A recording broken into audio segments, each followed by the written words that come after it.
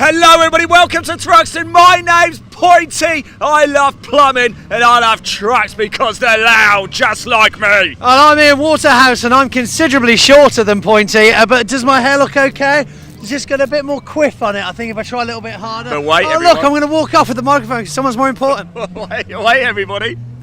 Oh. No way, can you believe it? Oh no, Take those. I'm actually Pointy. Ha ha ha. Wow, magic. I can't believe the way that we did that. That is unbelievable. I think we fooled everybody, didn't we? Pointy's great to see you, by the way. Thruxton, wow, what a track, what a day we've got, and what a weekend. What a weekend indeed. Full race package as always. We won't talk too much about the thing in the sky because it's here at the moment, but then again, Thruxton can be one or the other, can't it? We've got a convoy on the plains, we've got show trucks, we've got off-track entertainment, we've got stuff for the kids, we've got stuff for the grown-ups. Live music later on. Very good party over in the field, and I'm looking forward to the second lot of heavy truck racing, and of course the pickup trucks as well. Getting to know those guys a little bit more over the weekend and trying to remember some of their names. So much coming up. We've also got the Coupe Cup. The Audi Cup gets underway here this weekend. The Civics are in town. The Bernie V8s, Minis as well. We've got so much, all live on the BARC YouTube channel and the British Truck Racing Championship YouTube channel. I think we fooled everybody with that. I don't. BAFTAs. I think they're still confused. I think they are, yeah. No, I am. I'm Ian, that's Pointy. You can have this back. I don't want this anymore. Thanks. You know, there we go. Yeah, this is making me look there you fat go. anyway. You know. Only one thing left to do. Let's go racing. Best intro we've ever done. Wow. Safest intro we've ever done. Safest.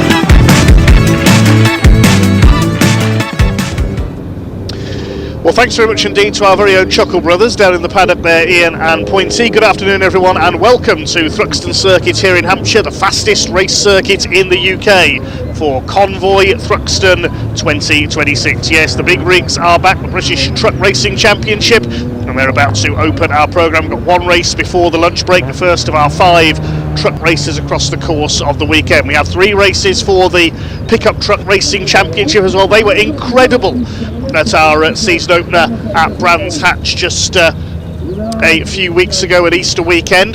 Their first race is due off at 2:30, followed by the Civic Cup. Busy weekend for them following up their season opener at Brands Hatch. They've got 3 races this weekend. The Coupe Cup have their third meeting of the season for the identical Hyundai Coupes aimed at the newcomer to racing. And speaking of new, first ever race coming up this afternoon for the Audi Cup for identical Audi TTs.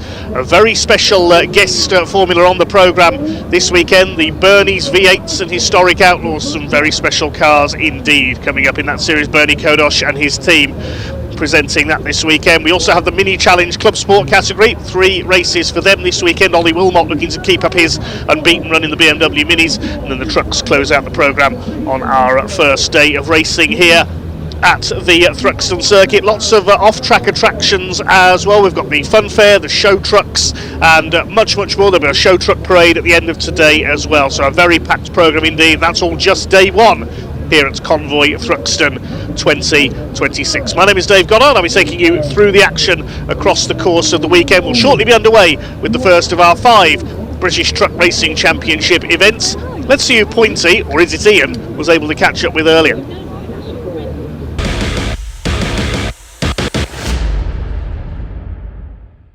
Right then, here we are with 10 times? There's such a big number. I'm struggling to get there now. We're in double digits. British champion Ryan Smith, who effectively needs their introduction, but it's too late 'cause I've just done it. Ryan, looking forward now to qualifying Thruxton. How do we feel? We've had a shakedown this morning already, free practice. Obviously, you've got a completely new livery going on here. It looks very, very fast. She's fast. No, we're scratching his heads a little bit because at Brands Hatch we got the front axle configuration wrong, and we've put completely back to how it was last year. And we've just been out in the free practice, and we can't get any turning, and we can't suss it out. But do you know what? That's part and parcel. Look, everybody else will have them problems, and we've got to work our way around it. So, yeah, we'll go out qualifying, do the best we can. Unfortunately, we're carrying a penalty from qualifying, so we get a 5-place grid penalty from wherever we qualify. So, wait, was this what this rolled over from Brands? Did it? Yeah, rolled over from Brands Hatch.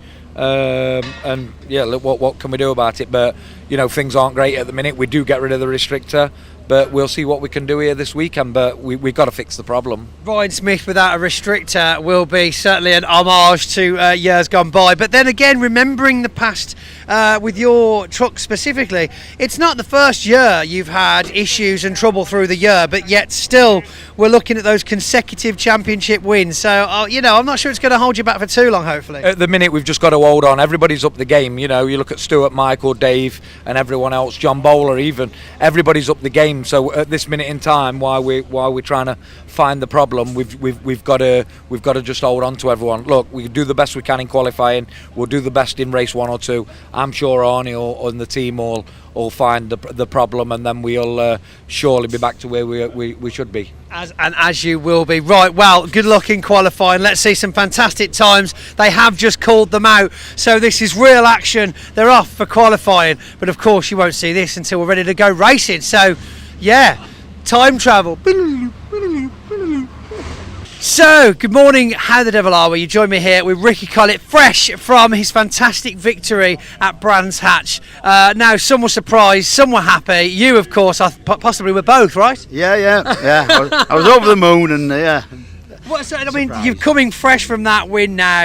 You know, you've got that energy and you've still got it in you. This is what we're looking forward to. We've got Thruxton now, sun shining at the moment. Yeah. You know, thoughts, aims for the weekend. Are we going to see a repeat of that win? Well, I'm hoping so, but we haven't had a brilliant start. I nearly crashed in the same place as I crashed here last time. Don't want to do that? No. It blew my dipstick out, put oil over my wheels, and I spun out. Oh dear. So I've only done 2 laps so far. So if you check the dipstick now, we're going to have gaffer tape over the top of that. It's not coming out. It's definitely not coming out. Definitely Yeah. We don't understand why it's not breathing hard or anything, so we don't know why it did it. That is strange, but we're feeling okay. Just come back from free practice. How was the shakedown? 2 laps. 2 laps, brilliant. Right, okay, it's a good start here at Thruxton. Not much of a start, no. Yeah. But I don't need much practice. I've been here years. Exactly. So, well, in that case, fingers crossed for some results. Yeah. Qualifying next, of course. So it's literally all to play for, and I'm sure the old girl can surprise you yet. Yeah, I'm hoping so. It's all about the qualifying, I think. That's It the is. thing here. It's very hard to overtake, so we need a good position. Yeah, there's not many places here at Thruxton. I just call it the fast circle. I mean, there are wiggly bits as you go around it, but basically it's a circle, isn't it? Yeah. It'll be somebody who understeers or outbreaks herself that'll make a difference. And that's where you've got that reaction time and hopefully that experience to be able to take the opportunity. But I've just used all my lives upon that one. No, come on, positive mental attitude. Say it with me. Positive mental attitude. Fantastic. And that is the thought of the weekend for Ricky Collett. Thanks for chatting to me. Cheers. Good luck. You've got this. You've got this.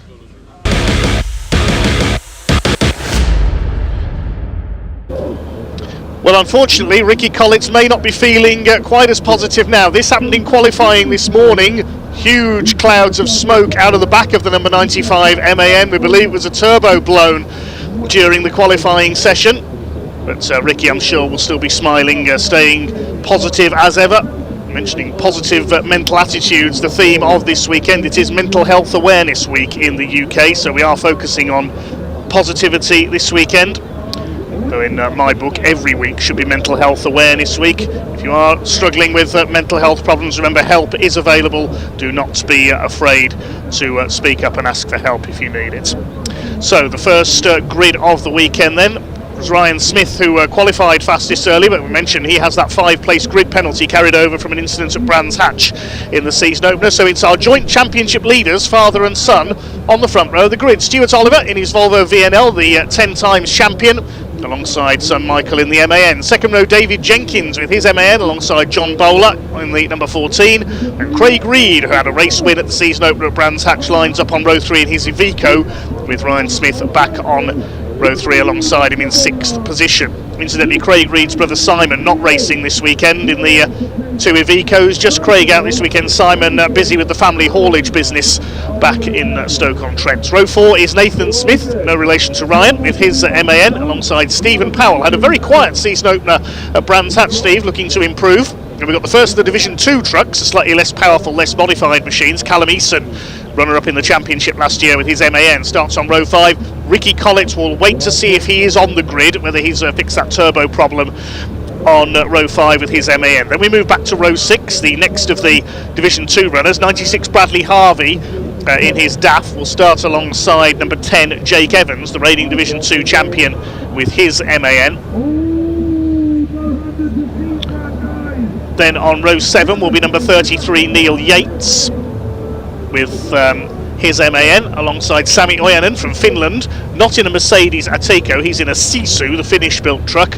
And on row 8 we'll have John Powell. He missed qualifying with some problems with his Division 2 DAF, but will be permitted to start the race from the back.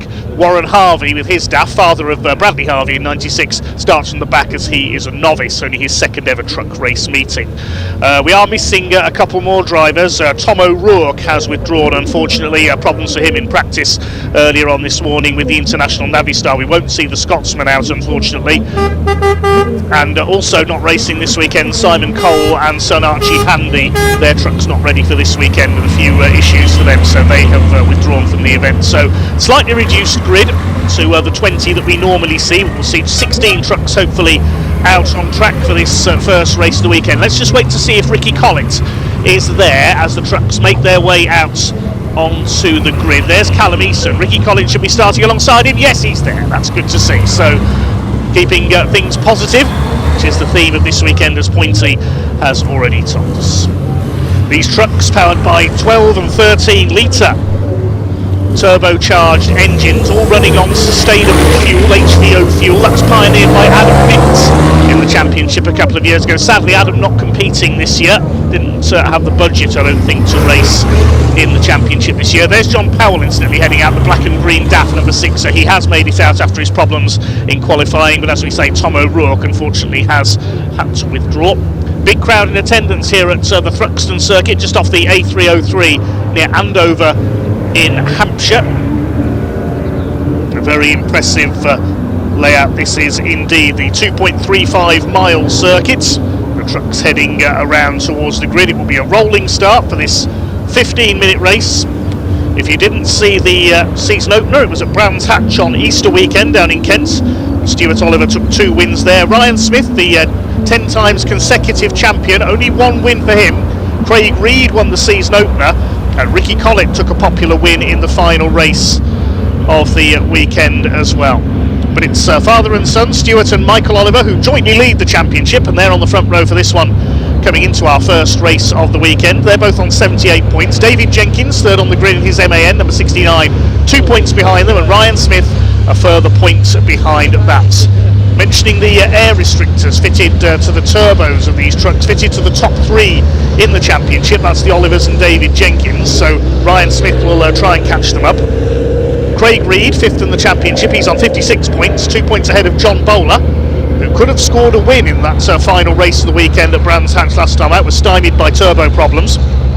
In Division 2, meanwhile, Brands Hatch saw 4 wins for Jake Evans in his MAN, the reigning champion. John Powell taking the other win, and Jake Evans already has a 30-point advantage, 100 to 70 over Powell, with Bradley Harvey in 3rd place in the points. The MAN pace truck leads them round. This is Church Corner, a fastest corner in the country. The fastest racers in the UK, the likes of the British Touring Car Championship, can reach 140 miles an hour through this section of the circuit. Then they turn back onto Woodham Hill and up towards the famous Club Chicane. Sammy Oyanen with the Sisu there, the black and white bonneted truck already with the headlights on. He's got Neil Yates, the recovery company boss from Kent, alongside him. It is Stuart Oliver in the Volvo who will lead them away for this first British truck race of the weekend. First of 5 races here at Convoy Thruxton, and the convoy heads 2 by 2 up towards the chicane.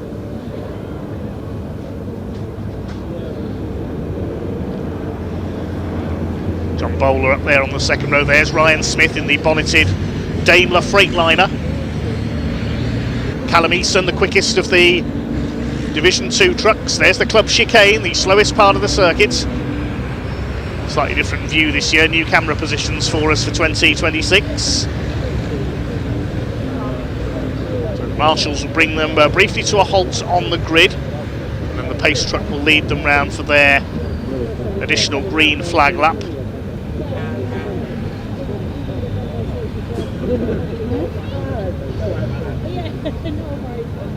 Big thanks to all the partner sponsors of the championship. One of the main ones is GT Tyres, adorning the 2 trucks on the front row. MB Energy, Sylvie Fleet Management, Freyhouse Trailers, MV Commercial, that's Tom O'Rourke's business, Total Care Workshop Equipments, BWOC Fuel Solutions, suppliers of the environmentally friendly fuel for the championship, Neil Yates Recovery and Alco, Commercial Motor Magazine, Ride-Am Universal, they supply wheels for the championship, Milwaukee Tools, Fleet Safe and LTS Global Solutions.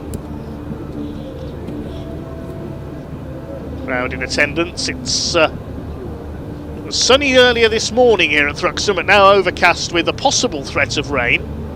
Wait and see if the conditions do take a turn for the worse. I won't say too much, don't want to put the curse of the commentator on things. Thanks for your comments coming in on the YouTube stream. Hi to Dan Hughes, Selena Hollywood, Wendy Howell, Connor Penfold, Ethan Dance. Hi to Gary Anderson. Says, come on, Team Oliver. Archie and his granddad are buzzing. There's Team Oliver fans in the chat.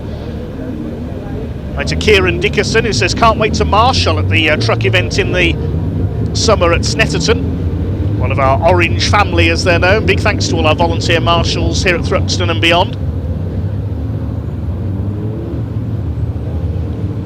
Kathy Warman says, come on, Callum Eason, one of our Division 2 favourites. Oh, John Powell's in pit lane. Looks like his Gremlins have sadly returned from qualifying. The number 6 Daff is in pit lane. Right to Oscar Davis as well. And Chris asks, do we know what caused Tom's issues? We've got Pointy on the case. He will find out for us, I'm sure. So the trucks head up through Allard, the first corner, then the left-hand flick of Green, named after Andy Green, holder of the land speed record. This is the complex Campbell, Cobb and Seagrave. The first few corners at Thruxton all named after British holders of the land speed record, past and present. Squadron leader Andy Green of the Royal Air Force, of course, drove Thrust SSC back in the late 1990s. This is the right-hander of Seagrave. Then up towards Noble as they head out to the back of the circuit. 2 grey and yellow trucks of Stuart and Michael Oliver on the front of the grid. These race trucks, of course, electronically limited to 100 miles per hour. If you exceed that limit, the officials will be monitoring these trucks. If you exceed that limit, you can be penalised or disqualified. Craig Reed in the Iveco. Reed Freight's truck on row 3, looking for his second win of the season, the former Division 2 champion. Nathan Smith in the white MAN behind him, son of David Smith, who raced that truck last season. David, a former Division 2 champion as well. Callum Eason, both his parents, Wayne and Joanne Eason, have both raced trucks in the past. Joanne, one of a number of female drivers in the championship's history. Perhaps the most well-known female truck racer was Davina Galitza, the former Olympic skier. She it in the European Championship with a Ford Cargo back in the late 80s and early 90s. Trucks have headed out of Goodwood, in through Village and up towards Church Corner, fastest corner in the country. This is Church. Then it's the run up Woodham Hill into the club chicane. 2.35 miles, the Thruxton circuit. Stuart Oliver's pole position lap, well, the fastest lap in qualifying was Ryan Smith at 1:36.9, but of course he got that grid penalty, so 1:37.2 seconds. The fastest, the pole position lap for Stuart Oliver, 1/10 of a second quicker than his son Michael. Pace truck about to unleash in convoy as they head up towards the club chicane. Tension beginning to mount. It is time to go racing here at Convoy Thruxton 2026. Excuse me.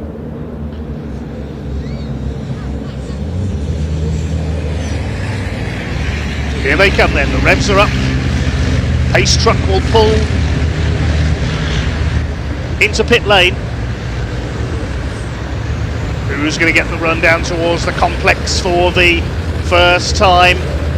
First of a huge programme of 21 races across the programme this weekend. The red lights are on. When they go out, they'll be underway. The pack is unleashed, and here we go with race one for the British Truck Racing Championship. Ryan Smith raced no time, gets to the outside line, but he can't quite find a way ahead of John Bowler, who gets it sideways through Allard for the first time. It's Stuart Oliver who's got the lead. They're all away cleanly up towards the complex for the first time. Charging up on the outside is John Bowler. Smoke coming from David Jenkins' truck there. He could be in trouble already, but it's Stuart Oliver who leads in the bonneted Volvo. Michael Oliver in second. John Bowler's made his way through into third position. Ryan Smith still back in sixth. He didn't get the start he wanted there as they head out towards the back of the circuit for the first time. Stuart Oliver in the clear. Michael Oliver second. Bowler third. Then Jenkins side by side between Craig Reed and Ryan Smith. Ryan Smith gets two wheels on the grass, trying to hold off Stephen Powell as well in the number 3. Had a rather subdued season opener on his local circuit of Brands Hatch. He's looking to improve and make up for lost points here. Through Goodwood Corner they go. This long right-hander leading into Village. Thruxton Village just beyond the trees there on the far side of the circuit. Nathan Smith and Ricky Collins next in the order. Callum Eason leads Division 2 as they head through Church Corner for the first time. What a fantastic shot this is as they charge towards us. Out of Church, then along the straight into the slight left up Woodham Hill. John Powell has joined in from the pit lane. He's at the back of the field. But here come the leaders. Ryan Smith trying to make up a place there ahead of Craig Reed. Doesn't manage to do it. It's not the easiest circuit to overtake on in a truck. Onto the brakes, into the chicane. The Olivers still 1 and 2. Bowler up there in third place. You have to go single file through here. It's very rare to see trucks go side by side, and a tangle there at the back. Warren Harvey and Sammy Oyanen have tangled up there. The Finn mows down one of the tyre stacks. Warren Harvey left facing the wrong way.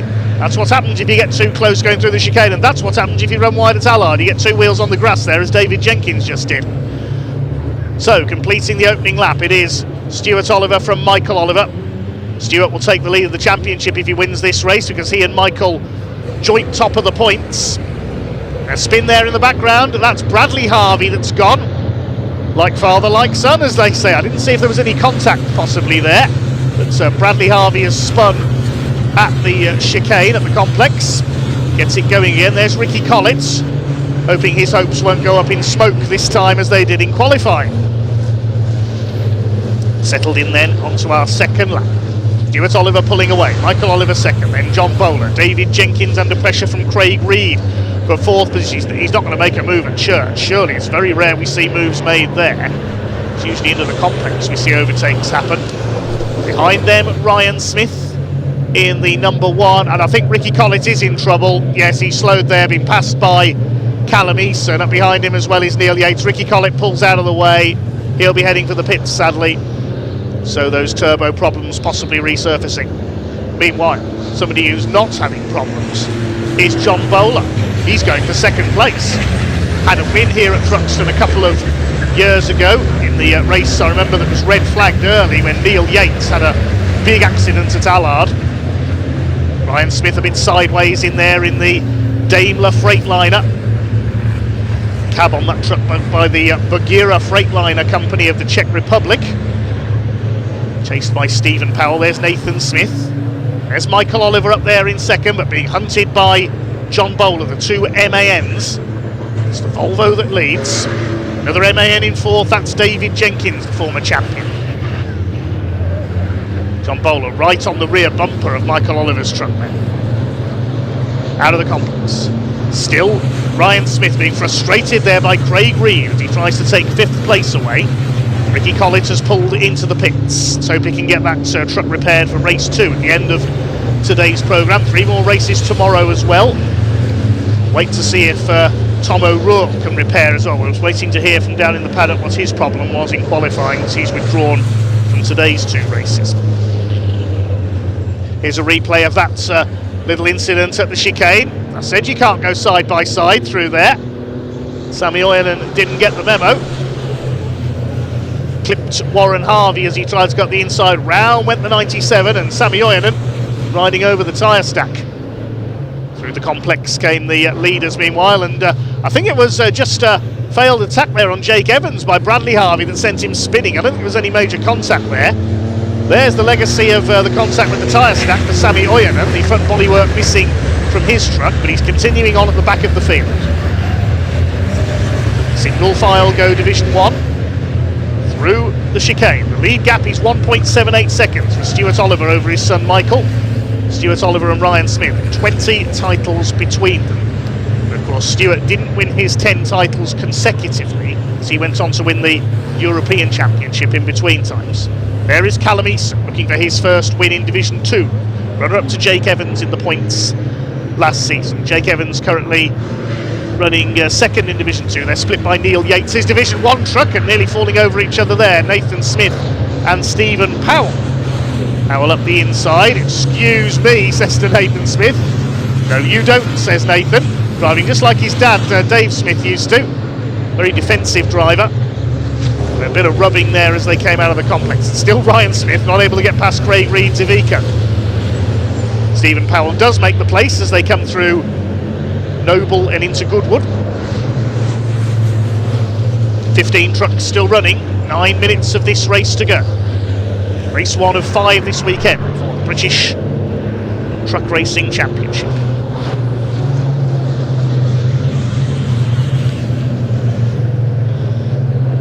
Got a message through from Pointy down in the paddock. It was an engine failure, unfortunately, for Tom O'Rourke in practice this morning. Looks like he's out for the weekend, sadly. Long journey from Scotland for no racing, unfortunately. John Bowler round the outside into the chicane. That's never going to work, surely. Side by side through the chicane. Michael Oliver's going to have to take to the curbs and a bit of grass. But he's got the inside line on the exit and he holds the place. This is going to allow David Jenkins up the inside. He could take both of them here with a bit of luck, but Michael Oliver puts the squeeze on and holds second, and Bowler's going to get back round the outside. Goodness me, they were nearly 3 wide there coming into Allard. That was close. What's going to happen into the complex now for second place?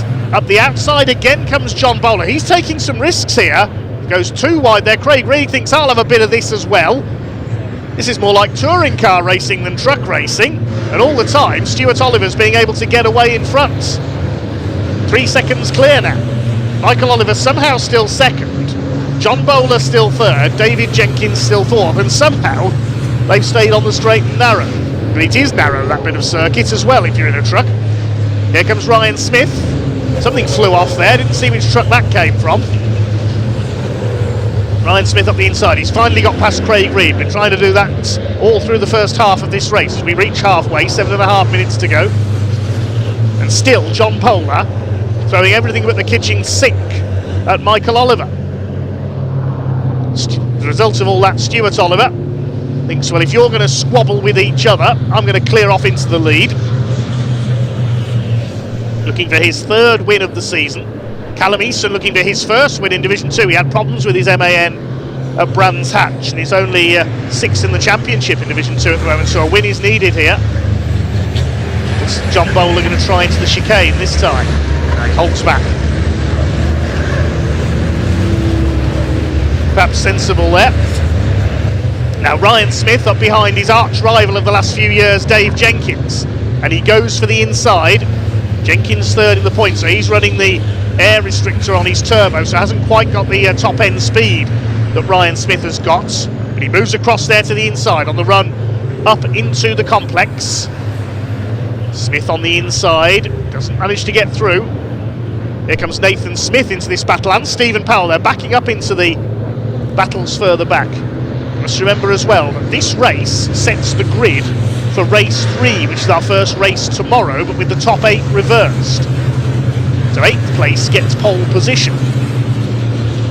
Let's have a look who's in 8th place at the moment. Craig Reed is 6th. It's Nathan Smith in 8th at the moment. So if he stays where he is, he'll get pole for race 3 tomorrow. Race 2 later on today is set by the second fastest time for each driver from the qualifying session. Ryan Smith to the inside as they come through Village.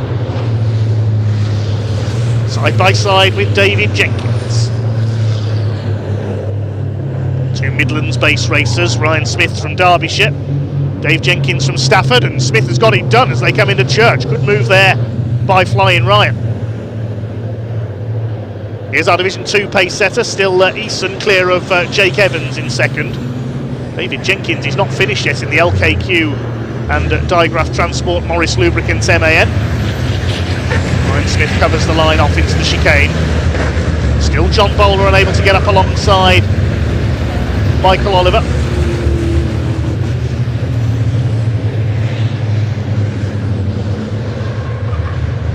Here's our Division 2 pace setter, Eason. Jake Evans in the blue MAN in second place. It's Neil Yates' Division 1 truck in between the two of them, the 33, coming up to the point on the circuit where he had a big smash a few years ago when his throttle jammed. Still this battle rages on, and Nathan Smith's dropped back a little bit at the tail of this train. Third in Division 2, I can tell you, is Bradley Harvey. He's recovered from his spin. He's ahead of John Powell and Warren Harvey. Sammy Oyen in 6th. All the Division 2 trucks, despite those earlier incidents, are still going. The only retirement so far, Ricky Collett. We know, sadly, Tom O'Rourke out for the weekend, engine failure in practice.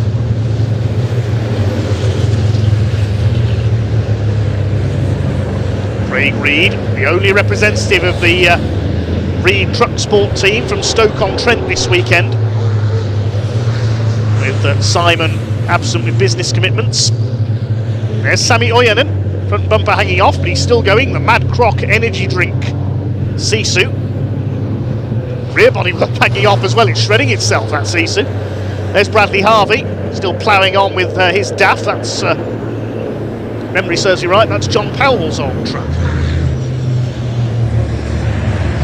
All have quite a heritage, these trucks. Bradley Harvey is certainly one of the older trucks on the grid now. Ryan Smith is reeling in John Bowler for 3rd place. The Bowler's had to switch from attack to defence here. He's dropped back from Michael Oliver now. Then there's this group which has dropped away as well. Jenkins, Reed, Stephen Powell, and Nathan Smith in 8th, who's on for pole position for race 3 tomorrow.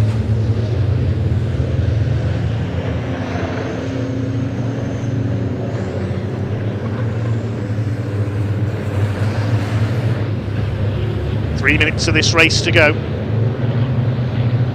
Fastest lap of the race has been recorded by Ryan Smith, 137.312, so that's up there with the Oliver's times from qualifying. 87.4 miles an hour average around this Thruxton circuit. It is fearsomely quick, this circuit, very abrasive surface as well. Racing around the Thruxton airfield site. See the runways there in the middle. Tough on tyres, this circuit, particularly for saloon car racing. A little bit of a wiggle there from Craig Reed. He's under fire from Stephen Powell for 6th position. There's John Powell, joined in from the pits after a problem on the green flag lap, but he's still battling on ahead of Warren Harvey. They're fighting for 4th in Division 2 and 13th overall. This lot fighting for 2nd overall, and here comes Ryan Smith. He's up alongside John Bowler, eases ahead, just got the move done there as they came into the chicane. He's up to 3rd. Now to get past Michael Oliver. I wonder if the Olivers are playing a bit of a team game here, with Stuart clearing off in front and Michael trying to protect his father's lead and protect the family 1-2. The gap is 4.2 seconds now. There's 2 laps to go, I think. It's all done on time, of course, but I think we'll get this and one more lap in. Have they run out of time? If Ryan Smith is able to get through the second, he may have run out of time to catch Stuart Oliver. The inside, maybe a bit of rubbing there, but Michael Oliver moves to cover, or does he? Here comes Ryan Smith, he's got the better drive off the turn, he'll lean on Michael Oliver here, takes him wide. John Bowler thinks, I'll try and make this 3 wide. Ryan says, no you won't, so moves back across on him. And Michael Oliver goes down to 4th. Can John Bowler move up into P2 now? Ryan Smith is through the 2nd, the 10 times consecutive champion. But he's got a 4.2 second gap. Let's have a look at that move again. He got the better drive out of the complex into Seagrave corner, bounced off the curb, leans on Michael Oliver. Oliver goes wide, gets a wheel on the grass, that loses him traction. He goes down to 4th behind John Bowler. Now the battle is at Church. Coming up to start what will be their last lap this time. Stuart Oliver's away and gone in front. Barring any mechanical problem, he's going to take the win. Looks like Callum Eason is going to take the win in Division 2, which will be a fillip to him after his problems in the first weekend at Brands Hatch. Ryan Smith on the inside, look at John Bowler into the chicane. Oh, he's going to overshoot. No, he isn't. Ryan Smith has to go through the barriers there on the inside. I think he's kept 2nd place. And there's contact. Michael Oliver bashes into the side of John Bowler. That's punctured Bowler's tyre. That's punctured John Bowler's front tyre. He's going to have to slow up. What a shame for John Bowler. He's going to be out of the race. He can't steer it. He's going to hit the barriers. Wallop straight out of the race, surely, for John Bowler. Oh, that is so frustrating. He and Ryan Smith, we said earlier, you can't go side by side into the chicane. There's been contact further back as well. Look at the back of Craig Reed's truck. He's been hit by Nathan Smith, I think. Well, it's all come to a head on this final lap. And now Craig Reed and Nathan Smith get together out of Seagrave. Smith on the grass. This is not rallycross, Nathan. This is truck racing. So Nathan back to 8th, but again, if that will give him pole for race 3 tomorrow. He won't be thinking about that at the moment, though. Michael Oliver always seems to finish races with the front end of his truck a bit shredded, doesn't he? It has to be said. Still going there. So it's going to be a win for Stuart Oliver. He's over 6 seconds up the road as a result of all that schmozzle at the chicane. There he goes. Ryan Smith now on his own in 2nd. We'll try and see what happened there at the chicane between Ryan Smith and John Bowler. And John, I don't think has come round. I think he's stopped somewhere with that punctured front tyre. Meanwhile, coming in to win, and the clock having counted down to 0, is Stuart Oliver. Out of the chicane for the final time. Checkered flag is up and ready, and Stuart Oliver takes our first win of the weekend. That's win number 3 of the season for him. Ryan Smith comes through from 6th on the grid to 2nd, and it's going to be Michael Oliver in 3rd, ahead of David Jenkins. Stephen Powell gets 5th. 6th is Craig Reed, 7th for Nathan Smith, and with John Bowler having dropped out, now who's going to be 8th overall? This is going to be interesting. It's going to be Callum Eason, the Division 2 winner, and by my calculations that gives him pole position for race 3 tomorrow. We've got a Division 2 truck on pole. Neil Yates is next, then Jake Evans. Bradley Harvey should be next through for 3rd in Division 2. Here he comes after that spin on the 2nd lap. And behind him we will have Warren Harvey, Sammy Oyanen, and we saw that John Powell was almost a lap down, so he slowed up in the closing laps.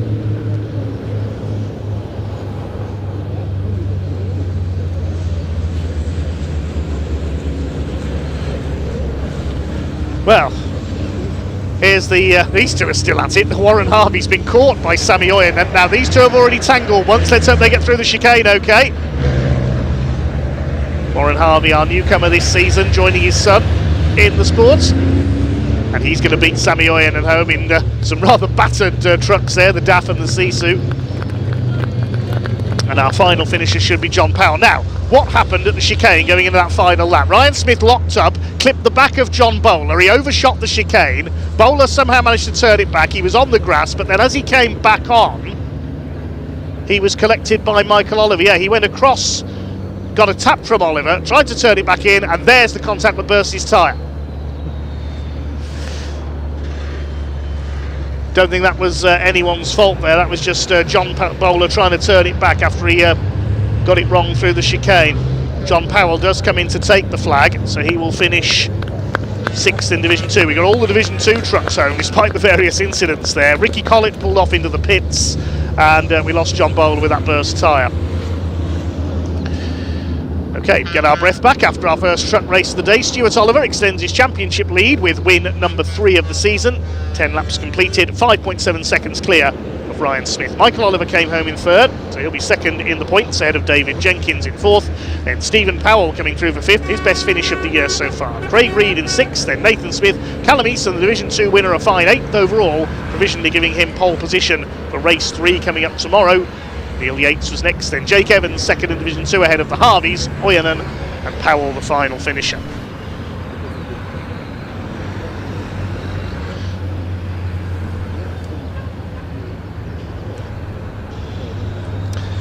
We're going into our lunch break shortly. We'll take about 45 minutes for lunch and be back underway at around 2:30, our first race for the Pickup Championship.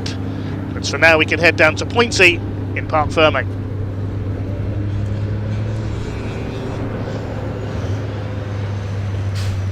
Well, I think you'll all agree, quite an exciting start. Those last couple of laps really were getting very close. Too close to call, of course, for John Bowler. It looks like we've sent the driver straight out again. So it's going to be driver or mechanic, a repeat from Brands Hatch, where we try and interview people, you know, which is why we're here, and no one lets us. So that'll be great.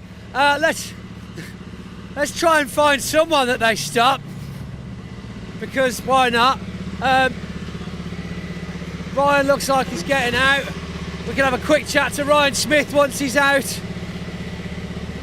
Ryan, certainly not the position you were hoping, but better than we spoke to you earlier on. Yeah, it's salvage. When you get a 5-grid penalty and it puts you to 6, it's just about salvage. But just gonna have a word with them. The speeding up the back. I'm getting overtook in a straight line. Right. You know, we're told to decrease the speed. We're under speed, and then it goes up. But listen, by the way, we've got the fastest lap. We got up to 2nd. Listen, something to build on for the weekend. Delighted, fierce, good racing. Really enjoyed it. Good start. Look at that way to turn it around. Positive mental attitude. That's the motto. And just for those of you watching at home, if you're watching TSL timing as well as the YouTube stream, the little pink numbers that come up, that's what signifies fastest lap. We've got someone here doing. Michael's clear now. So. We won't have spoken to you yet. So, hi, how you doing? Long time no see. Yeah, it's been ages. Yeah, I wasn't really worth talking to at Brands. No, I was just there making the numbers up at Brands. Yeah, of course. Yeah, it was a bit of a terrible Brands, but got the pace by the end of the weekend, but it was too late then. Yeah, pleased with that. Started 8th, finished 5th, I think. It was a good race. I mean, I can't see your truck. Have you walked the rest of the way? No, I'm so thirsty. No, it's just behind there. No, it was a good. Do you know what? It was a really, really good race, and for me, we're pushing around with a pack, which was great. But honestly, so hard to overtake around here because everyone's the same speed. It's mistakes that create the overtakes, not opportunities of overtaking. You've noticed that a bit in that race. Look, I've been doing this a long time, and there's a few out there trying to make moves on corners where it's not going to happen, and then that causes. So you just sit back, wait for them, and I took 2 places on the last lap because of that. It's so brilliant. Tortoise in the hair. Tortoise in the hair, that's it. Slow and steady will get you further up in the race. Well, sometimes you have to get it. Thank you. Michael, what a last couple of laps for you. That was extremely close. A bit of a tussle with John Bowler. I think you'll still be friends afterwards. You always are. But I don't know what. It just said there was a tussle. I was like, no, the tussle was between John and Ryan, and I was on the outside and I just drove past. So I see. Oh, well, we'll see what happens. That's fine. We'll see. Yeah, I mean, it was fine. I mean, it didn't look anything, too horrible. And of course, Ryan overtaking you as well. That was a bit of a battle. You held out for quite some time, but then, of course, eventually, it was all she wrote. I can't remember it. I just kind of. A lot happened. That's it's so emotional. It's okay. It's okay. That was good fun. It was good fun. Yeah, we'll come home. Come home. You made it. Got points. Still driving.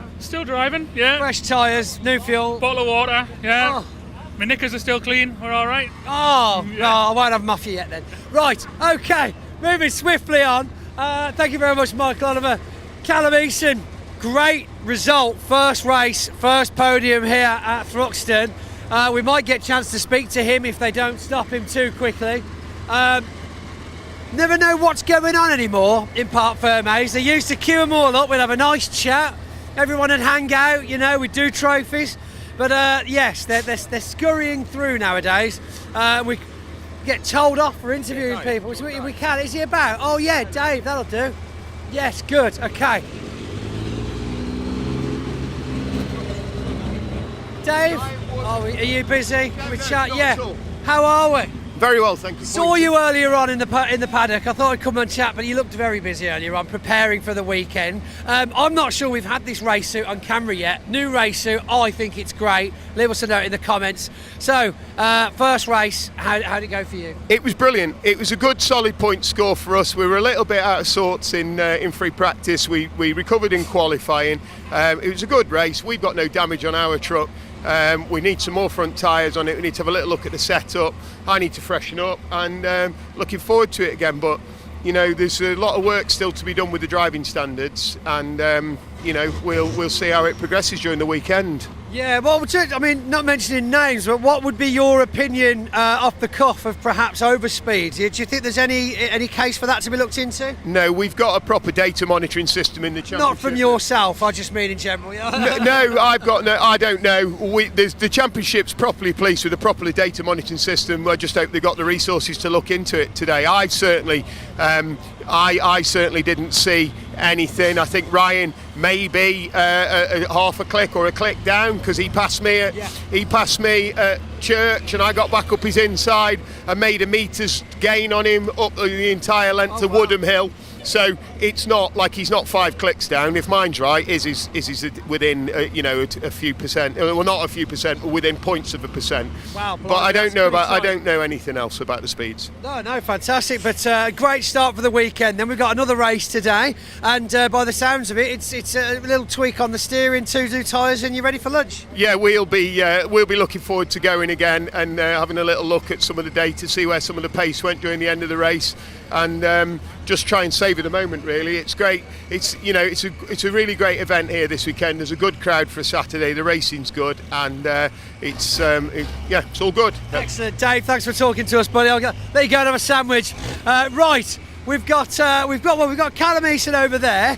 So we're just waiting to get weighed up with Jake Evans, which we will have a chat to him shortly. But let's see if we can't find Callum Eason. Straight out, everybody looking very dapper in their race suits this year, I must say. Callum, that was pretty much. Oh, I got it.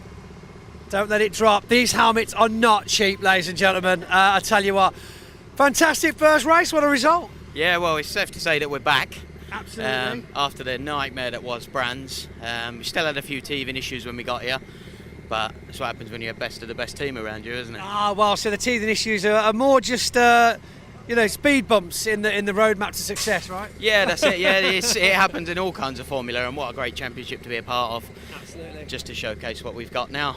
So you're feeling pretty good now. Obviously, you've improved on practice from earlier on. Obviously, qualifying went well for you, but to get that top podium under your belt, first race of the weekend, what have we got to look at for race 2?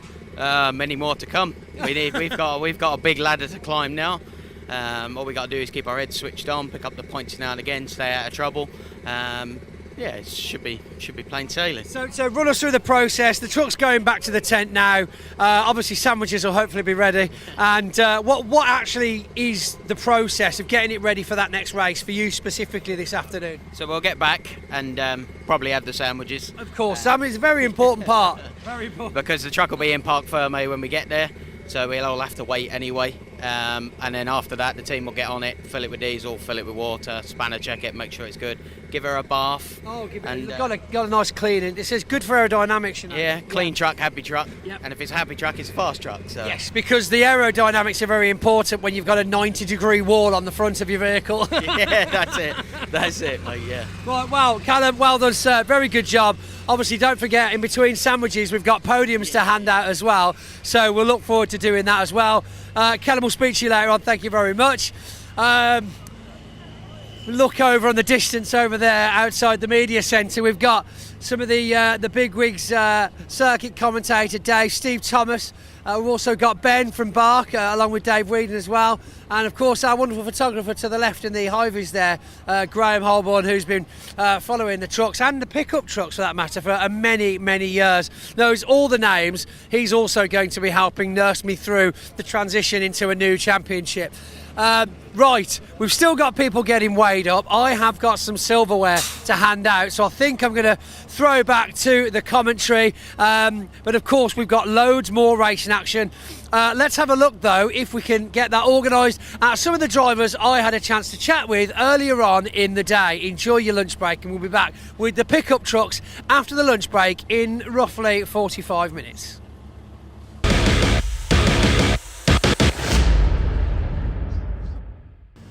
Right then, been a very exciting day so far. You join us here now down in the paddock with Warren Harvey. Now, obviously, father of Bradley Harvey. Yeah. It's not just a coincidental join in the name. No. First year in the championship, you obviously spent, a season watching, shouting, panicking, and you thought, you know what? I feel like I could add more stress to this life, and so you decided to do it yourself. Tell us about the journey from that decision of, you know what, I'm going to do this next year, to, oh God, I'm doing it.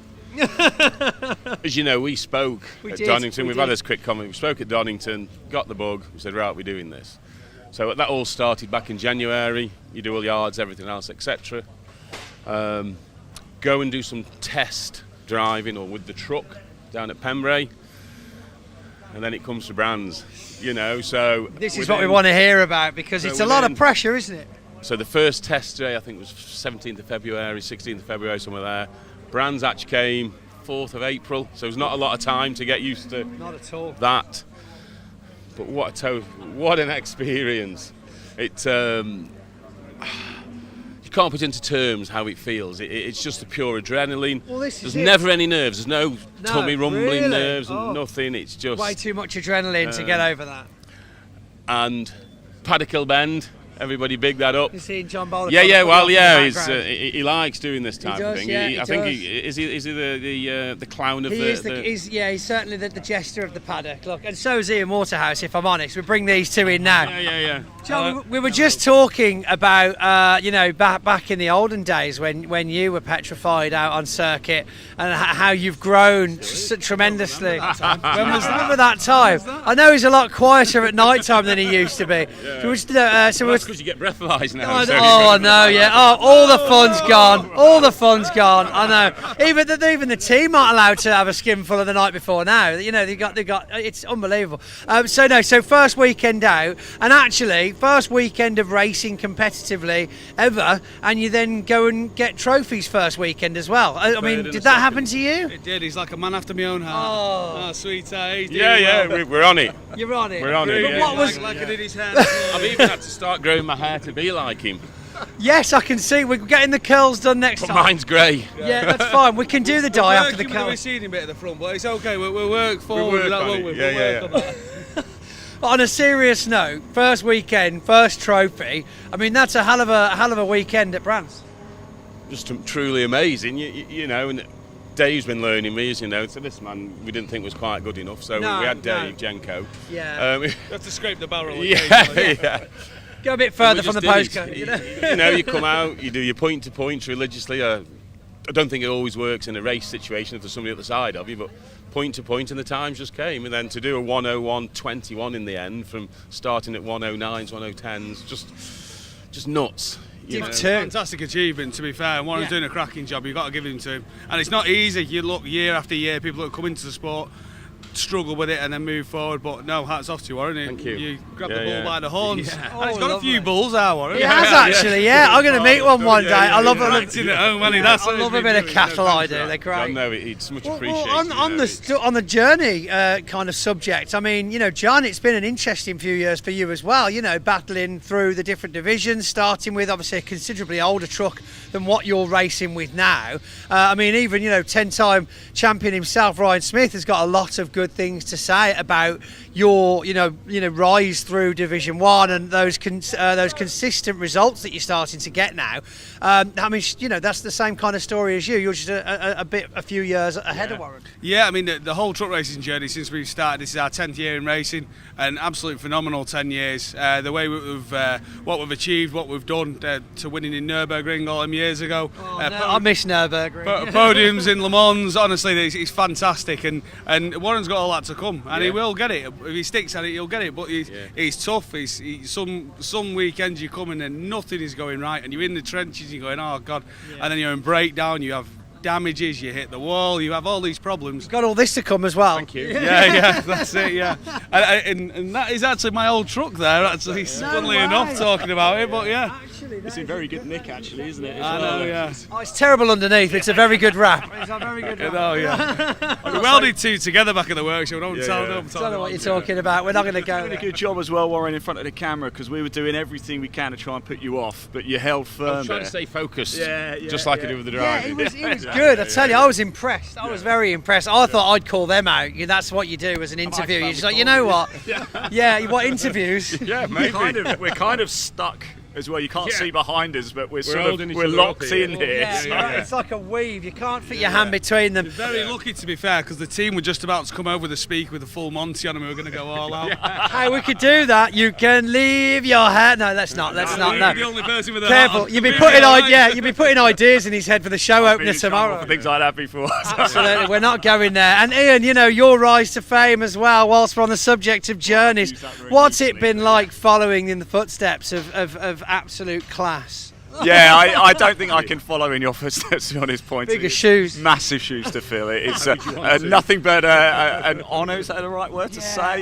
It's a family show, isn't it? It's not after 9 o'clock yet, so we'll leave the other bits for later. Later, can't we? We can, we'll do. Follow us, the BTS, behind the scenes, British truck racing, what we really think of each other off camera. It's at 1 minute past 9 tonight.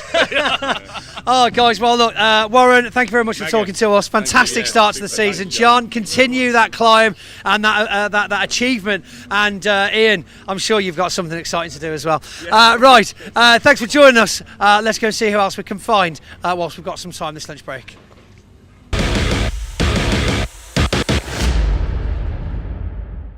So, here we are down at Team 333, focusing on, of course, Steve Powell, OG. And I know. And Neil Yates, teammate, and of course main sponsor, Neil Yates. I've said Neil Yates twice now, haven't I? Well, this is Neil Yates. You get commission. I do, yes. Yeah, okay. Neil Yates. I actually get £1 for every time I slip your name into an interview, Neil Yates. Oh? Yeah, I do, yeah. That hasn't been. Damn. Okay. Well, I have now. It's official. It's on camera. We've got evidence. Right. So. Thruxton, reasonably good start. Nothing too serious at Brands. What are we looking for at Thruxton, first of all, from yourself? Much better results than in previous times, so we'll look to be on the podium. On the podium, not on anything else. Nothing else. Everything else is out of bounds. Yeah, I mean, my memory is shocking. You've raced here since that, though, haven't you? I have, yeah. So there's no juju now, it's fine. Exactly. Yeah. So 3 seasons ago. Yeah. That's what I thought, you see. It doesn't really matter anymore. It's not even a thing. None of you even know what we're talking about.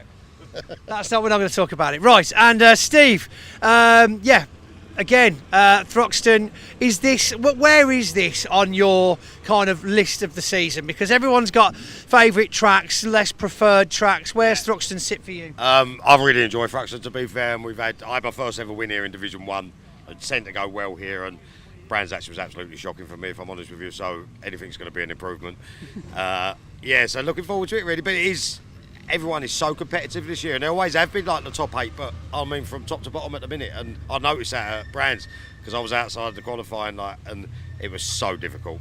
It was just outside. The times were so close in the top 8. So close, but if you didn't get in the top 8, you had a good possibility of getting back into that top 8, and now it is just so tough, which is great for the sport. Don't get me wrong, but qualifying's always been crucial, but even more so now, and I mean that. And I didn't have a great Brands. We was a little bit down on power and setup, but we got there by the end of it, got the tyres back. So fingers crossed. But then everyone else is up the game, so we're starting again here really. So, but if the weather stays dry, we can get a good reading on it, and hopefully we have some good results. It would be nice if the weather stays dry. Although I've only got a coat rather than a gilet, so you don't want to shrink anymore because you it's a bit warm.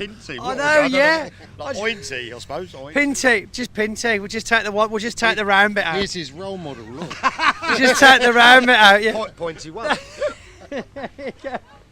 I take my jumper off and I literally look. Anyway, let's not go there. Again, then Neil, for you, obviously, you know, where as a pleasure side of things, where does Thruxton sit on your circuits through the season? I'm sure we had this conversation a couple of minutes. No, different subject. Same thing, different subjects. It's like, you know, because now you've got the hang of it. Anyway.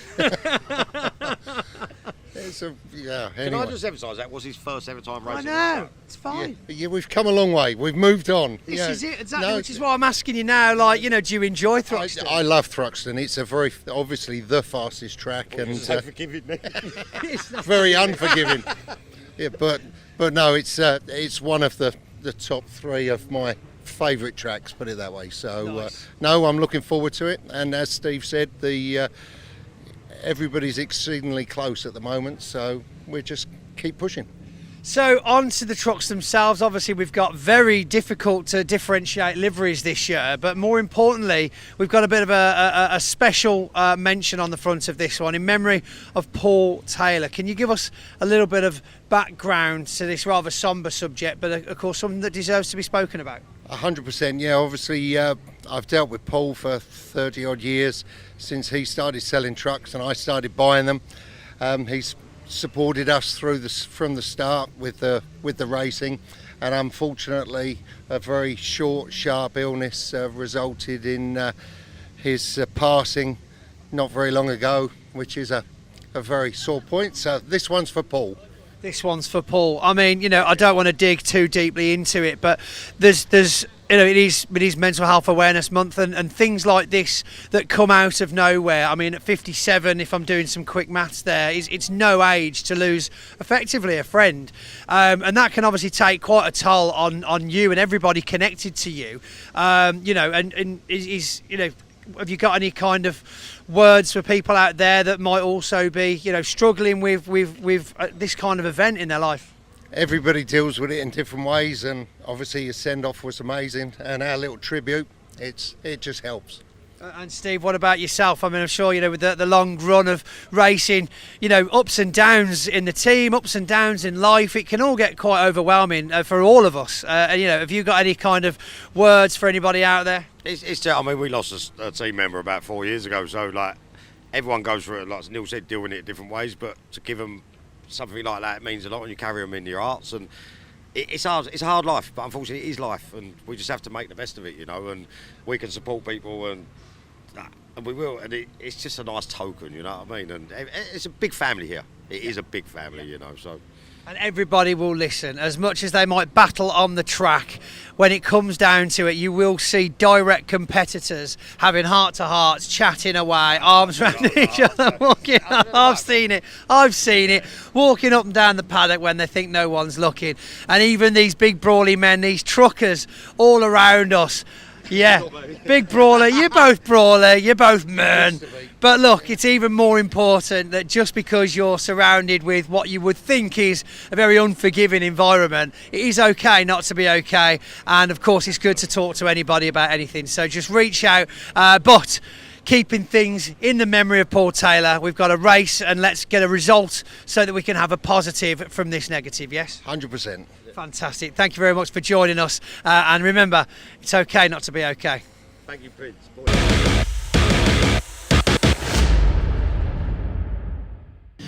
Right then, good morning. You join us this time at Thruxton Race Circuit, and we're doing another partner focus. Of course, this weekend we're looking at our long-standing tyre partner, GT Tyres. Absolutely fantastic company, been with us for a very long time.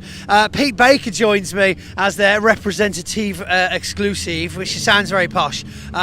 Pete, thanks for joining us today, buddy. No problem.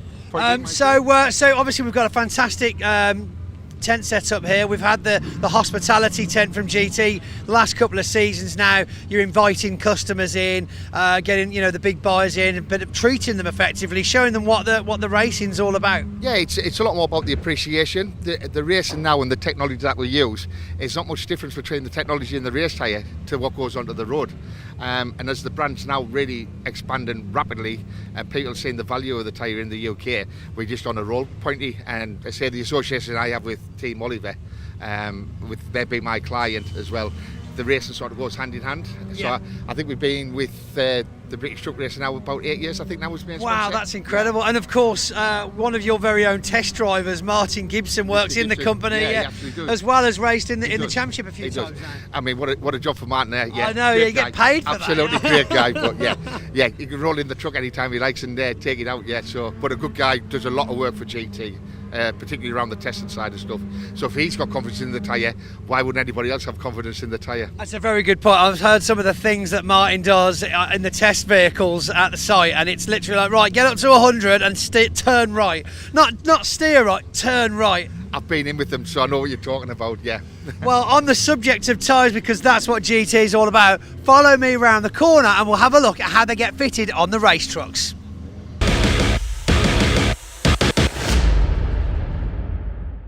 Right, everybody, here we are. Pointy's just learning what to do now. What on earth is that? Rubber duck, quack, quack, rubber duck. Look, just explain, what are we doing? So, obviously, tyre partner, tyre changing. One thing that GT is doing for the drivers, bear in mind, these used to get, just coming in a little bit, these huge tyres used to actually get manually changed by the teams between races. It takes, I mean, you can do them quickly, but when you've got to do 6 on a truck, it really does take it out of you. Probably just as much doing it on here all day, but GT get these guys to work basically non-stop through the weekend, and all the teams in the paddock bring their tyres, their rims, they'll swap them over, change them round, get fresh tyres, they order them in advance and pick them up from the circuit. And then of course GT also offers the disposal of the tyres, because of course it's a lot of rubber to get rid of, so they're responsibly recycled, reused or repurposed. So what do I do with this? Right. So, Pointy, you're going to fit Yeah. one of these tyres. You are going. I'm going to give it a try now. Yeah. Okay, hold on. And you So guys I'm going to hold this on here, right, and then I'm going to twist it round a bit this way. Other way. Oh, so I'm effectively, this is stopping it from slipping off here. This way, and then this wheel at the bottom. Right. No. Okay, I got this. Oh no, Stu, I'll do it. Let me do it. Oh, Stuart's ruined it for everybody. You've got to get him round there. Oh, I see that one's because it's less leverage. And just like, oh yeah. Bring it a little bit more. Oh yeah. Okay. Back in. Oh, it's very physical, isn't it? Oh. He's doing a good job, and he keep going, Pointy. Everybody watching is supporting you. Nobody's wanting you to muck it up. Oh yeah. This is where it gets very difficult. Okay, now stand back. Stand back and it'll pop on when it. Oh, there's the noise we've all heard. Take your rubber ducky out, please. Quack quack. Oh, quack quack. Right, now. Okay. This one now. Oh yeah. Move that away. There we go. Oh yeah. Now down. Down is this one. Release the clamp. Hold on, I'll pop this over and then release the clamp. Sit now. Out. Out. This way. Let the machine take the strain. Oh! It's on a sled. There you go. But it's And never now roll it to little Stewie. This way. Yeah, that's it. Oh, come here. I went with it. Right, okay. There it is. And then we've got to wheel it into this massive cage for safety. But just for now, we'll demonstrate without that. Okay. We're fine here. I hope we've done a risk assessment. Yeah, we've done a risk assessment. Brand new tyre, these things can blow up. Don't try this at home. Might just stand back a bit. Yeah. Well, Pointy, if we never see you again, it's been a real pleasure over the last few years. Oh. And then I got this. Whilst you're waiting, you can play with this. Oh! It was undercharged, but there was something left in it. Right, here we go. Okay.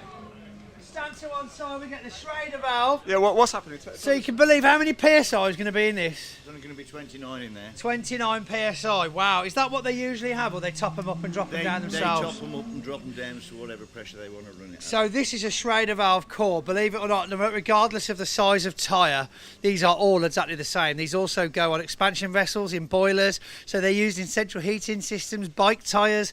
If it's got a dust cap on it, it'll have a Schrader valve core. Can you see that? Is that focused? That is crazy. All that holding up was 6 of these basically holding 5.5 tonne off the floor, if you think about it.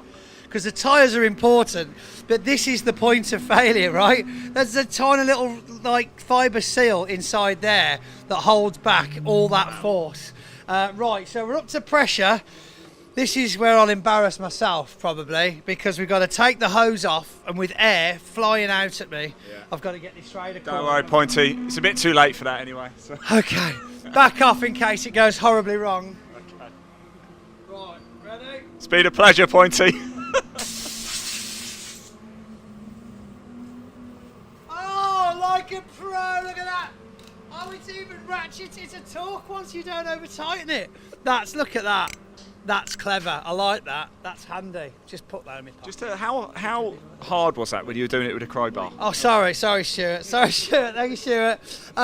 It was quite physical. I mean, I can only imagine. See, that crowbar would have been on the floor. The tyre would have been on the floor. There'd have been usually someone, quite stocky, jumping around the rim to knock that tyre, onto the rim. Vice versa to knock the rim into the tyre.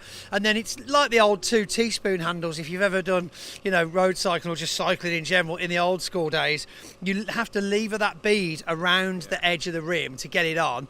They've greased it, yes, but still, even in that very well ergonomically designed process, it was still physical. If you were doing that all day, oh wow, that'd be, I don't think I got it in me, to be honest. Well, I think you've done a pretty good job there. I was worried that I might never see you again. I'm impressed with myself, actually. Right, obviously, if you have a look over here, I've got quite a lot of tyres left to do. So, because I'm going to commit to the bit, I'll just crack on changing tyres. But, yeah. There's no way he's actually going to stay. He's off to the hospitality now to get a coffee. It is the lunch break anyway here. It's not too long to go before we get back out on track and racing. Pointy, thanks for that. I actually really enjoyed that. Yeah, I enjoyed that too. We'll get you on there next, I think. Yeah, and of course, a continued massive thank you to the guys at GT Tyres who also produce GT Radial, which are road tyres. I've got them on my van and my car, and I paid for them too. Just want that on record. They are really good tyres. They are available. So remember to ask for GT or GT Radial at your local tyre fitting centre. Excellent stuff indeed. I think he kind of resents having to pay for them there. Let's get back to the action here at Thruxton. Thanks for watching. Hello everybody, welcome back to the assembly area. The lunch break is almost over here and it has literally just started to rain, which should make things very exciting here this afternoon. It is the Pickup Truck Championship about to get underway. Their second meeting of the season, round 4 of the season about to get underway. Just before we do that, of course, waiting for a few more of the pickups to come in. We'll chat to some of the drivers very shortly. A quick reminder, next event here at Thruxton, we have Thruxton Retro on the 3rd to the 5th of July. So Thruxton Retro goes back to the 80s, racing from the classic touring cars who are actually at Alton Park today. That live stream is also on the BARC YouTube channel. We've got the Jochen Rinkt Trophy for F2, F3 Formula Atlantic cars, MG owners and many, many more. Live music and entertainment throughout the entire weekend. If you are local or fancy a weekend away with a family, Thruxton Retro on the 3rd to the 5th of July is fantastic. Don't forget we have driving experiences here at Thruxton as well, and the Thruxton Car Centre too. A lot coming up this afternoon as well. Wall-to-wall racing now for the rest of the day. We're back here tomorrow as well for a full fixture list of races as well. Let's go quickly chat to some of the Pickup Truck Racing Championship drivers. Showing number 27 is Melvin Collins here. In fact, I'm going to go this way because sometimes it's easier to go. Mel, how are we doing? I'm coming in this. I hope this is all right. I'm sort of reaching in because it's quite hard to go through there, isn't it? Listen, it's just started to rain, Mel. Do you like the rain? Don't mind the wet, but it's been a while since we've been in it. It has. Quick, isn't it, Thruxton? Is that how you describe it? yeah, it's an unforgiving circuit. Really, there's not a lot of let off. You need to keep it moving. Tell us about your journey in motorsport, Mel. Where did it start? What were you doing originally? I started out on motorbikes. I raced motocross, from the age of about 14. Yeah. And then gradually transacted into four wheels. So we went karting, did a little bit of 2CV racing. You've done 2 CVs, amazing. Yeah, fantastic fun. Yeah, 24-hour races, and then did a bit of Fun Cup. Yeah. And then bought a truck, and we've been here ever since. Fantastic. Look, best of luck today. Thanks for talking to us. Stay safe out there as well. Yeah, it has just started to come down. Actually, it's only spitting. It'll be fine. Let's keep moving along, shall we? Up here, Michael Smith. Let's go have a quick... I don't think he's got a mesh, actually, as Michael Smith. So let's jump around. Michael, how are we doing? You all right, my friend? It's good to see you again. Yeah, good, thanks. You feeling confident here at Thruxton? Yeah. We've got a bit better pace this morning, so hopefully we can build on that. What does a race week look like to you? Are you one of these drivers who just rocks up on a Saturday morning, or do you sort of plan it meticulously all week? Yeah, we have to plan it quite a bit because we live so far away from everywhere. So where do you live? We're in Hartlepool in the northeast. So. Hartlepool, yeah, you are. I suppose even Croft is quite a way, isn't it? Yeah, Croft's 45 minutes, so we'll very rarely race there. So yeah, everywhere else is a bit of a journey, so we have to plan it properly. What's your expectation in this race? Could be a little bit unpredictable, couldn't it? With a little bit, mind you, it's not heavy enough, I don't think, to make a difference yet, is it? Yeah, not yet, I don't think. Hopefully it'll just blow past, really, but it probably will make a difference if it gets heavier, but we'll just have to wait and see now. Oh, good time, man. Look, if I don't see you again this week, and have a safe journey home, won't you? But hopefully not too soon. Alan Cooper here, race 2 winner, of course, at Brands Hatch. I wonder, maybe we'll try and go this. I turned the engine off as well. Alan, that's very good of you. Thank you for doing that. Of course, race winner at Brands Hatch, and we're going to add to the tally here at Thruxton this weekend. Yeah, it'd be very nice to have another little win, but just keep it on the podiums, keep the points going. Is that what it's about? The points make prizes, don't they? So are you one of these drivers? It's still early in the season, of course, but are you all right? Oh yeah, 100%. You always want to win it. That's why you're doing it for, aren't you? But like last year, my first round, I come away in 7th, I think, and then finished in 2nd. So yeah, being high up in the leaderboard at the minute, that's give me a good help. Thruxton, do you like it? It's a very fast track. Yeah, it's a very ballsy track. Yeah, you need big. Best of luck anyway. Then I might be chatting to you a little bit later. Dale's alongside us as well. I'll come round, Dale, actually. Of course, Dale Gent, a serial winner in the pickup trucks. Let's move alongside. Here is Dale. How are we doing? It's always nice and spicy when you and Alan are there, isn't it? Yeah, not too bad. Yes, looking forward to this one. See what this weather's going to do. It's starting to obviously rain a little bit, but we should be all right. We'll see how it goes. I think it's only going to stay fairly light. I think we'll be all right, you know. Yeah, we should be all right with it. But yeah, hopefully we'll have better results than we did at Brands. We've had to change a lot for this weekend. We've had to change engine, gearbox, back axle. Really? So oh my word. Okay. We'll see how we get on. But yeah, it was good in qualifying and that, so we've got a bit more time to come out of it. Excellent. Well done. Good stuff indeed. Dale Gent lining up in P3. Let's move along. Let's go have a quick chat with Mark Willis, shall we, as well. No stranger to this championship. He's just parking up his truck there. Yeah, of course, Brands Hatch winners. We had Aaron Thompson winning the first race of the season, Alan Cooper taking race 2, Ryan Hadfield taking race 3. A further 3 rounds this weekend, 4, 5 and 6. Round 4 about to get underway. Let's go say hello, Mark. How are we? I'm very well. More importantly, how are you? I'm all right. Does it look like we're going to have a bit of rain? It is a bit, yeah, but it's only very light, isn't it? I think it'll be all right. Yeah. Do you think it might just make a few of the drivers who haven't perhaps done as many races as you just think twice in a few moments? Don't know. It's going to be a bit like putting your toe in the water, isn't it, for the first few laps, I suppose. Look, it's just starting to come down a little bit heavy now, isn't it? This is where experience pays, though, isn't it, Mark? Isn't it? Yeah, it's an abrasive track, isn't it? And it's fast, so might not make too much difference if we can get a bit of heat in the tyres. We'll see. We'll see. Look, I'll let you get your helmet and stuff on. Thanks for talking to us, Mark. Really appreciate it. Sorry, guys. Sorry, just bumping into everyone. Oh, look who's joined us as well. It's Pointy. Actually, I'm doing Pointy's job right now because you are now pickups are part of Truck Sport. Officially, unofficially, yeah. But at the same time, obviously, you've got quite a rapport with these drivers. You've been, interviewing them for several seasons. Effectively, I did do them last season. Yeah, but still, you've done them for more seasons than I have. So yeah, it's good. Ian's going to be holding my hand for the. Well, I'm going to give you this, but come on, let's go. Give me your hands. Come on, you're going to go talk to some more drivers. I hope you're getting this in. Way. Listen, what's this one? 29. This is Tom. Tom. Oh, he's in. Why have they put him? Is Tom dangerous? Why have they put him in a cage? First days at school, he's feeling a little bit nervous. So you're right to have a chat with Hi, him. Tom Hutchins. I like the fact you've got your name above your head. That makes things a lot easier. How racing? Cool. Hold on. No, so first race of the weekend. Yeah. You guys are obviously doing 3 races over the weekend. Bit different to what you're used to with regards to showing up, doing your races, going home. Are you enjoying that side? A bit more chill time, a bit more hanging out, socialising, or is it a bit dragged out? Yeah, it's nice to have a bit of downtime, spend some time with the family when we're at the track as well. So it's kind of turning out to be more of an event. It's more something to do for the weekend with the family. Out of, obviously, we know that pickup trucks should be your favourite at least. What would be the next kind of championship that you like looking at whilst you're here? The next series that's on your hit list? To be honest, I'm happy here. I'm not really looking anywhere else at the moment. Oh! Never say never, but at the moment we're fully committed to their pickups.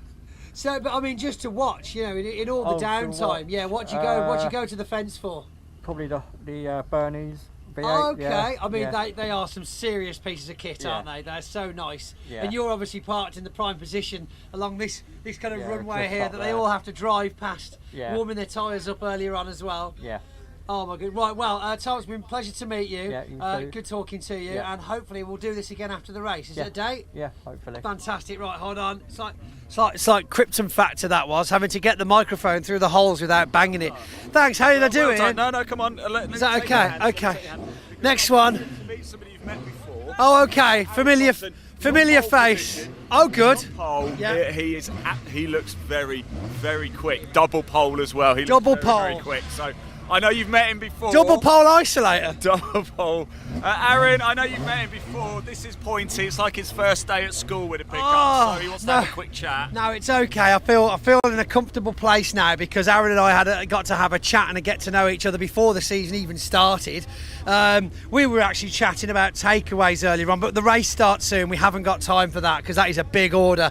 But Aaron, fantastic opportunity, this first race of the weekend. You're in very good place to make something stick. What's the secret? What have you found this weekend? It was the takeaway order we spoke about earlier, if I'm being honest, which at this point, before the start of a race, when the rain's starting to flirt with me, the idea of that chicken chow mein right now is making me feel sick. Oh, God, yeah, you wouldn't want to have a chow mein before this. It is pickup truck racing. Until the checker flag comes out, you're never in a good position. Right. So the slipstream is so big that, yes, me and Eric seem to have not only the pace in the field, but the longevity in the session to be able to maintain that pace. Yeah. The slipstream's going to keep everyone in play, and it's much tighter racing than I think the rest of us truckers are used to, that's for sure. The gaps are so much slimmer, and yeah, we see those overtake opportunities coming up because of the slipstream, whereas with a truck, yeah, there might be a little bit of clean air, but it's effectively a brick wall doing 100 miles an hour, where these things can create a bit of a weight, can't they? Yeah, absolutely. And I mean, I want to take this opportunity before you move on. I know you're busy people. No, of course. It's my daughter's 4th birthday today, so happy birthday, Martha. Oh, happy We birthday, love you Martha. so much. And I can't wait to get this over and done with, and hopefully share a fruit shoot out of the Winners' Cup at the end of it. Oh yes, absolutely. Fruit shoot out of the Winners' Cup. I mean, there's barely any alcohol in the bubbly as well, so you might be able to get away with a tipple. Right, well, Aaron, good luck. Fantastic Enjoy, talking to you. guys. Good to see you Thank you again. very much. Brilliant. Again, with a very interesting cage situation. Is this something we should know about with the pickup trucks? I guess it's just protection. They've just got to do a radio check, actually. What's a radio check? They were like, can Pointy get a move on so he could do a radio check. Do they know who I am? Listen, these are great, aren't they? They're great, They're racing every single time. The cars are firing up. Actually, it sounds like we're going to have to get going. Round 4 of the Pickup Truck Racing Championship. Somebody wrote to me, they said, are they cars or are they trucks? They're definitely trucks. They're definitely trucks. I mean, just look at them. Listen to the noise they make. They're definitely trucks. I think it's time to go racing. Let's go racing. Yeah, go. let's watch them. But not that one. Go. Yes. And yes, here we go, Pointy. It is time for round 4 of the 2026 Pickup Truck Racing Championship. Let's hand over to commentator Dave Goddard to take you through the action. Go Dave, it's your birthday. Go Dave.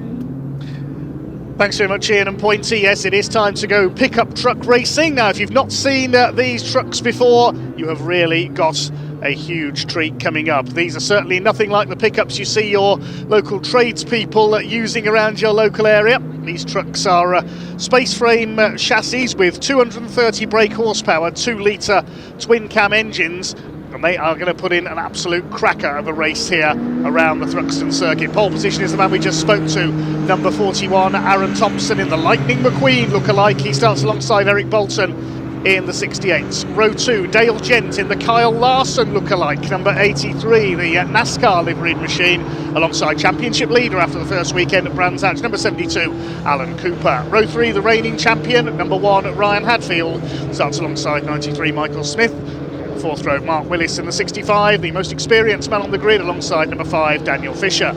Tom Hutchins, 29, and 27, Mel Collins round out the top 10 of the grid. Then on row 6 we've got 52 James Goldstraw, who you may have spotted in the assembly area.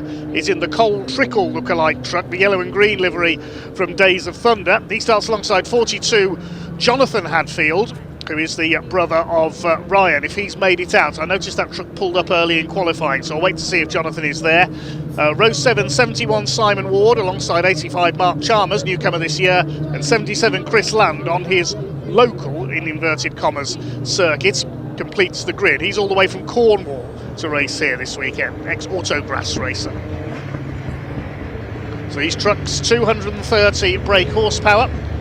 They used to be very spectacular indeed on the 1.5 mile oval at Rockingham Motor Speedway in Northamptonshire, where they produced racing similar to that enjoyed in the US with the Craftsman Truck Series run by NASCAR. Just having a look a little further down the grid. Now, Jonathan Hadfield is not there, so we're missing one truck. The number 42 is a non-starter. This will be an 11-lap race. The safety car, driven by Evelyn Buanik, ex-BMW racer, is going to lead them round on the rolling starts. Round 1 at Brands Hatch, the first race weekend of the year, was an absolute cracker. The first race won by Aaron Thompson in the red, number 41, although surely as a Lightning McQueen lookalike he should be number 95. The second race went to Alan Cooper, number 72, second in the championship last year. He leads the points this year after the opening weekend. And the finale, race 3, was won by Ryan Hadfield, number 1 in the gold truck, the reigning champion. Began his career on the short ovals, as did many of these drivers. He started his career alongside Jonathan and their dad Rob at Buxton Raceway in the Peak District. Aaron Thompson, meanwhile, his father Steve raced in the predecessor to these pickups, really, the Eurocar series in the 90s. Remember those? The V6 engined space frame Ford Mondeo lookalikes. Then they had the V8 class as well. Barry Lee and current Brick Car star Kevin Clark were the big names in those. Well, Barry Lee's raced everything over the years, including trucks. Raced in the pickups in their early incarnation as well. Sonny Howard was the man who invented pickup truck racing in the UK. It was his dream to bring NASCAR-style competition to Great Britain. Speaking of NASCAR and Rockingham and similar things, wait till the Bernie's V8 series comes out later on. Won't spoil the surprise for now if you've not seen them before. So Thompson on pole alongside Eric Bolton. He's raced saloon cars previously, including a Honda Civic and a Ford Fiesta. Thanks for all your comments coming in. Hi to Grant Mule, he's watching in South Africa. Quick hello to Liv Bell as well, she's watching in Stoke-on-Trent. Let's wish all the very best to Liv for a full recovery. She was involved in a cycling accident, unfortunately, a few days ago and suffered some injuries, so get well soon, Liv. Hope you're enjoying the action today.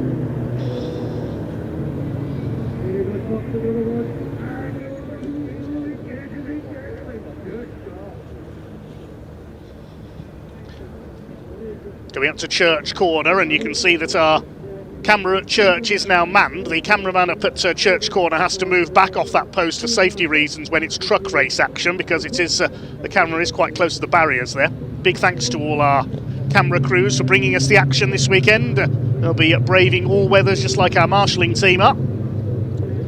So the red truck of Aaron Thompson on pole, Eric Bolton in the purple and green alongside, then Dale Gent in the blue and white. We've seen him in black in the past in the Dale Earnhardt lookalike. Now he's in the Kyle Larson lookalike, the blue and white, starting alongside Alan Cooper in green and black. He's an ex-Formula 2 stock car racer, among other things.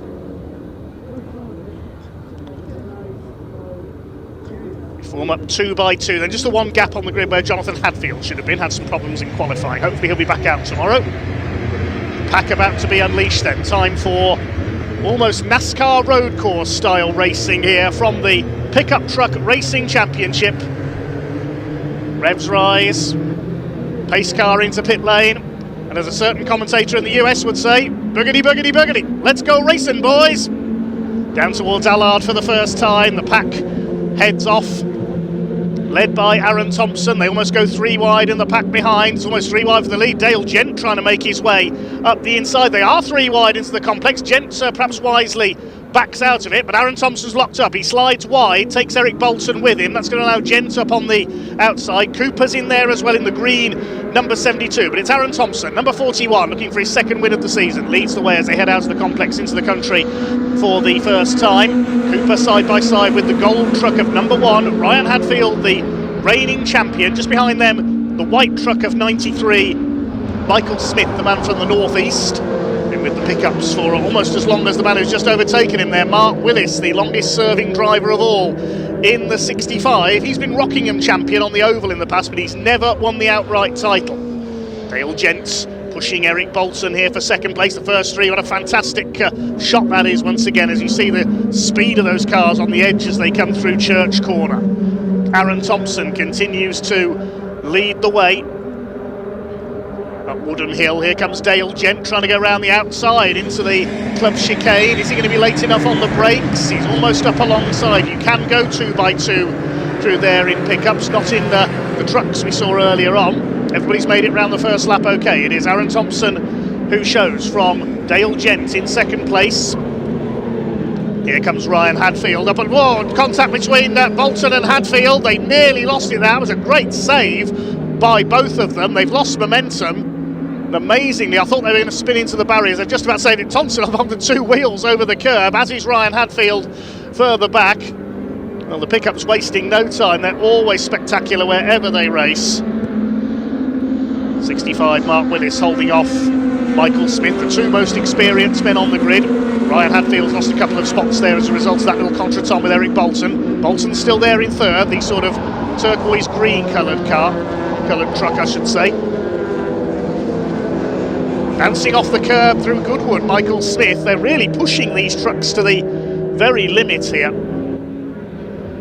Your leader Thompson from Gent. These 2 had a couple of comings together in the opening round at Brands Hatch. They've got a bit of a rivalry going. Aaron Thompson comes from a Eurocar background. As you mentioned, he and his dad have raced in the Brit Car Endurance Series with a Renault Clio as well. They've been class champions there, while Dale Gent comes from the classic short oval background. His father Mark was a long-time short oval racer both in the UK and in the Netherlands at the old Barlow 1000 metre oval. Over the line they go. The first 4 breaking away now. Mark Willis 5th. Ryan Hadfield drawing past Michael Smith into P6. And then next in the order, Tom Hutchins. Began his career at Brands Hatch in their saloon championship, as did the man behind him, Dan Fisher. Used to race Honda Civics, those 2.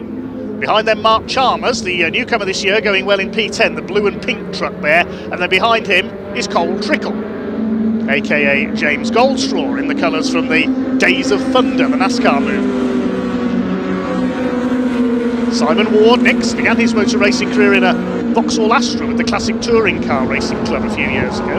And Chris Land and Mel Collins round up the field. Collins, I think, has possibly had a problem somewhere because he's dropped back at the tail of the field at number 27. It's about 10 seconds, just over 9 seconds down on Chris Land. Lead gap has increased for Aaron Thompson. They charge through Church Corner. And Alan Cooper, the championship leader in the 72, putting Eric Bolton under pressure. Cooper on 56 points coming into this weekend. Second is Bolton on 43, a point ahead of Ryan Hadfield in third. They close up on Dale Gent. He's 5th in the championship on 40 points. Mark Willis 4th on 41, so you can see how close it is behind Aaron Thompson. through the chicane, up on the curbs. Bit of smoke there, that's from Simon Ward, 71. I think that was just a lock-up there as they came into the chicane, as Ryan Hadfield up the inside takes Mark Willis. That's for P5, and now he'll go after the top 4 out in front. Thompson leads by just under a second. He's just on the fastest lap of the race, Aaron Thompson, at 1:23.425. Right on the ragged edge, these pickups. You can see them sliding about. Dan Fisher there at the back of this group with a slide there in the number 5. Out towards the back of the circuit once again.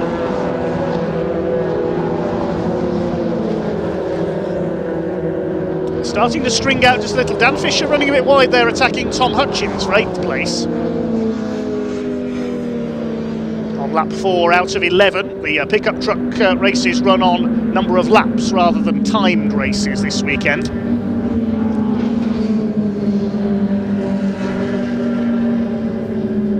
Heading up towards the conclusion of lap 4. Here comes Michael Smith trying to attack Mark Willis for 5th position. Doesn't quite get alongside. 2 veterans of this series, chased by one of the relative newcomers, Tom Hutchins. Had a few problems with that truck at the first weekend of the season at Brands Hatch. New fastest lap of the race by Dale Gents in 2nd place, and he's halved the lead gap to Aaron Thompson. He's 0.4 of a second down, so Dale Gent is in attacking mode. Is that rain I see starting to come down? I can't see any wipers going on any of the trucks as yet. The sky is definitely darkening.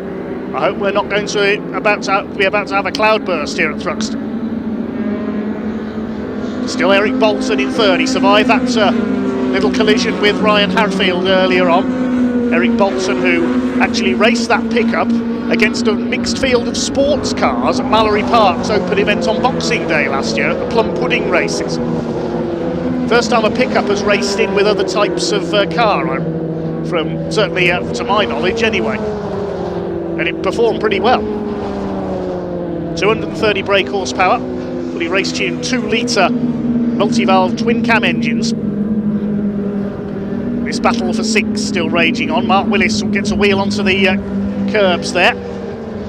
Michael Smith, you note the name John O'Regan on the back of his truck, father of David O'Regan, the Irishman who raced in this series for 7 years. Not seen David out for a while. The international hot rod racer, as is Mark Willis in the 65. Dan Fisher again kicking the tail out on the 5. He's got ahead of Tom Hutchins on that lap, up into P8. Over the line they go. 5 laps completed by Aaron Thompson. He's still 0.4 of a second ahead, and Dan Fisher is power sliding his way around here. That number 5, I don't know whether he's having grip issues here or whether he's just showboating a little. Still Aaron Thompson from Dale Gents, Lightning McQueen from Kyle Larson. Gents with the fastest lap, 102 miles an hour average around Thruxton. Eric Bolton and Alan Cooper just hanging on behind them. Cooper trying to protect his points lead. Ryan Hadfield took the title last year. There's spots of rain on our camera lens up at Goodwood now. You can see them sliding around, so conditions I think are just beginning to worsen here at Thruxton. Up to Church, the fastest corner in the country. Fantastic way they throw the trucks through there. There is some drizzle falling, I think, out there. And Alan Cooper has dropped off the back of this group suddenly there as they came out of Church. Has Alan Cooper got a problem? Into the chicane they come. Yes, Cooper's dropped back. Is he struggling with the conditions, perhaps? Ryan Hadfield comes through in 5th. He's in no man's land between the 2 groups. Dan Fisher's made up another place, so he's not struggling with the handling. He's got past Michael Smith. They're really sliding out. This first part of the lap is where conditions are starting to deteriorate. What's going to happen to the complex? Aaron Thompson still leads. He's got the gap back up to 0.58 now. Bolton up on the curb. Dale Gent still there in 2nd place. And Eric Bolton now he's starting to reel him in. His last lap was a couple of tenths quicker. Cooper 4th, and he's being reeled in by Ryan Hadfield, the defending champion. Then Willis, Fisher, Smith and Hutchins. Further back, Mark Chalmers rounds out the top 10. He's about 5 seconds up the road in 10th place. James Goldstraw in the Cole Trickle lookalike is 11th. We need to complete the set. We need a teammate for James Goldstraw in the mellow yellow colours from Days of Thunder, don't we? I remember when Paul Tompkins raced in the pickup series a few years ago, his truck was in a very similar livery to that. The black and green and yellow. Mark Willis again sideways out of Church. Dan Fisher up the inside. And through he goes. Dan Fisher is really improving as the conditions start to deteriorate slightly. Cooper's not, he's dropped back a bit. Dan Fisher's up to 6 now in the number 5.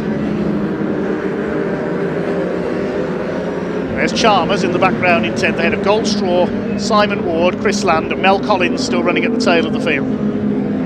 All 14 starters still going. As we said, hopefully Jonathan Hadfield can rejoin the action tomorrow. Through the complex for the 8th time.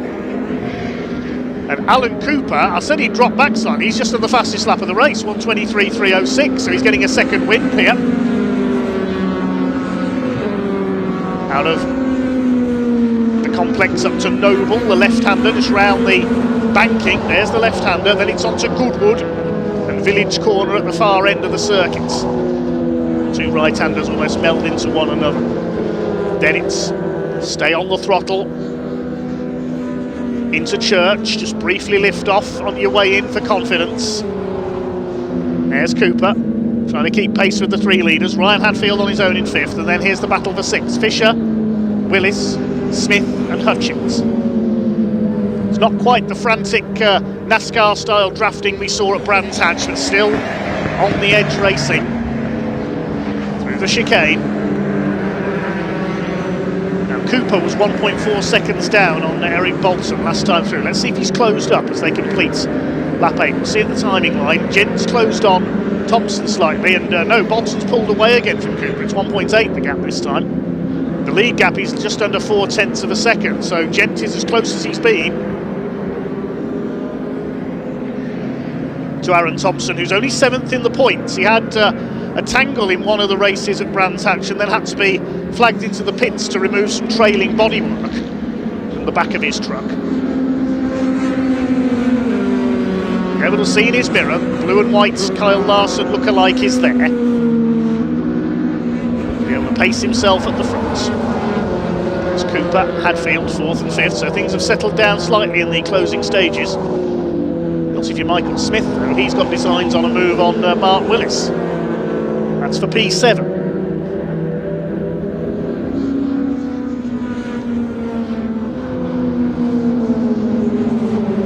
Out of Church.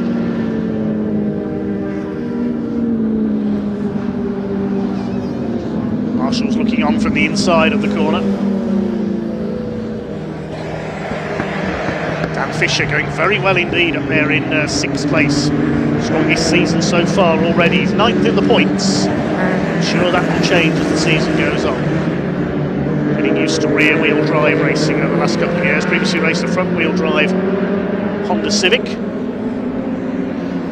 Further back in the order, there is Mark Chalmers ahead of Cole Trickle, aka James Goldstraw. First appearance of the season for him, he missed Brands Hatch. Over the line they come. This is the battle for 10th place.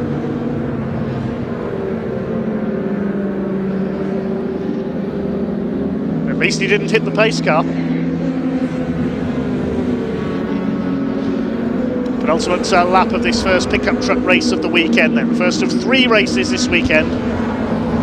Slightly longer race 3. It's seen as 2 heats and a final, short oval style. These 3 have definitely pulled away now from Alan Cooper. Yes, he's about 2.7 seconds down on Eric Bolton. So I think he's lost his chance of a stab at the podium. There's Cooper. In fact, he's nearly back into the clutches of Ryan Hadfield now.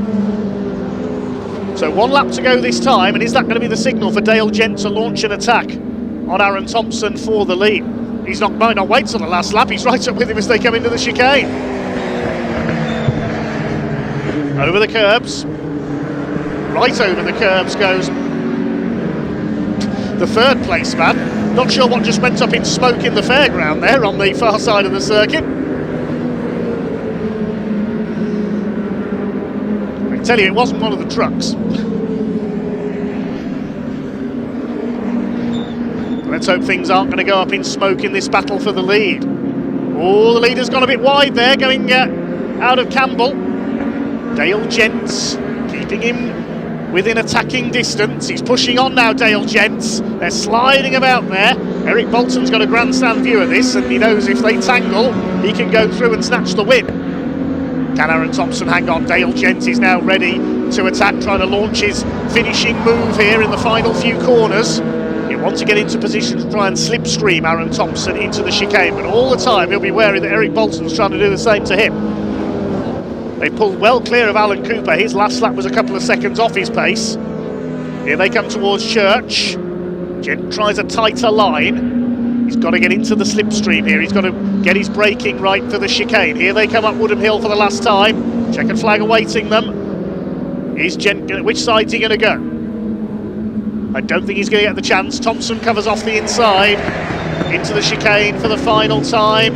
Over the curbs. I think Aaron Thompson has just about done enough for a flag-to-flag victory. Here they come, up towards the flag, and Aaron Thompson takes the win just ahead of Dale Gents and Eric Bolton. 0.346 of a second covers the three of them, and Brian Hadfield's got past Alan Cooper for fourth. Fisher an excellent sixth ahead of Mark Willis, Michael Smith, Tom Hutchins in ninth. And who's going to be 10th? It's going to be Mark Chalmers. I think that's going to be his best finish so far, ahead of James Cole Trickle Goldstraw. Then a gap further back to Simon Ward, who should be next home in the number 71. He's followed by Christopher Land. And our final finisher will be Mel Collins, who was struggling a bit there in the number 27. Always used to show his best form on the oval at Rockingham, Mel Collins. But the main thing is we get all 14 starters home. Full credit to Dale Gents and Eric Bolton. They pushed their hardest in those closing laps, but they couldn't unseat Aaron Thompson, who takes a flag-to-flag victory. Second win of the season. He's the first two-time winner this season. As the drivers acknowledge the marshals and the fans on their slow-down lap, they'll head to Parc Fermé shortly. We move on with our next race, which is the Civic Cup. So Thompson the winner by less than a quarter of a second at the line ahead of Dale Gents, and Eric Bolton just 1/10 of a second further back in third. Ryan Hadfield pipping slowing Alan Cooper for fourth place on the line. Sixth for Dan Fisher, one of his best finishes so far, ahead of Mark Willis, Michael Smith, Tom Hutchins, Mark Chalmers in the top 10, it's good to see. And Goldstraw, Ward, Land and Collins completing the finishers. Alan Cooper did at least get the consolation of the fastest lap. 6 more races to come here this afternoon at Convoy Thruxton 2026. It'll be the Civic Cup next up, with a big entry of over 30 Honda Civics here. Had their qualifying session this morning, and it's a drive we've not seen in the Civic Cup yet this season who has taken pole. We'll introduce them to you in a short while. They're followed by the Coupe Cup, Hyundai Coupes, their third meeting of the season. Then it's something new, the Audi Cup, Audi TTs in their first ever race. And then some very special cars indeed in the Bernies, V8s and historic Outlaws. Something different here at Thruxton for you today. We also have the Mini Challenge Club Sports. They were in good form at Brands Hatch in April, and they're back again for their second meeting of the year. The first of 3 races for the BMW Minis, and then another truck race to round out day 1 here at Convoy Thruxton.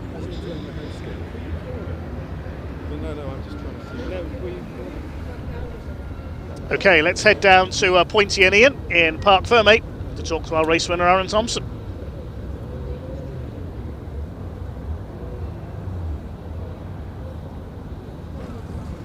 So, what a race, what an absolute... I'm going to go this way, you go that way. I'm going to speak to Dale Gent. I quite like the front of this Ford look. Of course, we've got the Vauxhall look on Aaron's as well. We're going to get more into the vehicles. Dale, this is what Dale looks like, everybody. I'm learning this as well. Congratulations, great first race. That was a tight one. Watching you guys, I tell you, obviously I'm still coming over from trucks. It's such an experience, even watching it, just seeing how you're nipping around and zipping all over each other. It's yeah, it was a very, very good race. I enjoyed that. Just biding my timing. I should probably made a little bit of a move sooner. He made a mistake. I thought I'm going to have a go on the last lap. When I see the last lap we can have a go. And he got a little squirmy out the back, and I end up making a mistake as well, which just cost me time. And I looked to sit there, Eric was there. I was like, all right, we could try and, if we can get through church and try and get a bit of slipstream on him, but I just, it weren't quite enough there for it. But it was a very good race. So 2 races tomorrow now then. Much to do to the vehicle overnight? Nah, she's a hot rod. It's a hot rod. Just stick fuel in it and watch it go. That's it, pretty much, hopefully. Absolutely. Well, remember, trophies in half an hour. Shake my hand again. We'll see you then. Dale Gent. Now, obviously, we've got, where is he? Eric Bolton. Now, we had such a great chat to Eric Bolton last time. I can't wait to see the energy. Mr. Bolton, come on through. How are we? Great race. Yeah, good. Very good. Nice solid result. Good. I was just saying to Dale, it's so interesting to see, like, you don't really spend much time going forwards, do you? You're sideways so much, it's crazy. You're just fighting on the edge of the grip. You know, that's it, isn't it? There's nothing else. There's nothing left. There's nothing. I've got nothing left. I've got nothing left. If there's a little bit left, then we would have been in second. But there ain't nothing left. This little bit, yeah. I mean, it's just so crazy watching you guys zipping around though, and the size difference. But 123s as well. That's we're talking touring. There, he's good. He's good. Yeah. Before the weekend, I was thinking mid to low 124s for qualifying, and then we done a 123.3, I think, in qualifying. Speeds the trucks could only dream of, I think. But they're flying this weekend for some reason. That's fantastic. Long may it continue. Maybe. Yeah, hopefully. And have we got much to do tonight? I think Dale just called his a hot rod. He'll just put fuel in it and bring it back out tomorrow, yeah? Yeah. Fuel, tyres. Yeah. That's it. That's it. Probably Fantastic. not even tyres. Probably not just even fuel. Tyres. Just let them down, top them back up, make it feel like you've done something. Right. Well, remember, trophies, half an hour. We'll see you there. Well done, sir. Very good job. Thank you, Aaron. Come here. Come here. Where is she? Oh, where are you now? You guys got to speak to Aaron before that race, and what's your name, young lady? Martha, it's your birthday today, isn't it? It is. It's Martha's 4th birthday, and that race was for Martha. And look at that. A trophy to put in the birthday bag. What a result, buddy. I tell you what, if he did, in fact, I can't wait for you to see the behind the scenes video I did earlier on with the takeaway order, because if that's all it takes, we'll all be the size of a house trying to win races. I tell you what, again, this is I don't know what to say. I don't know what to say. I mean, everyone here coming to support us. Yeah, I'm very, very lost for words, as you probably found out. Of course, indeed, yeah. But I mean, let's just speak about the speed of these things. I mean, you just look so clean going around that circuit. I was watching it in the hospitality tent, and it was just, it's every single corner. There you were. I mean, I'm no racing driver, but you were evidently in the right place. No, I had no. I mean, lap 3, everything fell off a cliff. I had no front grip, no rear grip. No matter what I did with the bias, every corner was locking. We're just hanging on for dear life. And I mean, I know we joked about the takeaway, but you know, we do try and take fitness seriously. And my shoulders coming into church all the last 3 laps, it was just killing me. Because there's no power steering on these things, is there? No, and say it just with no grip as well, it makes it so much harder. Having Dale Gent sort of sniffing around you the whole race, I've never. It's weird. Normally, you know, you don't crack under the pressure, but you feel the pressure. Everything it took to get here this weekend, to do everything we've done, that was mine. You know, absolutely. I was not letting anyone take that from me. Big thank you to Exxon Race Engines for building an absolute Elon Musk rocket ship under that hood. Incredible. Maybe we should speak to Elon, put one of those under there. Dave and Carol Longers, obviously my dad, my beautiful family behind me. Extract driver development as well. I mean, even if club racing to Ferrari Challenge over the world, make sure you get to Extract driver development. Aaron, save some for tomorrow. Okay, brilliant. We won, baby! Ka-chow! Ka-chow! Ka-chow! My goodness, the energy. You know what? Fair play. That's what you're supposed to be like when you win a race. Nice guy as well, isn't it? Absolutely. You know, so easy to talk to. Anyway, Pointy, look, cars are going out on track right now. Civics, time almost to go racing, but just before I caught up with a couple of drivers, so let's hear from them now.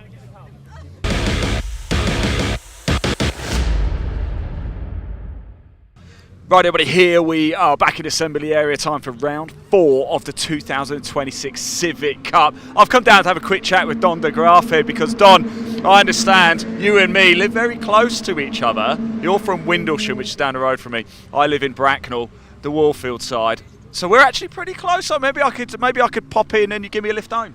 Yeah, no worries. I'll give you a lift home. Yeah, just down the road from me. Civic Cup, it's something special, is it? Always big grids, close racing. Why did you want to compete in it? I guess like you said, it's all one class, so there's not different cars, and it's all one group, very close racing, closely matched cars. They check a lot of stuff technically on the cars as well. Yeah. So that was the big reason for coming to the series. I imagine there's a lot of traffic out there, a lot of dicing. Is that something that appeals to you? Yeah, I mean, I guess in ways it's stressful at times, but it's quite a hectic championship. But it is good fun, and the races I've done so far I've enjoyed. I messed up qualifying today. I got 5 track laps disallowed for track limits, so that's you were pushing then. You were it's really not gonna help. So you think this is a bit of a false position then? You should be going forward in this race. Yeah, I hope so. I hope the pace of the car is a lot better than where I am. What sort of top speed you get up to? We were getting 131 just before the chicane, which for a Civic's quite fast, isn't it? So, yeah. Don, thanks so much for talking to us. Really appreciate it. Don't forget, I need that lift home as well. Okay, let's move down to. Actually, I want to talk to you, Matt. Don't disappear, because I understand you're not. You're from Reading, right? Right. Okay. I'm just talking to everybody who doesn't live a million miles from me. I live in Bracknell, so I'm just trying to get a lift home really from someone. So, look, what can we do from here, Matt? We had some issues in quali with power steering, and then it blew a fuse in the fuel pump, so it wasn't ideal. Kind of did alright to end up 16th, to be honest, but I was hoping to be within the sort of top 5-10 cars, but see what we can do. It might be. It rains, it might help. Well, I was going to say, with that, is that something you'd look for? It's a bit of a leveller, yeah. It is a bit of a leveller. Depends how brave you are, I guess. You're brave? Are you brave? In the wet, normally, yeah. Stupid or brave, I don't know which one. We'll call it brave. It might be stupid, but we'll call it brave. We'll see after. We'll see. Actually, if you don't finish your race, it's nothing to do with me. Thanks so much, really appreciate it. Just watch you back there, Ray. We've got Daniel Peters just coming in as well. Let's just turn and bring the camera around. All of the cars, what a wonderful grid it is. 30 qualified for this race for round 4 of the 2026 Civic Cup. I think it's time to get out on track. Let's go racing. Dave Goddard, over to you.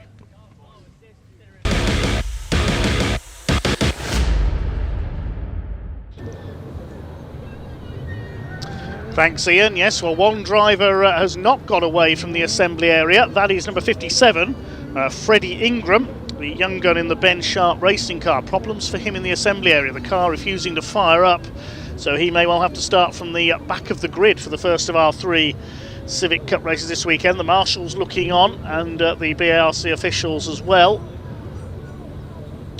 looking to join the other 30 cars we have out there for this first of 3 Honda Civic Cup races on track this weekend. Freddie Ingram should have been starting from row 11 of the grid. I'll give you the full grid for this one. A couple of returnees from the 2024 season in the field this weekend. One of them's taken pole. 99 Josh Files was second in the championship in 2024. He's on pole alongside young gun Wilf Butler. He was a winner on his debut at Brands Hatch at Easter. Second row, 14 Aidan Mitchell, and 33 Max Edmondson, the 2024 champion, making a return this weekend, now regular in the mini challenge.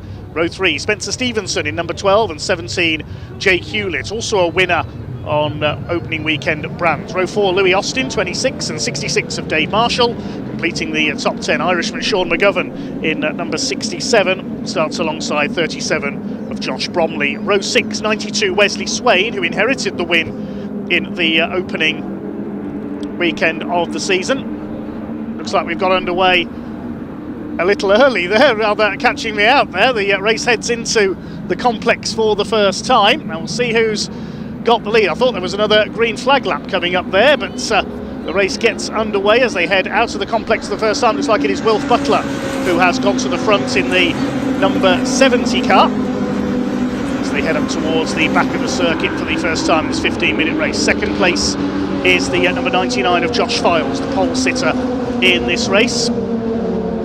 Out into the country they have for the first time, and the first 2 from the front row have gone clear at the front of the field. Third place is the number 17 of Jake Hewlett. Now, he won the opening race of the season at Brands Hatch, but unfortunately was disqualified after his car failed post-race scrutineering. Wesley Swain, number 92, inherited the win on that occasion. Jake Hewlett made amends by winning race 3 of the weekend. Wilf Butler won race 2 in between. He's under pressure here from Josh Files up the inside, and the Area Motorsport car takes the lead under braking for the chicane for the first time. Hewlett in 3rd place. Spencer Stevenson is 4th in the number 12. They're bumping and boring further back in the order through the chicane. There's one of the Petters family, the yellow and blue Dayglow livery cars there. Charlie Constable, the number 6, goes for the outside on 84. That's Matt Wilkins. We heard from him, leading the points coming into this round through consistency on the opening weekend of the season, but only 16th on the grid after those issues in qualifying. So the order at the end of lap number 1 was Files from Butler and Hewitt, then it's Spencer Stevenson, Aidan Mitchell, Max Edmondson, the former champion, in 6th position. Wilkins has made up 4 places. He's in 12th place behind Charlie Constable, just ahead of Dan Petters there in the number 86 car. Dan Petters, an ex-pickup truck racer, among other things. Done some GT racing in a Porsche as well. Number 92 up behind him is Wesley Swain, a winner on opening weekend, but he's back in 14th at the moment, showing just how evenly matched these Honda Civics are. Mostly the EP3 shape of Civic, the bread van shape as some call it, some FN2 Civics, the later shape as well, but all running in one class. There's no separate classes for different models of Civic in this series.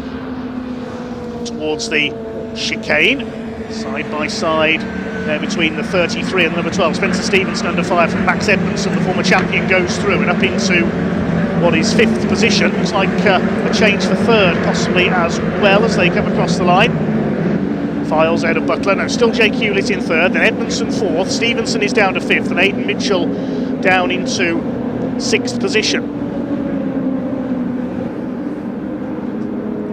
Josh Files out in front then, the former Renault Clio Euro Cup champion. He's won titles in TCR touring cars as well.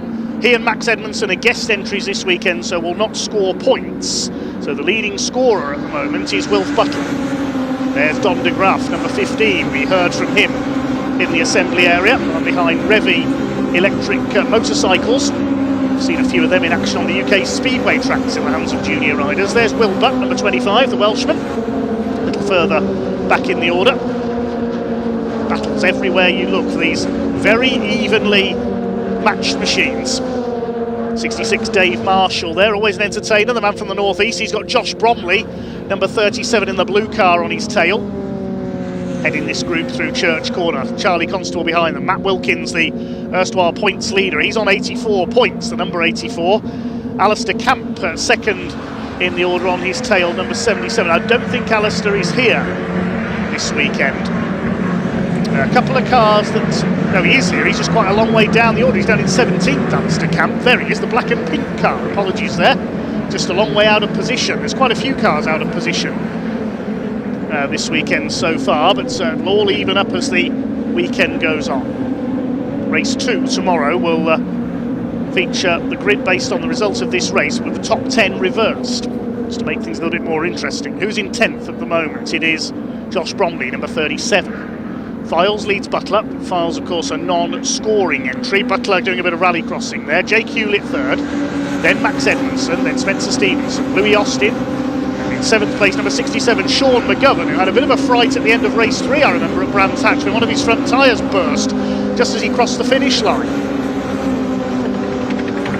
Somebody dragging a bit of bodywork there further down the order. I think that's the number 44. Yes, it is. That's Charlie Budd, the ex-mini racer, among other things. Charlie Budd's got some damage to the front end of his car. Max Edmondson in 4th place, the silver car there, has done the fastest lap of the race, 1:24.484. Very impressive indeed from the former champion, now plying his trade in the Mini Challenge, supporting the British Touring Car Championship. It's Dave Marshall, number 66, in the grey FN2 Civic. Swain thinking about a look there as they came through the chicane on the back of Don de Graaf in the number 15, another ex-Renault Clio racer. There's 86 Dan Petters, still battling it out with Josh Bromley. Petters has moved up into 10th there, so that would give him pole position for race 2 if he stays 10th. Max Edmondson has got ahead of Jake Hewlett. 3 wide into the complex, that rarely works. Charlie Constable ran wide there in the number 6, the ex-junior saloon car racer, one of a number of ex-junior saloon car racers in this field. So seen Charlie make a few appearances in... Oh, we've got somebody slowing there. Josh Bromley was slowing up there, and we saw Charlie Budd with that damage earlier on. He's limping round, but I saw Josh Bromley drop back in the blue number 37 car out of the top 10 battle, so he's got a problem as well. There's Alistair Camp, a subdued race for the former champion here, number 45. Began his career on the short ovals in Bangor racing, particularly at Trent Raceway, the dirt track near Burton-on-Trent in Staffordshire. Now here comes Dan Peters trying to make a move on Dave Marshall. This is for, I think, 9th position. Still your leader is Josh Files, just under 8 minutes of the race to go. The inside goes Matt Wilkins, he's got past Dave Marshall as well. So closely matched, these cars, making for wonderful one model racing. There's Jamie Peters further back in the order, 24th place, the number 322. Now Josh Bromley has, as I suspected, not come through on this lap. We lost a couple of cars early on. Newcomer Callum Ainston, number 147, pulled into the pits on the 3rd lap. Charlie Budd's pulled into the pits now as well. The other 2 cars we didn't see come round on lap 1 were Adam Parker, number 192, and Jack Riddell, number 19. We didn't see what's happened to them, unfortunately. Jack Riddell I saw in the assembly area, so I think he did make the start. Is Harry Ingram out there? Yes, he is. He did get going from the assembly area. He's at the back of the field. 7 minutes to go then. We're on lap 6 for this first race of the weekend for the Civic Cup.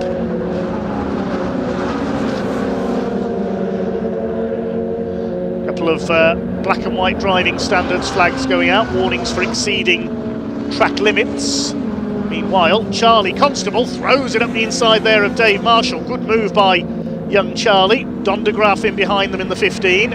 Wesley Swain in this battle as well. This is for 12th place. There goes the lead fight through the chicane. 67 of Sean McGovern's got his headlights on, trying to close on the top 6, the yellow car. Bouncing over the curbs there at the chicane. Alistair Camp trying to get involved in that scrap as well, the black and pink car. There's one car in pit lane, that's Charlie Budd.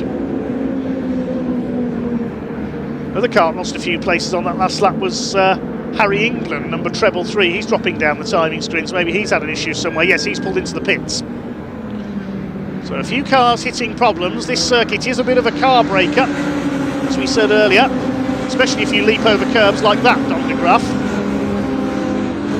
It's an abrasive surface here at Thruxton. Very tough on tyres. Those curbs at the chicane are tough on suspension as well, and bodywork, as we saw for Charlie Budd. Dave Marshall coming under fire from Wesley Swain and Alistair Camp, the battle of the FN2s. Still Josh Files leads, as well as his modern saloon car exploits. He's done some historic racing with his father Keith Files in triumphs over the years, as Wesley Swain gets past Dave Marshall. Wilf Butler is still second, and Max Edmondson now third ahead of Jake Hewlett. Double winner on the road, Jake Hewlett at Brands Hatch, but lost one of his wins, was disqualified after his car failed post-race scrutineering. Dave Marshall in trouble. Now, he was having engine gremlins at Brands Hatch at the season opener with that FN2, and he's going to be heading pitwards. Gets out of the way of the chicane. Ben Bateman, another ex-short oval racer there. Ex-Formula 2 stock car man goes through. Here's the lead battle. Josh Files still under pressure from the black and white car of Wilf Butler, number 70. Josh Files run by Area Motorsports. Wilf Butler in the Berkshire Turbo car. Max Edmondson, who's got the wipers going, still there in third place. Fourth is Hewlett. This is Louis Austin, number 26, in fifth position, the Ram Air sponsored car. He's under fire from Spencer Stevens and Sean McGovern with them. Then a gap to Aidan Mitchell, number 14. Just over 4 minutes of this race to go for the Civic Cup. First of 3 races here this weekend. I'll be back tomorrow morning with the partially reversed grid race. It's Dan Peters who's currently on to take pole position in that one with the top 10 reversed. And drifting their way through. There's Dan Petters, the yellow and blue car, through Church Corner. Charlie Constable under fire from Don de Graaf. And it's just a two-way battle now, with Dave Marshall having dropped out between Swain and Camp, and then the next group headed up by Francisco Howitt in number 50. Disco Howitt, as he's known to his friends. David Walsh on his tail, number 21, and then Will Butts. Butsy, the Welshman, swings across to the inside in the red, white and blue and green car in the colours of the Welsh flag. Oh, where's the 21 of Dave Walsh going? Over the curbs there. Bit of a shortcut up the chicane. And that's allowed Will Butt to come through in the 25. It's a slower car behind them there. Who was that dropping back? Behind Ben Bateman now. I think that was Dave Walsh, yeah, recovering after his excursion at the chicane.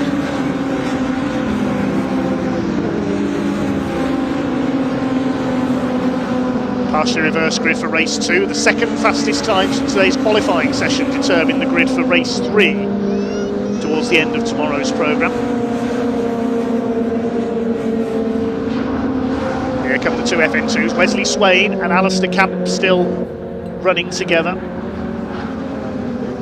It's Josh Files still out in front, the former championship runner-up, former TCR star in Europe. Chased by Max Edmondson, who's got through into second place while we were watching the midfield battle. You can't take your eyes off any of these battles for more than a second. We need 25 cameras to cover everything that goes on in a Civic Cup race. Edmondson half a second back now. Can he snatch the win from his old rival? As we said earlier, though, neither of those two will be point scoring. They're guest drivers this weekend. Sean McGovern closes up now on Spencer Stevenson. You can see he's got his headlights on, try and intimidate him. Still the wipers going for Edmondson. Butler starting to drop into the clutches of Jake Hewlett now in the number 17, the black and green car.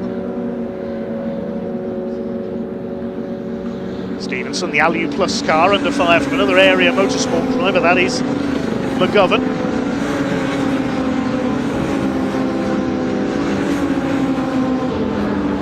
Oh, and a bit of a mistake there. Who's that running wide? That's the third place man, Wilf Butler. Yes, there's definitely some rain coming down. You can see it on the camera lens on the back of the circuit. And Wilf Butler has hit problems, I think, as a result of that. Has he got a puncture? I can see bits flying off there. He's got a puncture, I think. Yeah, one of his tyres is shredded. Oh, bitter luck for Butler. He's out of it with just over a minute of the race to go. Try and pick him up as he comes through there if we can, but see if he'll make it round back to the pits. That'll put him to the back of the grid for race 2, of course. So the rain starting to come down here at Thruxton as we go into our last lap of race 1 of the weekend, round 4 of the Civic Cup. There could be a change there for third. Who's that coming through? I think that's possibly, is that Louis Austin that's come through into third place? We'll see as they cross the line. It is Louis Austin. The 26 is up into third ahead of Jake Hewlett as the pace slows with rain coming down. Matt Wilkins, the points leader, has made it up to 7th place. Full credit to him, from 16th on the grid, making it up to P7. So Louis Austin, in fact, is now the top scoring car, because Files and Edmondson, the two guest drivers, out in front. So Louis Austin is on to become the highest scorer from this race in terms of championship points. He's not even in the top 10 of the championship at the moment. Jake Hewlett behind him. McGovern is next. He's up into P5 overall. Next in the order we've got Spencer Stevenson, and then behind him Matt Wilkins. And Matt's revelling in these conditions. We're on the last lap now. Can he make up any more places down towards the chicane? Behind him is Aidan Mitchell, number 14. Through Church they come for the last time. Two leaders are well out in front of them. They're about 4.5 seconds ahead. It looks like it is going to be Josh Files that takes the win, or is it? Because Max Edmondson's still on his tail. Into the chicane they come for the last time.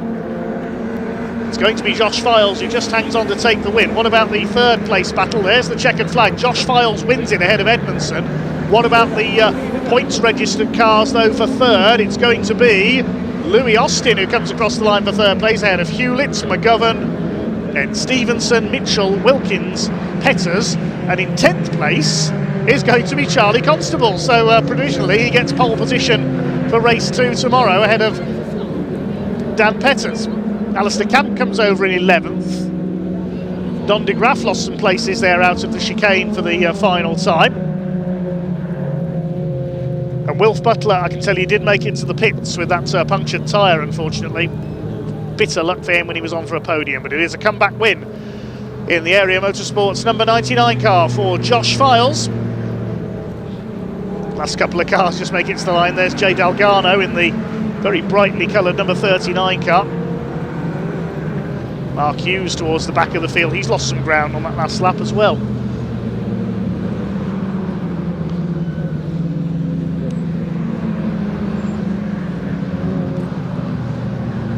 One more car to come in. That's Harry England, a couple of laps down. He made a pit stop earlier on. There he is.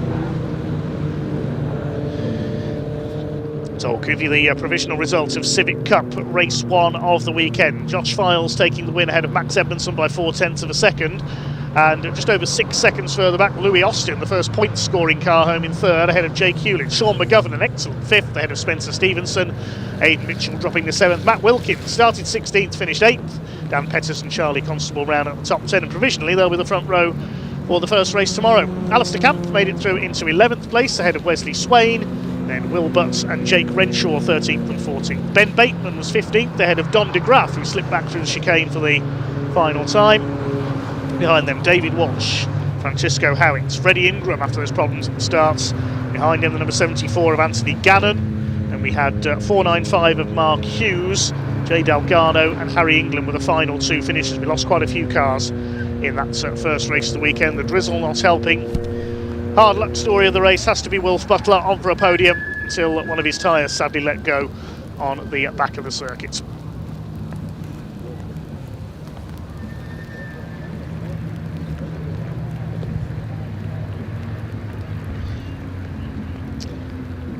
Plenty of fans cheering for Louis Austin, I can see in the comments at the moment, including a couple of his old junior saloon car rivals. Hi Tom Alger and Josh Salvadore.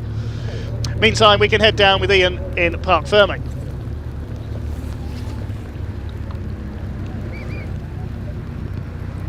Oh, it's like 2024 all over again. Josh Files returns to Civic Cup and takes the win. Max Edmondson in second place this time. Of course, Edmondson took the title in 2024 when Files was runner-up in the series. We'll just get his cap there. He's going to have a quick handshake with Max Edmondson, no doubt, and we'll have a quick chat as well. Wilf Butler just off to our left, unfortunately pulling in on the final lap. But Louis Austin coming home in third place. He looks absolutely delighted. We'll just I'm going to move around and go over to Josh whilst he does tell me he might want to keep it on. Actually, he's chucking it down now. The rain has come down. Josh, it's like you've never been away. How sweet is that? Oh, it's really good. Why have you been gone for so long? We've missed you. I've had some work commitments and business commitments, Yeah. So I had to just get on with that last year. We opened a new showroom in Attleborough where I live. Nice. So yeah, that was just, had to take a year out. Did a few like little, you know, like fun ones or something, but that was the first time I did a standing start in 18 months, did it tell? And then obviously you got my old nemesis chasing me down and it started to rain and you're the one that hits every time first. Yeah. God, that was scary. But like literally, the car was in pieces on Monday. Boys aren't here that rebuilt it, but Cam and the crew, they rebuilt it literally Tuesday. Went to the dyno Wednesday, and we turned up yesterday. So like this is pretty impressive. I mean I'm just pedaling it, but the car was on point. I'd say Files and Edmondson. It's like 2024's never ended, isn't it? yeah, just 2 years later. Are we going to see you back for the rest of the season? Unfortunately not. But I will come from a home race at Snet. Excellent. We'll see you there. Josh, congratulations. I'm just going to move around because I want to go grab Max and Louis Austin as well. Excellent. He wants to grab her, probably. It is really coming down quite heavy now. Sorry there, mate. Let's go say hello to Max. Max, great to see you again.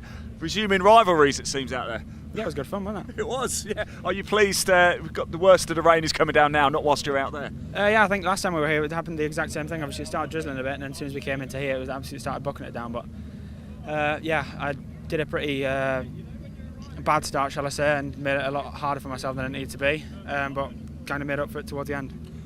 Obviously you're in Civic Cup. Are you doing Mini this year as well? Yeah. Wow, busy man. Yeah. No, I'll let you crack on. Max, thank you so much. Congratulations, P2. Let's go find Louis Austin over here Louis, come on, my man, well done. Really happy for you, bud. Yeah. Great race, wasn't it? I bet you're glad it's over now before this rain come down. Yeah, definitely. It was getting quite skaty in the last section, but yeah, we managed to bring it home. You're really getting to grips with the car now, aren't you? Yeah, it suits my driving quite well. Is Gary in your camp, is he? Yeah, he's not bad to have in your camp, is he, old Gary Preble over there? He knows a thing or two, doesn't he? Yeah, he's been around here for a while, so knows what he's doing. Excellent, Louis, congratulations indeed. I thought, Gary, quick word if we can. You must be proud of Louis. Yeah, very proud. He drove really well in that race.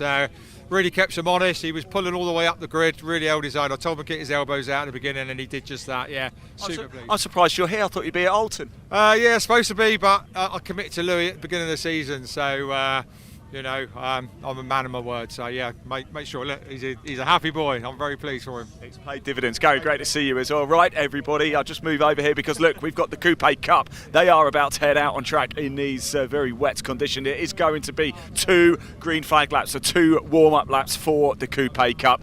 And just before they head out, I did catch up with a few of them, so let's hear from them now.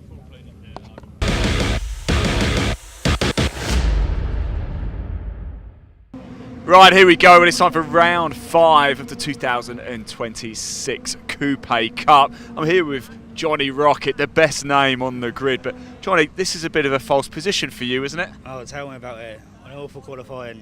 What happened? I just couldn't get the grips of the car. We've done a few setups, and then hopefully we got there through the race. I've spoken to a few drivers, and they're thinking you're going to cut through this field. Can you do it? Hopefully, that's what I'm hoping. We'll see though. We will see. Look, Johnny, best of luck out there. We're going to catch up with a few more drivers. Stay with us a sec because look who's back, everybody. Yes, Wayne Rocket is back. He's coming up. He's got to park it over there. But Wayne, it's good to see you back. But not totally sure with the car at the minute. Yeah, we've got a bit of sounds like I'm making an excuse. A bit of a low power engine, but we'll go out and have some fun. So just spoke to Johnny. We think that's a false position for him. Do you agree? I think he can get up to the challenge for the podiums, hopefully, yeah. What about you? What can you do from here? Is this more of a, look, first race out in this, let's give it a bit of a test and see where it is? Yeah, let's go and see what we can do with it, see if the engine frees up a little bit, but essentially have some fun and be appreciative we've got a car and we're racing. Excellent, Wayne. It's great to see you back, by the way. I think a lot of people very happy indeed. Let's just move around a little bit further, shall we, and go have a quick chat. Oh, it's Terry! He's back! You came back, Terry! I came back for more, yes. You had such a good time last time you're back, yeah? I'm back for more, yeah. And yeah, it was really good, and this morning's been great. So do you just find you're learning more and more with the car? Every lap. Yeah. Every single lap, learn a bit more, get another corner a bit better. And I'll tell you what, the way you're progressing, by the end of the season, you'll be up in Park Ferme with me by that #1 board, won't you? I can't wait. Excellent. That's the plan. Me too, Terry. It's great to see you, my friend. You. Really, really glad you're back as well. Yeah, there we go. How you doing, mate? You all right? You good? Jolly good? Great grid of cars as well, isn't it? We had 23 in total qualify for this race. Time to go then for round 5 of the Coupe Cup with Toyo tyres. It is going to be an absolute cracker. Let's hand over to commentator Dave Goddard to take you through the action. Enjoy.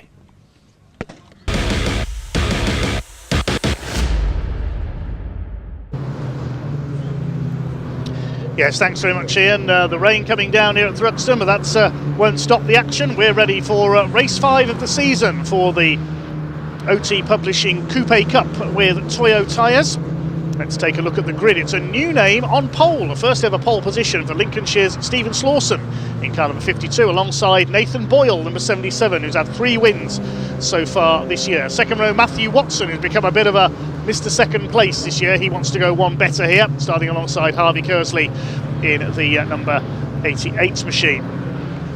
Row 3, 87 Neil Hurren and 33 Michael Evans. Row 4, Hazim Zaki, the Egyptian-born driver, a convert from Sim Racing, starts alongside number 10 Ben Wilkinson. To see him back after a bit of a mishap took him out of the lead at Donington at the season opener. He missed the second round at Alton Park. He's back on row 4. Row 5 is Sean Jones, number 43, alongside Dan Fletcher, another welcome returnee in the 75 car. Then on row 6 we've got number 117, which is Johnny Rocket. That has got to be the best name for a racing driver I've ever heard. Starting alongside 26 Roger Owens. Back on row 7, race winner at Alton Park, Mark Eales in treble 6. He's got some work to do. Starting alongside another welcome returnee, Dave Hemingway, the former MR2 racer. Does a bit of classic rallying in an Escort as well, Dave Hemingway. Row 8, Mark Worsley, number 46 and 51 of Paul Lorry. The ninth row 17, Wayne Rockets, father of Johnny. Yes, he's back, the man with more comebacks than Tiger Woods in this category of racing. Wayne Rockets starts alongside Tim Prince in the 44. On the 10th row, number 9, Eddie O'Kane, the man behind YourIrishShop.com, alongside Spencer Hirons, number 65. Penultimate row, 37, Jason Jesse on row 11, alongside 73, Terry Gallagher, we just heard from, the ex-short oval racer, his first season on the circuit. 69, Darren Swift at the back of the grid. He missed qualifying, but is allowed to start from the back of the grid. Great grid of 23 cars, all generations of Hyundai Coupes out on track. New car for number 12 there, Matthew Watson. He's out in a Generation 3 coupe, replacing the older Gen 2 that he's been using. That's the car that has the googly eyes on the headlamps. It's in a newer car this time, the Willow Sports machine, team named after his daughter Willow.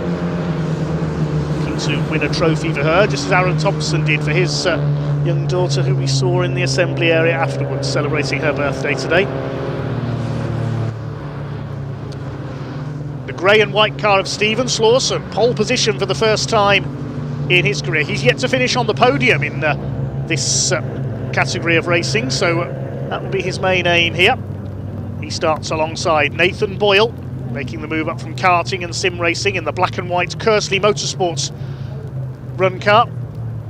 Looks like the race effectively has already started. The clock is running, so with the extra green flag lap, the race effectively is going to start on the green flag lap. The officials do reserve the right to do that if the programme is running slightly behind schedule. Marshall's bringing them up to the grid, so we're going to have a slightly reduced race distance. Nathan Boyle in the black and white car, Steve Slawson in grey and white. Second row, Matthew Watson in the pink car alongside the red, white and blue of Harvey Kersley, son of Alex Kersley, who runs Kersley Motorsport. Harvey came close to his first win at Alton Park, was fighting for the lead on the last lap of race 1 with Mark Eales, but ran wide onto the grass. On row 3 we've got Neil Hurren, number 87, in the white, orange and black car. Used to race with the founder of this series, John Winter, in the old MR2 series. The yellow and purple car is Michael Evans. And on row 4 we've got Hazim Zaki and the navy blue car alongside the white number 10 of Ben Wilkinson. Watch for him here, scored his first ever win in the pit stop race, the 45-minute mini enduro at Donington last year. Had a great fight with Hazim Zaki in that race. Sean Jones, number 43 in the grey and blue car. His son Adam raced that car last season. Alongside him is Dan Fletcher, number 75 in the white and red car. Watch out for the Rockets, not in their familiar blue and white colours this time. Wayne Rockets in the orange, white and green, the Your Irish Shop liveried car. And alongside, and further forward from him on the grid, I should say, is his son Johnny in the black and green number 117. Last couple of cars pulling into line. We haven't got the Lightning McQueen lookalike out for this one, no Darren Ford this weekend. So it'll be an 11-minute race. A little bit reduced because of the 2 green flag laps. So the green flag has been waved at the back of the grid. The marshals are happy, the clerk of the course is happy, the red lights are on. The OT Publishing Coupe Cup get underway. Not the best of starts for Nathan Boyle. Good start by Stephen Slawson. Boyle tries to pull across into the first turn. Harvey Kersley making his way down the outside. Darren Swift a bit slow away from the back. It wasn't a swift start for the number 69 car, but he's got away now in that almost camo liveried green machine. Here they come into the first corner. Stephen Slawson sideways round the first. They're all going to go sideways here. It's wetter than they thought it was, I think. That was rally style for Stephen Slawson, and somehow he's held his lead. Bit of a slow start for Michael Evans as well. He's dropped back in the 33. Now who's in second place? It's Boyle second, Kersley is third, and Dan Fletcher's got a flyer off the line. He started on about row 5. He's up to 4th place. Brilliant starts by Dan Fletcher. There's Tim Prince, the Gulf liveried number 44 car, just ahead of Eddie O'Kane, the Middlesex-based Irishman. Matthew Watson down to 5th. It's really wet out on the back of the circuit. Now there's Ben Wilkinson, scored his first ever win at Donington last year and celebrated like he just won the Formula 1 World Championship. Paul Lorry coming under fire in the red car, number 51, but Stephen Slawson has survived that big slide and is away at the front. Side by side for second. Kersley trying to go around the outside of Nathan Boyle at Church Corner. That's brave, even in the dry, never mind in conditions like this. Sean Jones, number 43. There's Paul Lorry, the 51, another ex-MR2 man. It's very busy indeed. Look at this for second place. Dan Fletcher's got through into second. He's being pushed by Hazim Zaki, who's taking a risk up the inside here, the Egyptian. Oh, something's got to give here, and that's something I think is going to be Dan Fletcher. Round he goes. Oh dear, after such a good start, another one nearly goes as well. That was nearly Johnny Rockets who went spinning. Fletcher rejoins, sort of. Dear, oh dear. So, who's second? It's Harvey Kersley who took avoiding action there at the chicane. Is up into second. Zaki is third. Boyle is fourth, but Steve Slawson leads by 2.5 seconds now as a result of that melee at the chicane. There's Jason Jesse in the silver car, number 37. And now things start to settle down again, kind of, as they come into the complex. These Hyundai Coupes designed to be as standard as possible, only the essential safety equipment's fitted to them for racing.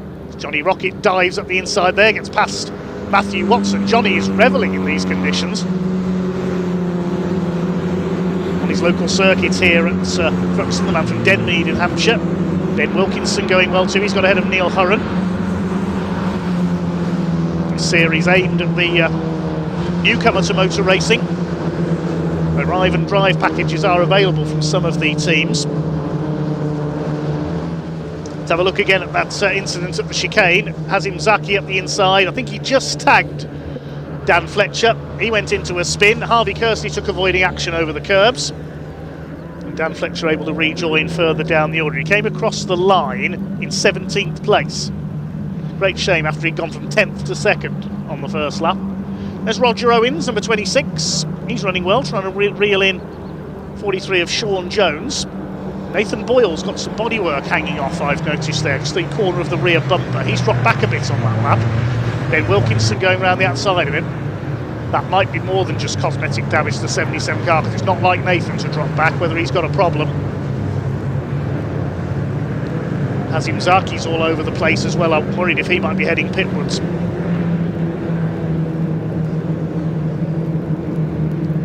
So the lead is with Slawson. Zaki still going in second place. Kersley in third. There was another car sliding about further back there at the chicane. I couldn't quite work out who that was. It might have been Dave Hemingway in the number 5 car, making his comeback to racing here today with the Hyundais. Now he should go well in these conditions, Dave Hemingway, because he's a rally man with a Mark II Escort. Competed in the Roger Albert Clark Rally last couple of years. There's Mark Eales, number 666, had a win at Alton Park last time out, his first ever, the former Metro Cup racer. Paul Lorry, lots of golf fame, under fire from Dan Fletcher on his recovery drive. There's Roger Owens under fire from Dave Hemingway, that's the navy blue car with the white stripes. Great entertainer is Dave. I think it's Dave Hemingway's rally car that plays the chimes from an ice cream van as it goes along the stages. I'm not making that up. Sean Jones coming under fire from Roger Owens in the 26. There's 6 minutes of the race to go, so a slightly shortened distance for the Coupe Cup because of the weather. There's Neil Hurren, the 87. He's got back ahead of Nathan Boyle, who's down into about P8 now. Michael Evans behind them. There's Eales, Owens, Jones. So Owens made up a place there into the chicane. Dan Fletcher struggling with the conditions, now under fire from Paul Lorry. Side by side there, Mark Worsley and Jason Jesse. And Terry Gallagher goes for a half spin. Only his 3rd ever circuit race, the ex-stock rod racer on the short ovals. Gathers it all up again though. And there's Wayne Rockets, a quiet comeback race for him. He's down in 20th place. Hazim Zaki still up there in 2nd place, bearing the scars that tangle with Dan Fletcher earlier on, but he is closing down, our race leader now. But he's being closed down in turn by Harvey Kersley. He's desperate for his first win, the ex-junior saloon car racer in the red, white and blue car. Johnny Rockets is up there in 4th. He's absolutely flying up the order. Johnny Rocket started 11th on the grid. He's up into P4. Zaki's got the fastest lap of the race, 1:44.043. Up to Church they go. Still a few laps to go yet, despite the slightly shortened distance. There's Rocket. He's gone like a rocket, hasn't he? But going like a rocket at the moment is Hazim Zaki. He's up the inside out of Church on Stephen Slawson. He's going through.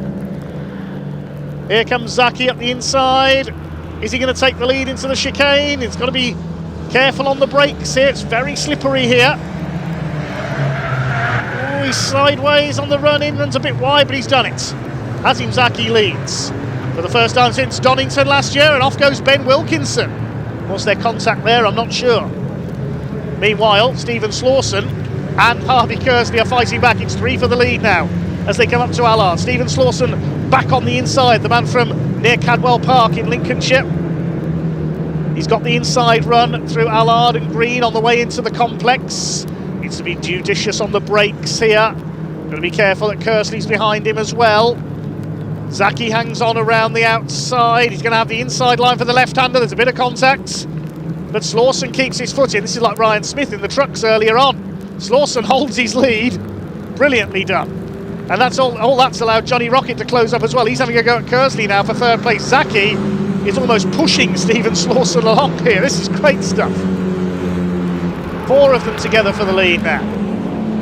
Johnny Rockets, don't go on the grass in these conditions, you'll spin. Matt Watson looking on from 5th in the Willow Sport car, and Zaki goes to the inside. There isn't quite room there. He's not going to try and move at Church in these wet conditions, surely. Kersley's going to the outside. They come out of Village up towards Church Corner, the fastest part of the course. Up towards the right-hander, the wipers flailing away, except on Zaki's car. You'll notice his wipers have stopped working, so hope he can see where he's going. Here comes Kersley, up on the outside.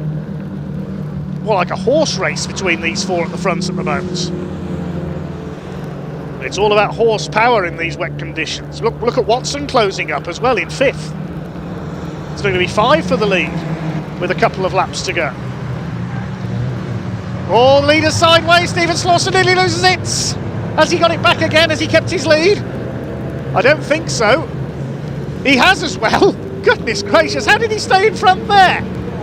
I think everybody else saw that car sideways and automatically lifted off to avoid him. Here comes Rocket up the inside. He's tagged the back of Hazim Zaki, goes sideways. Oh my goodness gracious me.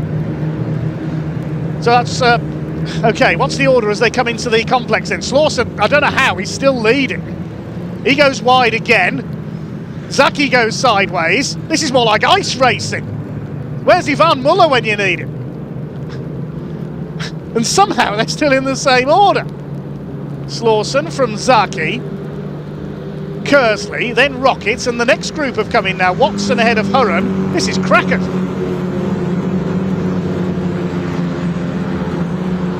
Proof that you don't need a very large field or a highly modified set of cars for a good motor race. This is Kersley up the inside as they head towards Goodwood and Village, and somehow Slawson's got away in front again. He's got to be careful through the chicane.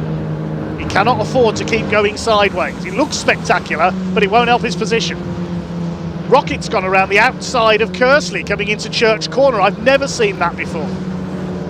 Matt Watson drifting in 5th place. This is amazing.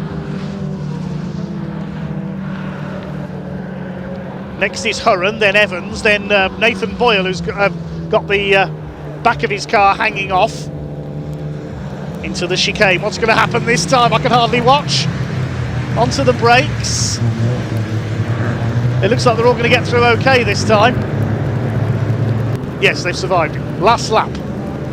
Stephen Slawson looking for his first ever win. Zaki looking for his first win. Johnny Rocket looking for a comeback win, is up the inside and has taken 3rd place. Michael Evans making a move on Neil Hurren. There's Boyle behind them, the rear bumper hanging off. Surprised he hasn't got the black and orange flag for that to signal him in to remove it. Again, Stephen Slawson power slides the complex. He'd make a fair rallycross driver, Stephen Slawson would, with form like that going sideways. Zaki is somehow still second ahead of Kersley, who's got back ahead of Johnny Rocket there. This is further back at the chicane. This car's going always. I think that's Spencer Hiran, number 65, going for a spin. Saw him do that at Wilson Park a few times as well. So the leaders head onto the back of the circuit for the final time. Clock is down at 0. Has Stephen Slawson done enough for his first ever Coupe Cup win? Johnny Rocket's not finished yet. He's going for Kersley for third. This is absolutely sensational. Drivers making light of these conditions. Stephen Slawson, he's got to hold it together. He's got to keep his nerve through the chicane. Otherwise, Hazim Zaki will be on him. Here they come, up to the chicane for the last time. Leaders swing their way into it. Boyle having a go at the inside on Hurren. Zaki gets sideways this time. I think Slawson's done enough. Out of the chicane they come, and it's going to be a first ever Coupe Cup win for Stephen Slawson. Takes the flag, Zaki second, then Kersley, Johnny Rockets, Watson, Evans, Boyle, Hurren and Mark Eels. I'm exhausted just watching that. Ben Wilkinson recovers from his spin to take 10th place, then Dan Fletcher, what might have been for him had he not gone off at the end of the first lap. Dave Hemingway behind him, then Roger Owens, Paul Lorry, Tim Prince in the golf car. Behind him, Mark Worsley, O'Kane, Jones, Jason Jesse, and the rest of them. Wayne Rockett has pulled into the pits, unfortunately, so no comeback victory for him, but it is a new face in the winner's circle. Congratulations to Stephen Slawson of Market Raisin in Lincolnshire in the NBE Builders sponsored car. First ever win for Stephen Slawson.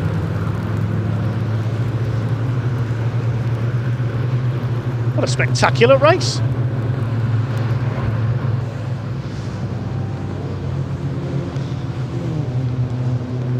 Provisional result then, Stephen Slawson the winner by 1.3 seconds ahead of Hazim Zaki, with Harvey Kersley completing the podium. Johnny Rocket on his comeback coming through in the 6th row of the grid for 4th. Matthew Watson in 5th ahead of Michael Evans. Then Nathan Boyle, 3-time winner this year, has settled for 7th in his battered car. Mark Eels, the other race winner from earlier this year, only 9th behind Neil Hurren. Ben Wilkinson rounding out the top 10, then Fletcher, Hemingway, Owens and Lorry.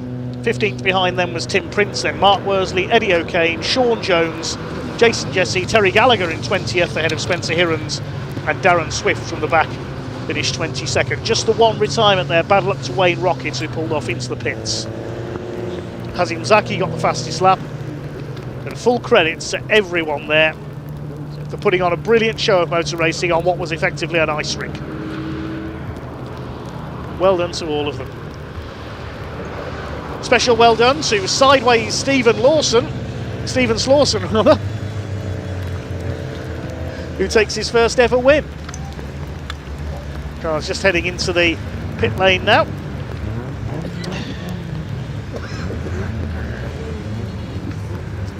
And we can hand down to Ian in a second, who will be down there to talk to our first time race winner.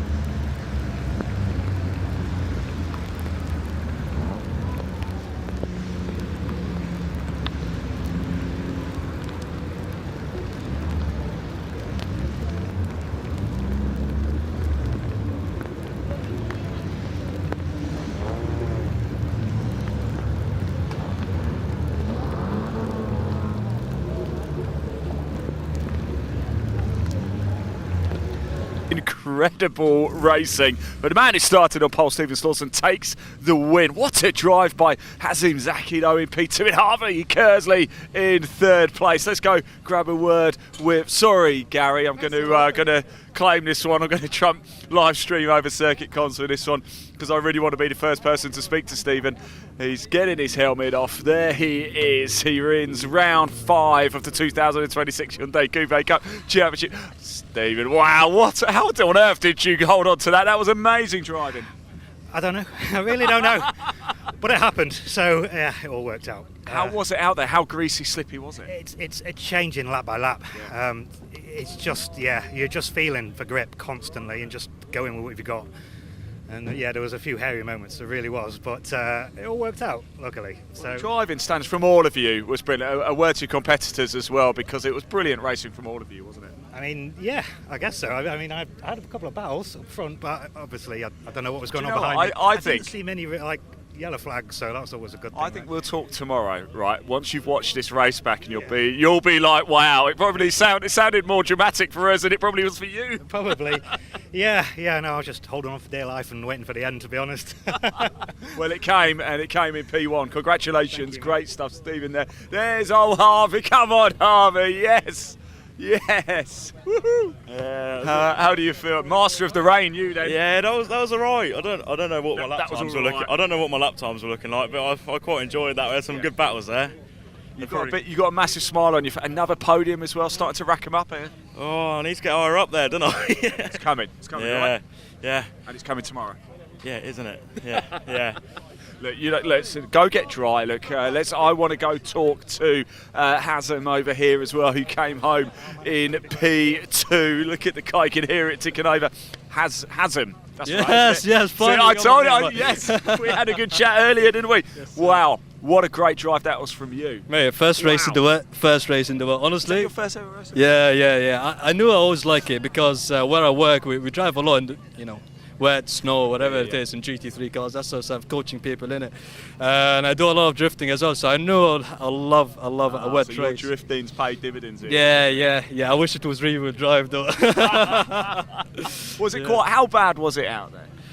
Mate, look at my car for a second. See how the wipers. Oh, look, it's misted up, isn't it? Yeah, but see how the wipers are stuck together. That's the wipers on. So I had no wipers all the race. Oh my god! And that's you see that 2 feet there. That's all I could see through. And I had you still brought it home. You almost won as well. Mate, it was so close, but yeah, I didn't even see the checker flag. Did you not? No. Hazem here with 20/20 vision. Just by feel, mate. Tomorrow. P2's great result, certainly from where you were on the grid, but you want to be number one, don't you? Yeah. But I'm a very patient guy. When it comes, it comes. For now, we have fun and enjoy all of the tracks in the UK. I've done Donington so far, Brands, Thruxton, and a few other tracks I can't remember. But yeah, looking forward to tomorrow, honestly. Looking forward to tomorrow. Top man, I'm looking forward to seeing you out there again as well. Well done, mate. Really happy for you.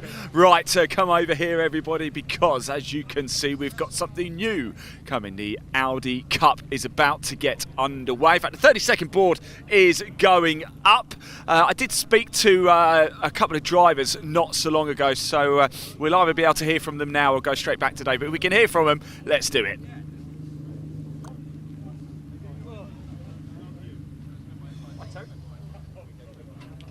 Are you sure? Yeah.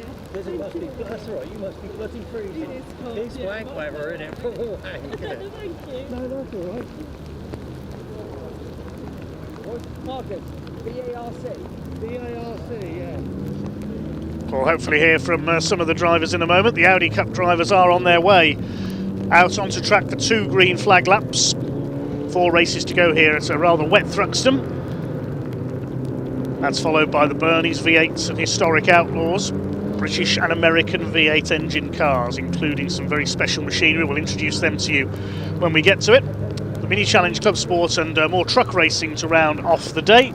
But the Audi TTs are on their way out on the track. It's the first ever race for the new Audi Cup, identical 2-litre Audi TT coupes. There'll be 8 cars on the grid for this first race of the weekend. Let's hear from one or two of the drivers. I spoke to Ian earlier on.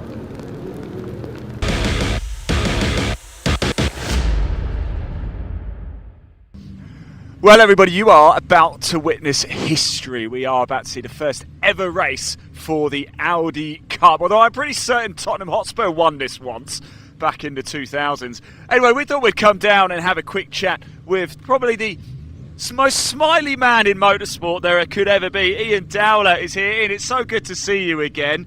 And look, you're about to create history here, a momentous moment, right? I don't know about creating history, but definitely be creating something sat in here. Are you pleased about this rain? Because it gives you an opportunity, doesn't it? I have absolutely no idea. I've driven this once in the damp. and I've only ever driven Thruxton this morning. Can I just ask you, what work have you done? Because if I look in this is just like road standard, isn't it? Look, pop the camera in. It's normal sort of manufacturer's steering wheel. The dashboard's completely normal. Normally everything's been ripped apart and it's a specific steering wheel, but this is just the one out of the car showroom, isn't it? It's just brought it out the showroom. Let's have a look at the dashboard. And we've put suspension and brakes and a diff in it. We're using Dunlop Durezas. And basically, yeah, a standard showroom car. It's pretty cool, actually, isn't it? And maybe we could go to the shops in it together, Ian. Yeah, maybe one day, yeah. But, look, Ian, best of luck. Thanks for talking to us. It's really good to see you again, by the way. I've known Ian for quite a few years. It is Andrew Rogerson, though, who has the honour of being on pole position for this race, although actually don't think he's here just yet. Let's go have a quick chat with Ross. He lines up in second place. Fantastic livery as well for Ross. Ross, I'm just going to, can I come in? I know you don't want to open the door because it's pretty grim out here right now, isn't it? But lining up P2, it's wet, it's Thruxton, it could be exciting, right? It usually always is. Yeah, this track's a lot more, it's scary in the dry, it's a lot more scary in the wet, so we've done it once before, it should be quite interesting. How much work have you put into this car over the winter to get it ready for this? To be truth, I've not done a lot. My dad's done a lot of work for it. There's been an upgraded diff in these cars, so now they're really, really competitive, good package. So looking forward to test it in these conditions as well. So, yep, car's ready to go. Are you ready to go? Always. Oh, Ross, best of luck, mate. Enjoy it, won't you? I'll let you shut the door because it is getting absolutely soaking wet. Yes, here we go. Round 1 of the 2026 Audi Cup about to get underway. Dave Goddard, over to you.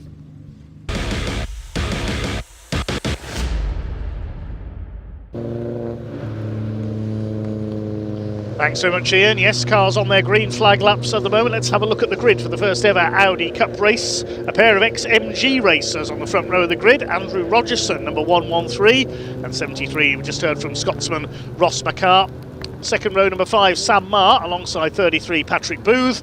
On row 3, 21, Ruby Smith, the former short oval racer, alongside 39, James Blake. And on row 4, 55, Ian Dowler. 273 Harrison Foley. Now I reckon Harrison could go well in these conditions because he's converting from rallycross to compete in the Audi Cup. As the cars making their way around to the grid. Cameramen reporting out there that the rain is halting for the time being. That gives them a bit of a break. Thanks again to all our camera crews and all our marshals and everybody else out there for braving these conditions. The Dayglow yellow and black car of Andrew Rogerson. He's raced MGs, he's raced Jaguars, and now trying something different with this Audi Cup. First ever race, he has the honour of the first ever pole position. Former MG trophy racer Ross McCarr will start alongside him in the white car with the Martini stripes. That's the 4G Racing car. His teammate Patrick Booth on the second row, number 33, the other white and Martini car, alongside the black, yellow and white at number 5, Sam Marr. And on row 3 we'll have Ruby Smith, number 21. She's in the red and white car, alongside number 39 of James Blake. I don't think James is there, actually. I think we're down to 7 cars. Yeah, that's why Ruby nearly lined up in the wrong place there. It's directed by the marshals. So no James Blake. Ian Dowler's there, the red and black number 55, and the all-black car at the back. That's one to watch, I reckon. Harrison Foley in the number 273. So this will be a race in similar length to the Hyundais. The clock is already running. So about to get this one underway. History in the making. The first ever Audi Cup race gets underway. For about 11.5 minutes we're underway. Rogerson leads them off. A good start by Ian Dowler towards the back there in the red, number 55. And away they go up towards Allard for the first time. These identical 2-litre Audi TT Cup cars. Good start by Andrew Rogerson. He leads Ross McCarr. They're already clear of the rest of the field. Sam Marr in third place. It's a 1-2-3 for the ex-MG racers at the moment. Still the battle for fourth is headed by Ruby Smith. She's got away well. Side by side for fifth position. Coming through is Ian Dowler on the inside past the number 33. That's Patrick Booth. Behind them is Harrison Foley in the number 273. the car I've just spotted in the background. So 39 James Blake has started from pit lane. He's joined in at the back. Rogerson leads then. Visibility certainly an issue in these conditions. It looks like everybody's wipers are working though. 21 of Ruby Smith making the move from short ovals. From the colours and the number, I am surmising that she's a relative of Sean Smith, who used to race in super stocks and Legends cars on the short ovals. Ruby's done some oval racing herself. She's in the number 21 car. That car's the 5G car, the other's a 4G racing. That means she gets better reception than the other cars. Anyway, the field comes down into the chicane for the first time. Rogerson from Makar, really wet here. Sam Marr keeping pace with them in third position. Then they get back to Smith in fourth position. Rest of them stream their way through behind. Andrew Rogerson just about holding the lead at the moment. The rain's getting into one or two of our cameras. Apologies there for the slight break-up of the picture. Into the complex they come, and Ross Makar keeping pace with Andrew Rogerson for the lead. Looking much more sure-footed than the Hyundais did. They're not pushing at 10 tenths in these conditions, just weighing up the wet conditions at the moment. Marr still third, Smith fourth, Dowler is fifth, then Booth, Folly, and James Blake, of course, joined in from the pit lane.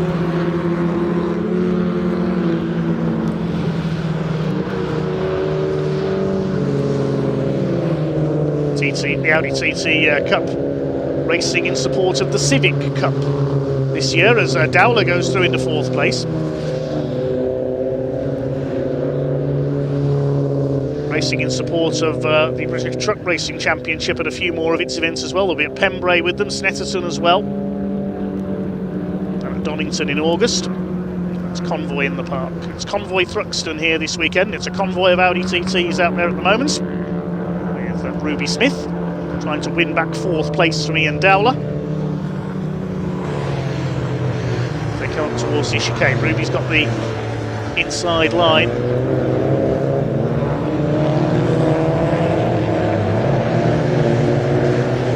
Through the chicane, chased by 33, that's Patrick Booth. Hardy spectators watching from under their umbrellas. There's James Blake at the back of the field, just trying to play catch-up at the moment, but the lead gap is just under a second between Rogerson and Makar. They're now 1.8 seconds clear of Sam Marr in third, and this group is 7 seconds down on the third place man.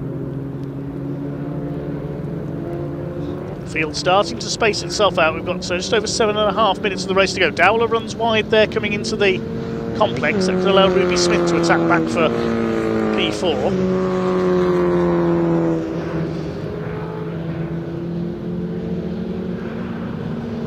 Rain may have eased a little, but it's still very, very treacherous out there.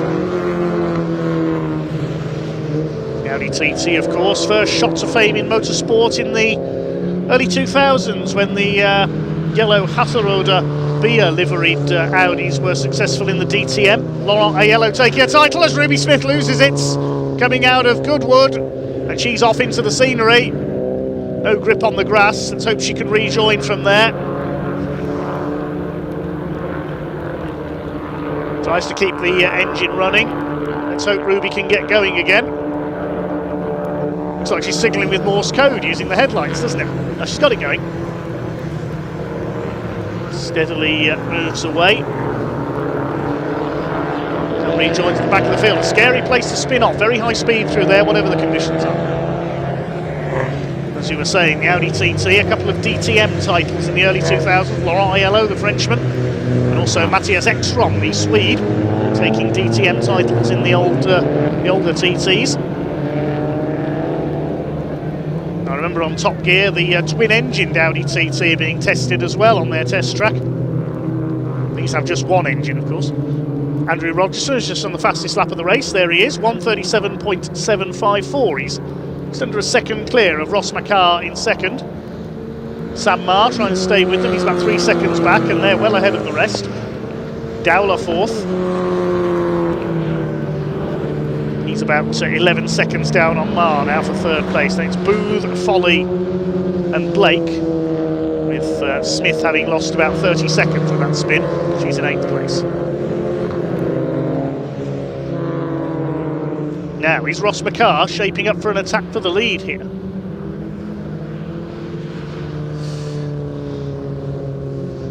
Proof that Martini livery looks fantastic on anything.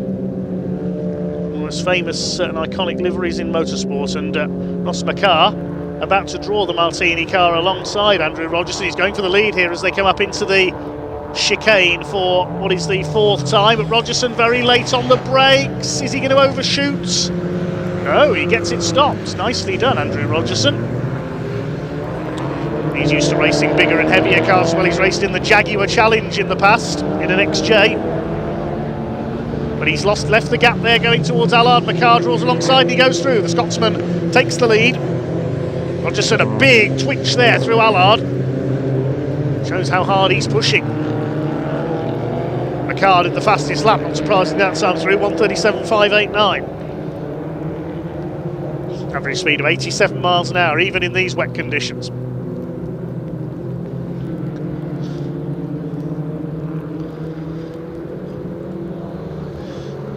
Hello to one of our commenters, one of Andrew Rogerson's old Jaguar rivals, Mike Seaborn, is watching on.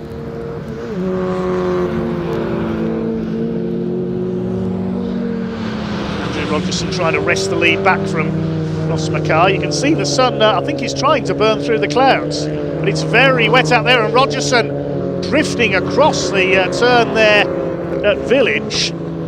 That could have been a scary moment, nearly did what Ruby Smith did earlier on. Ruby has, I can tell you now, pulled into the pits. Oh, and against Rogerson sideways, goodness me. This is not the British Drift Championship, Andrew Rogerson.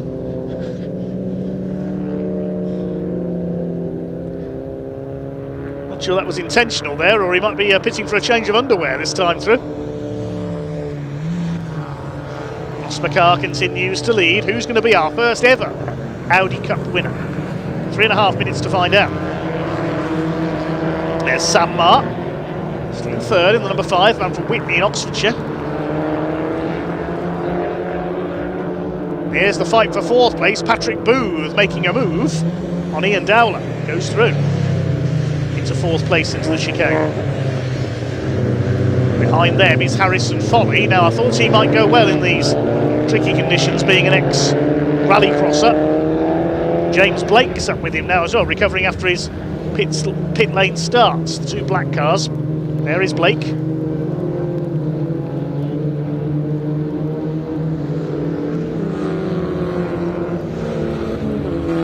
The race coming up. Got 2 more races coming up tomorrow for the Audi Cup on this launch weekend.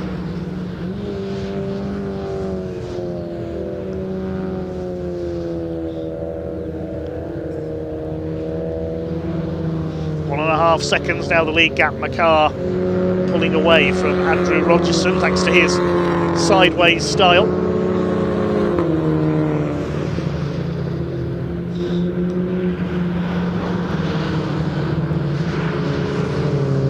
Fight for 4th, heads the fight for 6th. Folly still ahead of Blake.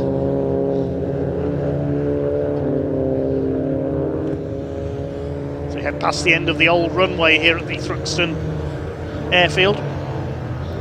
It is still an active airfield. The Hampshire and Isle of Wight Air Ambulance is based here at Thruxton. You sometimes see that head off to an emergency during meetings.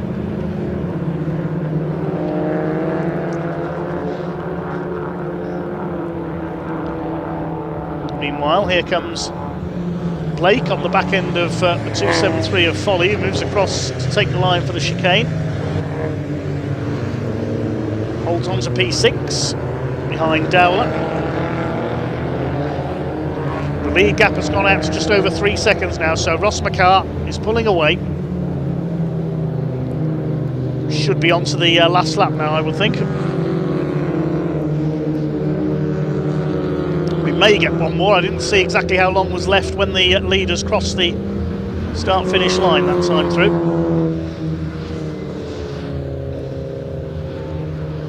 Patrick Booth still 4th ahead of Ian Dowler.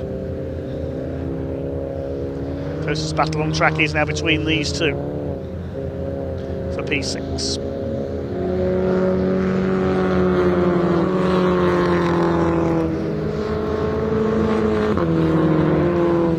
Nice sounding cars, the 2-litre TTs.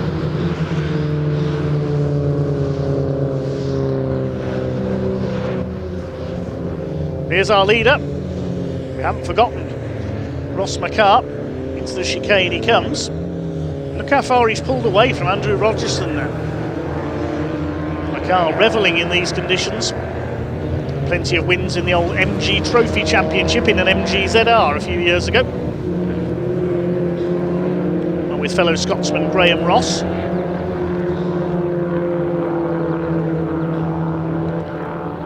Definitely on the last lap now. The clock has counted down to 0. It's the complex they come for the final time. Ross McCart less than a lap away from becoming the first ever Audi Cup race winner.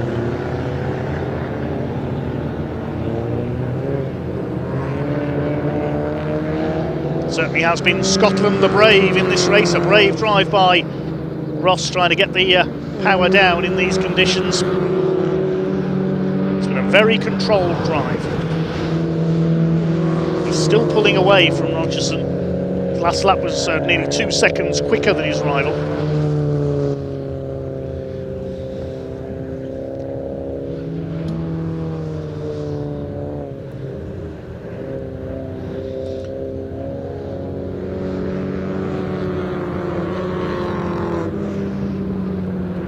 Out of church for the last time, up Woodham Hill. The conclusion of the first ever race for the new for 2026 Audi Cup. Into the chicane he comes for the last time. The first ever Audi Cup win is going to go to the 4G racing car driven by the man from Falkirk in Scotland. Here he comes up to the flag. Ross McCart is the first ever Audi Cup winner. Andy Rogerson will come over in second place, a gap of nearly 7 seconds in the end.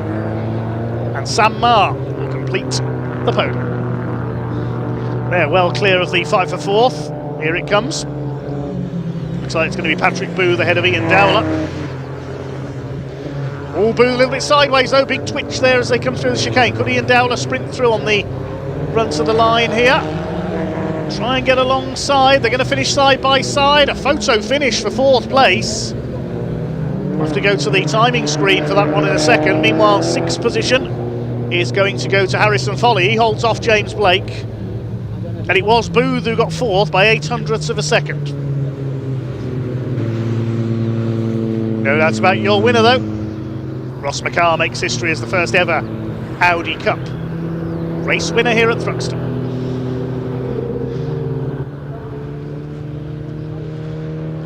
Provisional results of our Audi Cup inaugural race. Ross McCart the winner by 6.9 seconds over Andrew Rogerson, and they were in turn 6.3 seconds clear of Sam Marr in third. Then quite a gap back to Patrick Booth in fourth, who beat Ian Dowler to the line in the photo finish. Harrison Foley sixth ahead of James Blake, who started from the pits, while Ruby Smith pulled into the pits after her spin over at Village on the back of the circuit. Well, we'll see the Audis back out for their second race tomorrow afternoon. 2 more 15-minute races to come from there, hopefully in better conditions tomorrow. We'll await the cars to come into Parc Fermé so we can hear from Ross McCart, our first ever Audi Cup winner. Next on the agenda today here at Thruxton is something completely different, a big grid of 100% V8 engine machinery.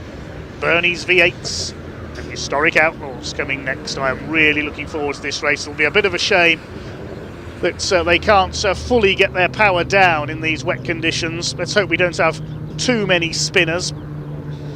But the V8s, if nothing else, will sound glorious at the Thruxton circuit.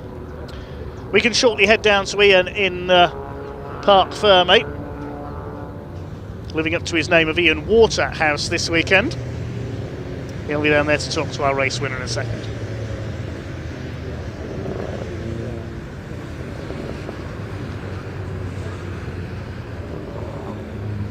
Well, we spoke to him in assembly area before the race. He was feeling confident, and from second he moves into first place and takes the first ever Audi Cup race win.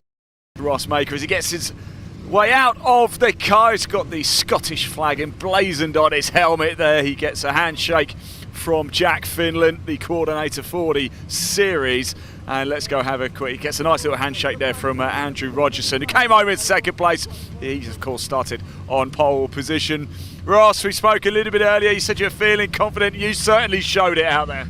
Well, to be honest, I gained confidence just from looking at Andrew's car. I'm glad my car's not as slippy as that, because my goodness, I think I've got brown trousers for him. Looking in the mirror, it was he's done a really good job there. He got away at the start and he was really pushing, and I was like, oh, he's going fast, but then he lost a little bit of confidence with the car because it was very sketchy, and thankfully I just had a little bit more grip in the rain. It seemed maybe the lines were a little bit better, but I was pleased to just get there. A couple more mistakes behind me, and yeah, it was a nice race. Not just that, as well, does it mean a little bit more because it's the first Audi Cup race as well? Because now this goes down in history, whether you like it or not. Yeah, no, I think honestly it's the first of many. I think the cars are great for the money, you know. They're probably one of the cheapest cars in the grid here today, and they're fast for the money, really exciting, and when we get a few more cars in, it's going to be fantastic. The trip down south has paid off so far, hasn't it? Well done, Ross, congratulations. Thank you so much. Good stuff indeed. Right, we want to go, I want to go chat to Sam. I think, Sam, can we have you a little chat if we can? Well, congratulations on the podium in the first ever Audi Cup race. Thank you very much. And you're the tallest person in the world as well. How was it out there? Yeah, it was good. I couldn't keep with Ross or Andrew, but it was quite nice just to sit on my own. I mean, it was a bit of a clean slate for everybody, a bit of an open book, wasn't it? And now you know sort of where you are roughly. What do you think you can do tomorrow? Well, there's only 2 more cars to pass, so I'll give it me all. A man of many words. Sam, congratulations, top man. Well done. Good stuff indeed. Let's go have a quick chat with Andrew. He's over here. Andrew, how you doing, my friend? Nice congratulations. Thank you. Got a lightning start, but what happened after that? The first 3 laps, we felt good. Car was really good, to be honest. We were pulling away, sort of thing. And I noticed that we didn't have what he had in certain places. Yeah.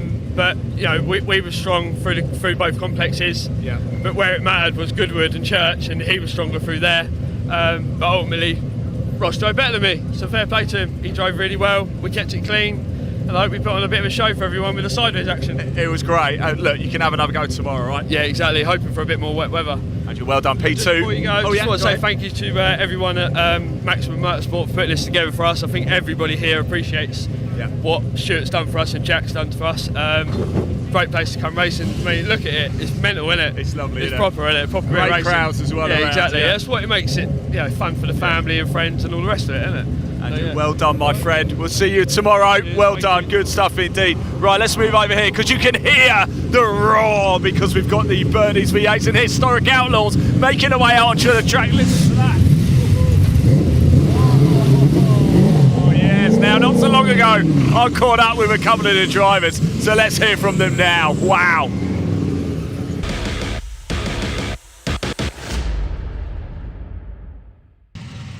Well, you are in for the ultimate treat right now if you just love cars. This is time for the Bernie's V8s and Historic Outlaws. Look who I found as well. Jake Swan is here. Jake, great to see you. Tell me about this car. What an absolute monster. Yeah, no, she's 1969 Chevrolet Camaro Z28. It'll be an experience in the rain because she's like 580-ish horsepower and big loud pedal, not a lot of grip.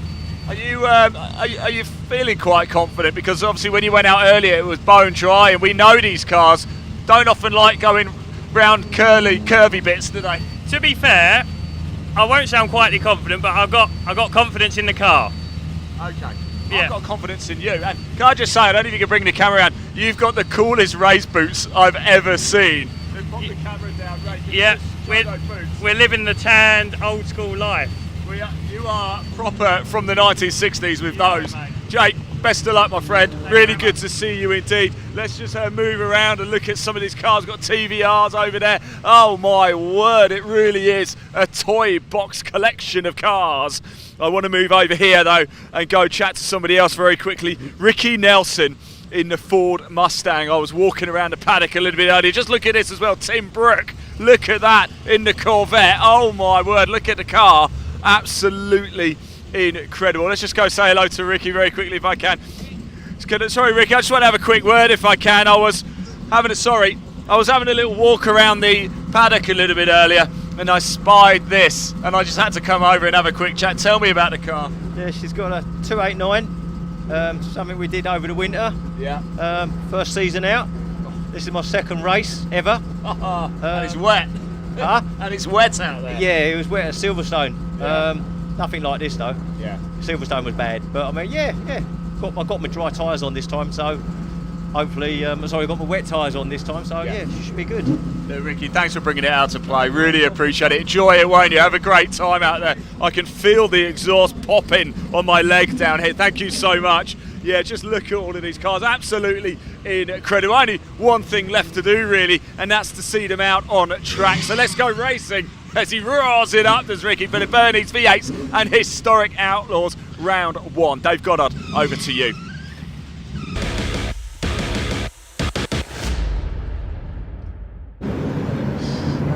Well, thanks very much, Ian. He's like a kid in a sweet shop down there in the assembly area, and I am as well, to be quite honest, getting ready to call this incredible grid of British and American V8 engine machines. Let's quickly run you through the grid then. Pole position, Michael Saunders in his TVR Tuscan alongside the similar machine of Stephen Wiggins.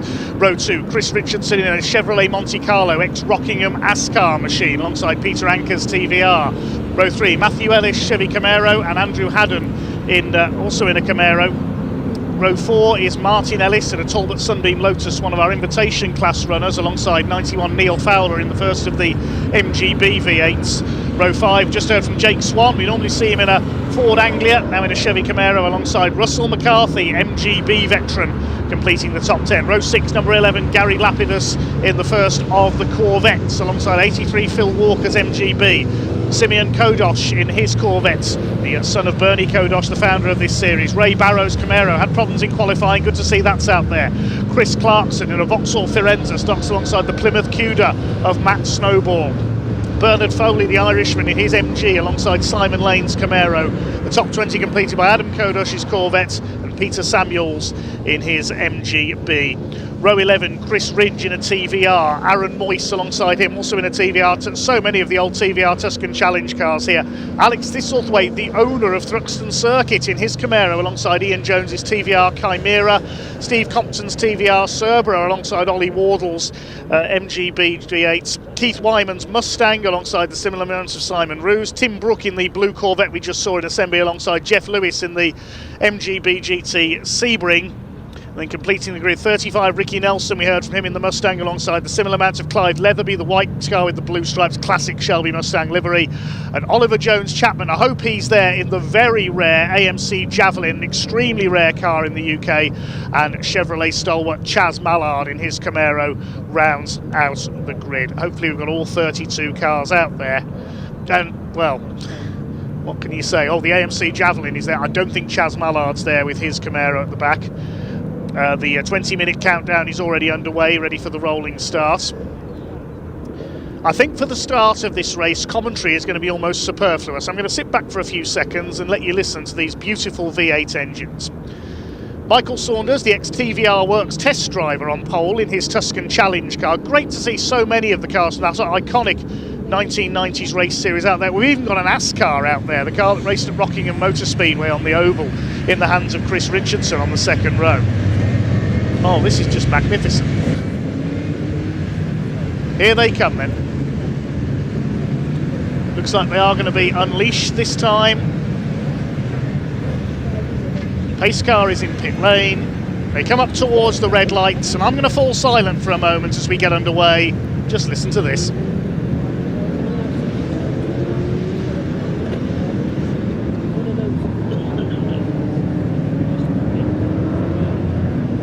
Just listen to that V8 rumble from these British and American machines. Absolutely beautiful. Such a shame the rain has come down. They can't really put the V8 power down as briskly as they would like, as the TVR Cerbera, the orange machine. It's Michael Saunders' Tuscan that leads, with 744 of Peter Ankers in second.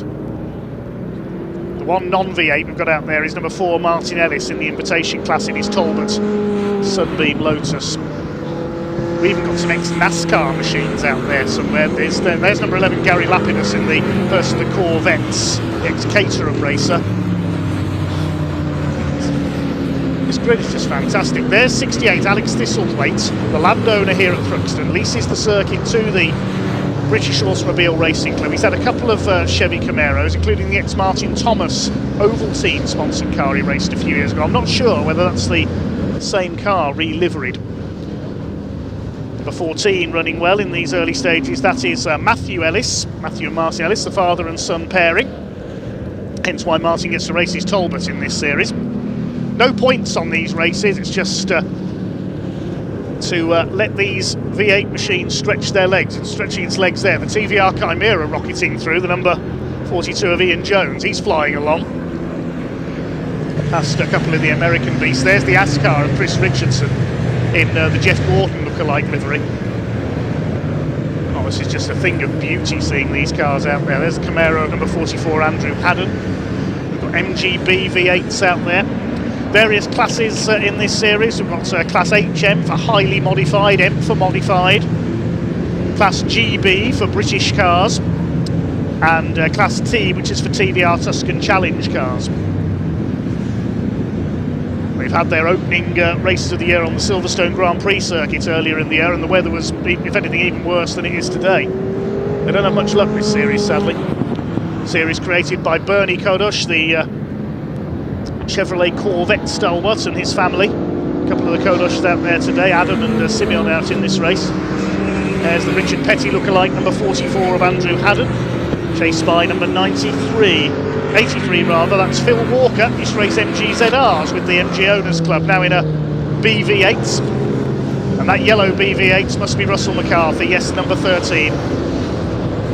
Raced along with his late father Roy and brother Spencer. They've been racing MGB since God was a boy, the McCarthy family. There's another MGB, the ex-Ian Pryor car driven by Neil Fowler, ahead of Martin Ellis in the battle for third place. Michael Saunders still leads though, the ex-TVR test driver in his Tuscan. It's Matthew Ellis up there in second place in the number 14. And if anything, race results, I would say, are less relevant, just seeing these beautiful cars on track. Full credit to all their owners and preparers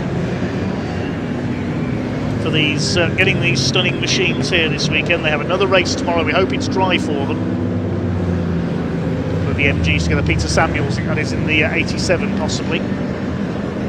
There's Saunders, the leader in the yellow TVR. He's raced a TVR Cerberus in the past as well, and a V8 engine Mark 1 Escort. He was out in the classic touring car all-comers at Brands Hatch a couple of years ago when the Trabants were in action.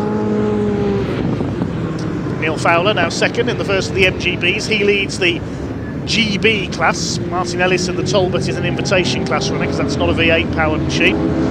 Racing with his family here this weekend. Saunders is in the TVR class. The highly modified class is led by Matthew Ellis in his Camaro. And the modified class a bit further back for the slightly less powerful V8s. That's being led by number 17 of Keith Wyman with his Mustang. And the TVR there, the orange number 18, that's Steve Compton. He's in a Cerberus, chasing number 302 Mustang of Simon Roos. And there's the AMC Javelin towards the back of the field. That's a really rare car. It's rare in America, AMCs these days. The American Motor Corporation, formed by the merging of Hudson, Nash and DeSoto, if I remember rightly, the AMC company. And that Javelin, I think it is possibly a genuine ex-NASCAR. AMC Javelin did race in special saloons over here as well in the 70s.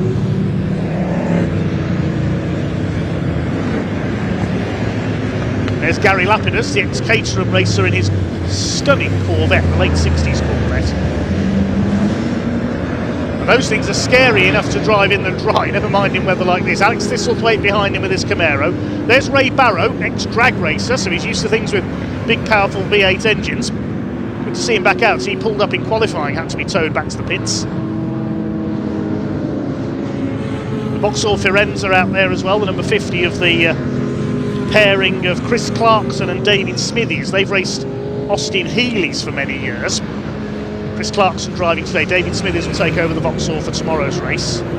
And there's number 6 on the right. That's Simeon Kodosh in his stunning Corvette Stingray. 77, even more beautiful if anything, and the 999 of Adam Kodosh. It's just beautiful British and American beasts wherever you look at the moment. This is wonderful.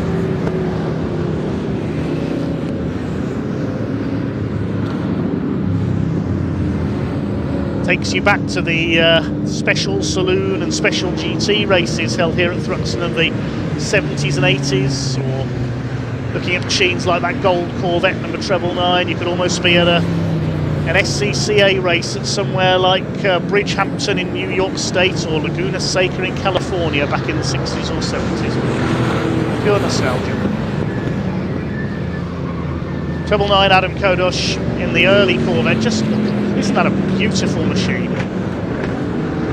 Running towards the tail end of the top 20 at the moment. Well, the race classification, almost secondary to all this beauty, but it is Michael Saunders running away in the lead. There he is. He's nearly 14 seconds clear now of the number 91 of Neil Fowler in his MGB. And there is Chris Richardson in the ASCAR, getting past Jake Swan's Camaro into the chicane, but losing it on the exits. Now, NASCAR type machines don't normally run in the wet. They didn't run on the oval at Rockingham in the wet, certainly. There he is, Chris Richardson. We had hoped to have Stuart Entwistle's Chevy Monte Carlo here as well, and that's in the Cole Trickle colours from Days of Thunder, but sadly wasn't able to be here. Mustangs being, I think, lapped there by 87 of Peter Samuels in the MGB.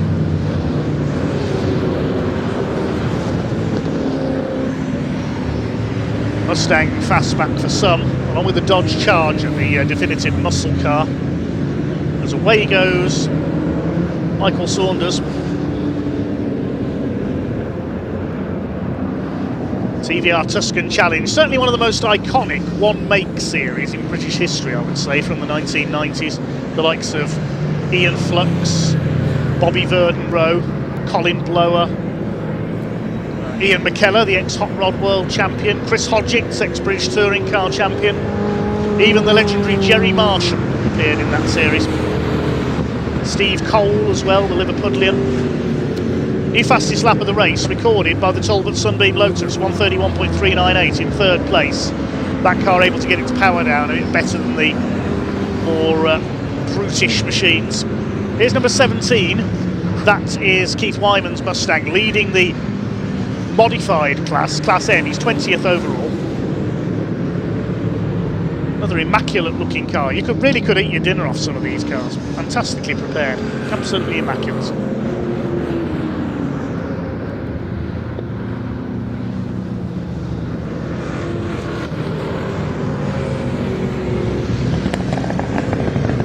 Listen to it crackle as it goes into the chicane. We've lost the Vauxhall Firenze, unfortunately. 50 of Chris Clarkson. Hopefully that car can be repaired for tomorrow when David Smithies will take over at the wheel. And I said those two raced Austin Healey's between them for many, many years, but diversifying into other areas of historic racing, as here's Alex Thistlethwaite carving through the traffic on his circuit in the Camaro.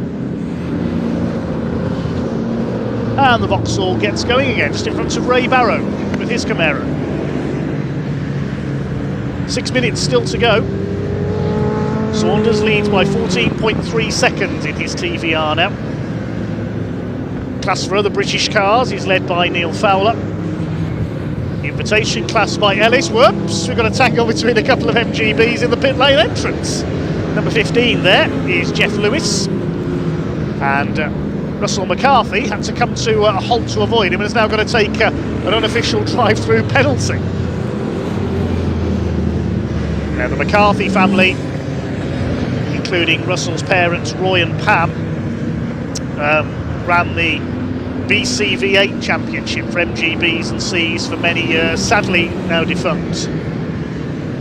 And Russell, Roy and also Spencer McCarthy raced very, very successfully in those always yellow MGBs, icons of British club racing. Here's a couple of Camaros with Jake Swan chasing after the number 14 of Matthew Ellis.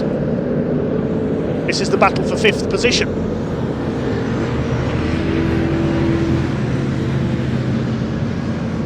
Wouldn't it be marvellous if only Rockingham was to be revived to have an oval race for these big Yank tanks?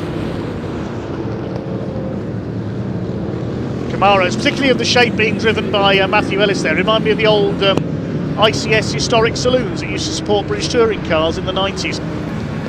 Like some Pete Hall, Rolly Nicks, Dennis Clark, Andy Bacon all used to race Camaros.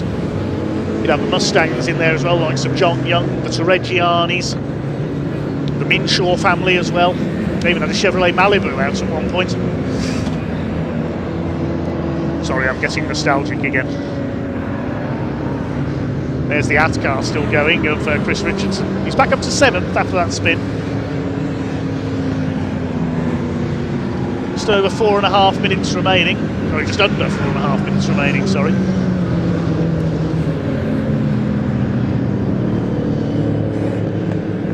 Saunders is just only fastest lap, 1:30.327 for the TVR.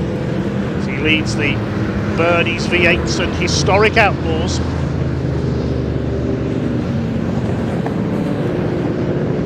We are missing a few cars off the edge of this one car. I'm a little sad not to see out there is the incredible 5-litre Capri of Chad Donner. That really is a stunning beast. Maybe that will be here tomorrow, we'll wait and see.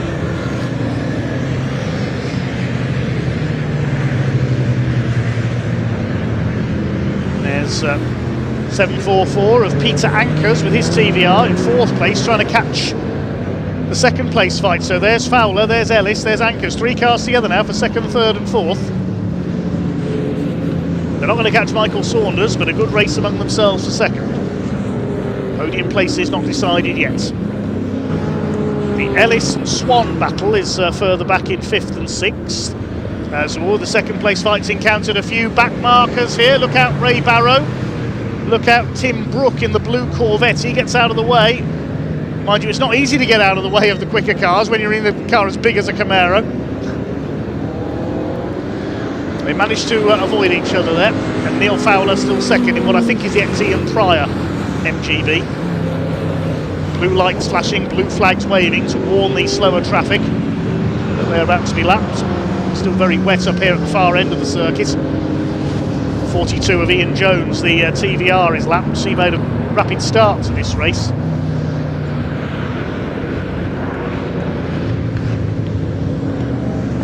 So far, I say this quietly because there's still a couple of minutes to go, all 32 starters are still going.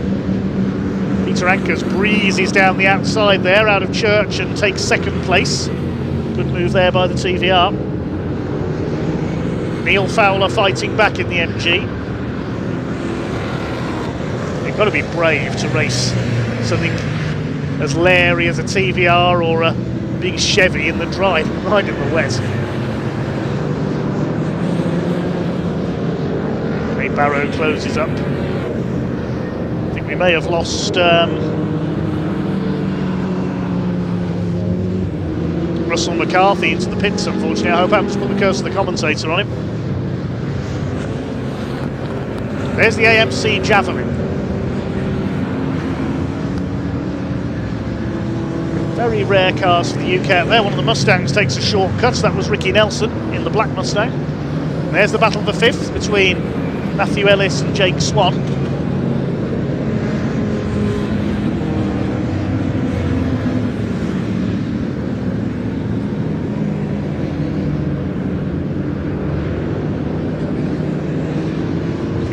Pulls aside there. That's one of the slower Mustang. That's Clive Leatherby. Sam Leatherby will take over that car tomorrow. We've got to spin that. Oh, it's the 15 car again. Jeff Lewis has lost it at the complex. That beefy wide arch MGB. Daniel Park will be racing that car tomorrow.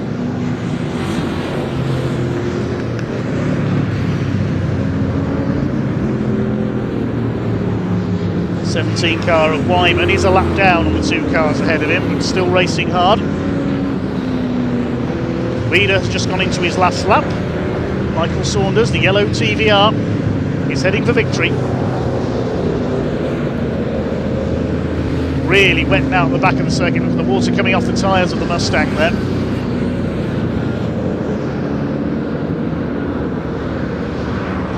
Still 2 more races to go after this. As the Camaros blitz past the Vauxhall Firenze. Most famous V8 engine Vauxhall Firenze, of course, was Baby Bertha, with the Holden V8 raced in period by Jerry Marshall. Still racing today occasionally. Window trim hanging, in fact the window plastic hanging loose there from Matthew Ellis's car on the offside of the car.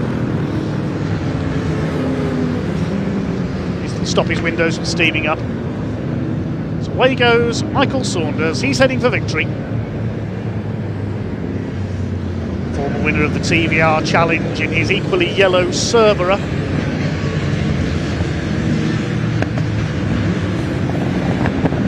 Raced his V8 engine Mark 1 Escort as well, now in a Tuscan Challenge car. And the ex-TVR test pilot power slides a little as he comes out of the chicane for the last time and takes the checkered flag. Michael Saunders punches the air as he comes in to take a flag-to-flag win. Second place. He waits for Neil Fowler to come through in his MGB. Will it be Peter Ankers? It's either the TVR or the MG. I think it's Peter Ankers. Yes, he's got clear of the battle for third. So it'll be TVR Tuscans 1 and 2. Ankers comes over in second. 22.8 seconds down. There's the battle for third, and Fowler beats Martin Ellis home. I'll give you the class winners when we confirm the results. But a dominant display by Michael Saunders. Just the pack making their way home. There's Ray Barrow down in 18th place. Simeon Kodosh with that gorgeous Corvette Stingray. Number 18, the TVR Cerbera. Steve Compton behind him. Across the line they come. Battle for 5th. Will it be Matthew Ellis in his Camaro or the slightly earlier machine of Jake Swan? It's going to be Matthew Ellis. Here they come over the line. Chris Richardson in the Ascar Chevrolet Monte Carlo should be next in. There he is. And we've got Peter Samuels. There's the blue MG just on the back of the Vauxhall. And Alex Thistlethwaite in the top 10 in his Camaro. Not sure whether that is a relivering example of the machine raced in period by Martin Thomas. I think it might be. Featured in that famous film from Crystal Palace in the 70s with Murray Walker on commentary. Looks like they're just about all in now. Last couple of Mustangs across the line. And only one retirement. Bad luck Russell McCarthy, who pulled into the pits. So Michael Saunders wins by almost 23 seconds over Peter Ankers, first and second in the TVR Tuscan class. Neil Fowler wins class GB for British cars in his MG in third place. Martin Ellis wins the invitation class in fourth, and at top of the highly modified class in fifth place was Matthew Ellis ahead of Jake Swan. Chris Richardson next, and Peter Samuels, Alex Thistlethwaite, Stephen Wiggins TVR, which started on the front row and dropped back. And Andrew Haddon's Corvette Camaro he was in. Bernard Foley, the Irishman, Phil Walker and Aaron Moyse. And Class M for modified cars won by Keith Wyman in his Mustang. Let's head down to Ian, who's surrounded by all this beautiful machinery in Parc Fermé. Well, we saw what a mix of cars out there. It is a TVR Tuscan 1-2. Most of them are heading straight through, but we have managed to get Michael Saunders here as well, who took that race win. We'll just let him get his helmet off before having a quick chat. These are absolute monsters of machines. What a mix. TVR Tuscans, we've got Chevrolet Monte Carlo out there, we've got Camaros, Talbots, Sunbeam Lotus, MGBs of course. Great to see Neil Fowler in that race also. Mike, I'm very well, Mike. More importantly, how are you? Do you enjoy that? Do you know what? Actually, that was really fun. I've never driven here before. It's the only track in the UK. And doing it in the wet, interesting. Coming through the last corner church in 5th gear, just on the slide. Oh, do you know what? That's driving. That's cool. It's a big one to tick off the list, isn't it? And with the power of these cars. Tell me about the car, actually. How did you come to be behind the wheel of it? So this is Lee Caroline's championship winning car. Won the championship, I believe, 3 times in the early 2000s. Unfortunately, it was written off in a rather large smash, and I bought it off a guy. And me and my dad rebuilt it over a few years. Yeah. Obviously, we raced the TVR Cerbera. This took a back seat, and after 10 years, we built it. So, what is it about TVRs, eh? British, isn't it? Mike, congratulations. I'm so happy for you, mate. Great to see you as well. And I'm delighted to say they have stopped the top 3 for us as well. We're just going to let Gary have a quick chat over there with Peter Ankers, who came home in second in another TVR Tuscan. But I want to have a chat with Neil Fowler because I haven't seen Neil for a few years. Neil, how are you? I'm better for seeing you. Congratulations. It's really good to see you, by the way. But what a grid of cars, my word. Yeah, it's certainly a big grid. I think we're all on a bit of a mixture of tyres. That made it a bit more interesting. How hairy was it out there? Well, these are new race wets I've got, so if anything, they started to go off where it wasn't wet enough. Yeah, I was going to say for you, you're right then. You're right. It felt absolutely fine. Had a few twitchy moments here and there, but overall, yeah, really happy. I lost second place though, didn't I? You did. On the last lap, I think. Yeah, but you're still P3. Yeah. No, I'd rather be P2. P1 even better. Well, I'm just really pleased to still see you in MGs as well. Yeah. No, I'll let you crack on, Neil. Thank you so much. I think Gary James is going to want to have a quick word of you, but I want to go speak to Peter as well very quickly. Peter, it's a TVR Tuscan 1-2, eh? Not bad. Yeah, it's not bad, is it? Yeah, it's a good day out for the Tuscans. Well, Neil was a little bit disappointed you got him late on there. Was he? Well, there was a gap, and I think he was battling with Martin, and then a gap opened up, and I thought, well, I've got to go for it. So, yeah, delighted.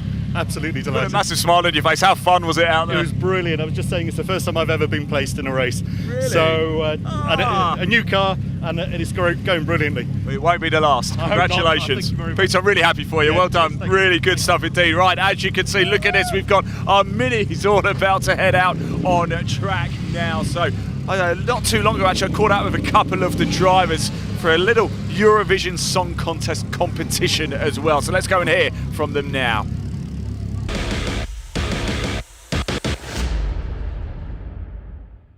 Right, everybody, here we go. It is time for round 4 of the season for the Mini Challenge Club Sport. Here we are in assembly area. We're going to have a quick chat with Paul Sawyer, and the reason we're going to talk to Paul is because we really like talking to Paul. But another reason we're going to come talk to Paul is because it is Eurovision Song Contest tonight, and of course Paul is involved in music, slightly different music, but music is music. Paul, I've got a question for you. Thruxton, first of all, do you like it here? Yeah, I love Thruxton. It's my favourite circuit, to be honest. Is it really? Yeah, because it's my local one as well. Yeah. So I only live about 25 minutes down the road. You've been doing this for a little bit now. What have you learnt from the early days to now? Because you're just going quicker and quicker and quicker. You're racking up the podiums, of course, in class as well. Yeah, I mean, obviously having the right people helping me was such a massive factor, and having someone coaching me as well. So, but I mean, obviously the first year was brilliant with Steve, who I had looking after me. And it's just obviously natural progression, putting the time and effort into it, I suppose. Absolutely. Listen, we're going to turn our attention to music now. It's the Eurovision Song Contest final tonight. I know you're a massive fan, maybe. Right, Great Britain has had 5 winners, okay? Can you name any of them? Well, I remember Bucks Fizz. Yeah? Winning. Yeah, that's the easy one, though. And Katrina in the Waves. Yeah, did I tell you that earlier? Did no, you hear me you say didn't, that? no. That was 1990. That was the last time we won it, 1997. Yeah. Do you remember Gina G? That was like the first one I ever remember. G, yeah. We showed our ages now, aren't we? Hang on, I wrote them down. Let me tell you for everybody, because I know everybody will want to know. We had, you mentioned Katrina in the Waves. Bucks Fizz, of course, are making your mind up. We have a Brotherhood of Man, Save Your Kisses for Me. Do you remember that? I think You I should do. remember It's the song. 1976. I remember the song, but I was too young then. Lulu. Do you remember Lulu? Boom, banger, bang. 1969. I definitely don't remember that. No, I don't remember that. And Sandy Shaw with Puppet on a String in 1967. Oh my God, that's really going back. Not really your bag, is it? No, I'm not quite as old as you here. No one's as old as me. Paul, best of luck out there. Great to see you. Thanks for talking to us. Really do appreciate it. Let me shut the door. I just want to go up here very quickly. I just wanted to say hello to Lauren Fletcher. She's up here. She's trying to run away, but we're going to have a quick chat with her anyway. Lauren, how are we doing? It's great to see you. How are you feeling? All right, a bit nervous, but... What are you nervous for? Just new track into it, never done it before, so... You went out in qualifying a little bit earlier. How was Thruxton for you? It was all right, to be honest. Yeah. I think I just need to get out there a bit more and do it more often, which that's my second time ever out, so I've never done it before. Why motorsport then? Where did the bug for the sport come from? My work and my dad, basically. Yeah. My dad's a mechanic. I work with cars for a living. So that's why I just wanted to get into Natural it. progression. Yeah, pretty much. Lauren, best of luck. Before I get run over, I'm going to move out the way. So thank you. Best of luck. Enjoy it, won't you? Thank you so much. Yeah, here we go. Time for round 4 of the Mini Challenge Club Sport here at Thruxton. Let's go racing. Dave Goddard, over to you.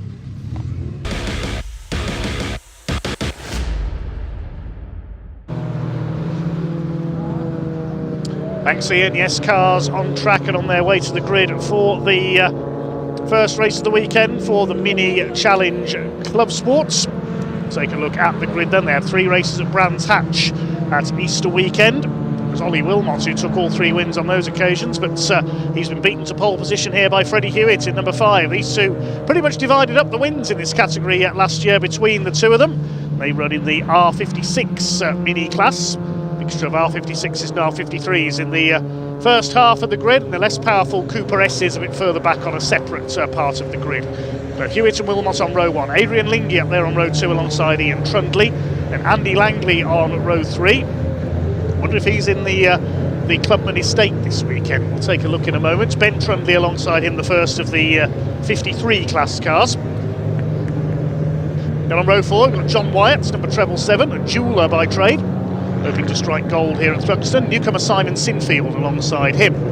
They're both run by Paul Sawyer's new team, Crafted Motorsports. Paul, the Radio 1 and Ibiza DJ on row 5. Just heard from him alongside Steve Webb in the 231. Row 6 of the grid, 219, Chris Johnson. He had a class win at Brands Hatch. Paul Sawyer winning the 53 class in the other 2 races. James Dudley, number 7, alongside him. And on row 7, number 10, David Gibbons and Lauren Fletcher, 469. Then there's a gap of a couple of rows, and then we've got the Cooper class cars. Daniel Truman, number 19, on pole position for them, with Dan Butcher-Lord alongside in number 23. And then we have 53, Neil Clark, that's the Union flag liveried car, alongside Jacob Heap in number 20. He had a hat-trick of class wins at Brands Hatch. Colin Wilmot, father of Ollie, is next on row 12 in number 12 alongside Chris Aram, number 14. And the grid is completed by David Taylor, all the way from Dundee in Scotland to race here this weekend.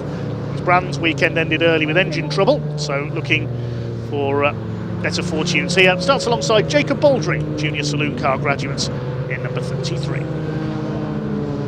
First of 3 15-minute races this weekend for the Mini Challenge Club Sports, supported by, among others, Airtech Motorsport, Garmin Satellite Navigation, Davanti, Ravenol Oils, Silver Lake Automotive Recycling, Norfolk Cars, Mini Specialist, John Wyatt Jewellery, Opus Group and Visual PR. Thanks to all the partner sponsors with the Mini Challenge this year. The Mini Challenge Club Sports, effectively the club level tier. Above this we've got the trophy category and then the JCW to support the British Touring Car Championship. Again, the clock has started a little early, as you've seen with our other races this weekend with the extra green flag laps. And there is Freddie Hewitt in the silver and purple car, our pole sitter. His sister Chloe used to race that car. Ollie Wilmot alongside him, based in Switzerland, works in the skiing industry.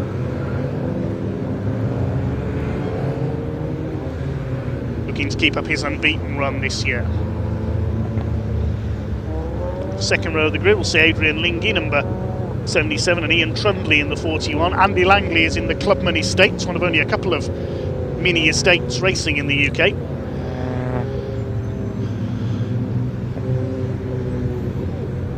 There's the first of the Coopers, that's Dan Truman, number 19. Dan Butcher-Lord in the blue car. And Neil Clark in the Austin Powers lookalike Union Flag BMW Mini.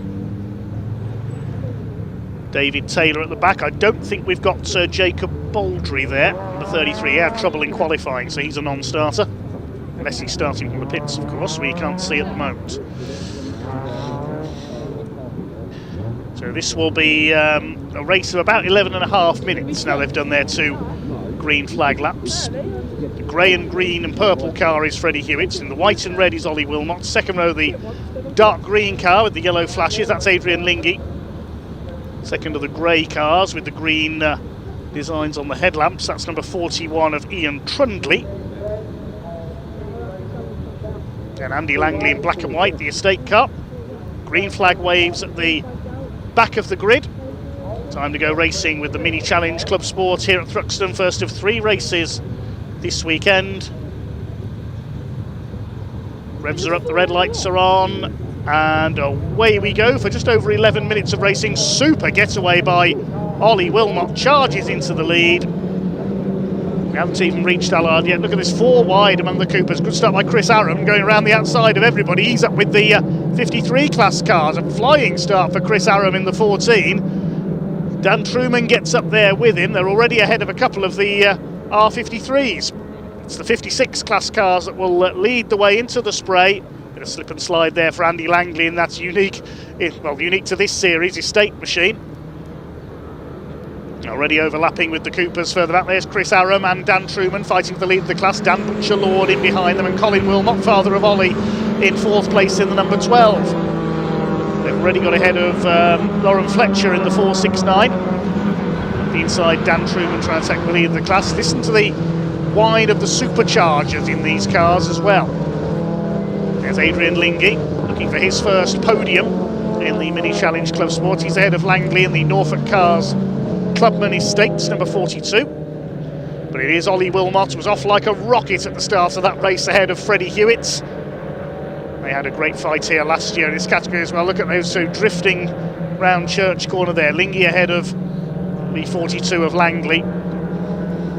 Lingy and Langley sounds like a comedy duo almost, but no comedy at the moment. They're in a serious fight for 3rd place. Ian Trundley is in 5th position. The rest of the pack comes through behind. Paul Sawyer up there in 7th place. Chris Johnson, who beat him to a class win in race 3 at Brands Hatch in the orange car, going side by side. A lot of understeer for one of the crafted cars there, and another one of them spinning off. Who was that? Let's pick up the number as it comes back towards us, having rejoined. A bit hard to see there. Possibly Simon Sinfield in the number 55 had that spin. Yes, it was. He's just come across the line now. There go the Coopers, and Colin Wilmot going well. He's up into 2nd of the Coopers behind Daniel Truman. Ollie Wilmot leads, throwing his Mini R56 around in the complex. Paul Sawyer's up to 6th ahead of Ben Trundley. Sawyer leads the R53 category. Colin Wilmot going great guns in the Coopers in the Ski Set Wengen sponsored car. So the Wilmot family working in the ski industry over in Wengen in Switzerland.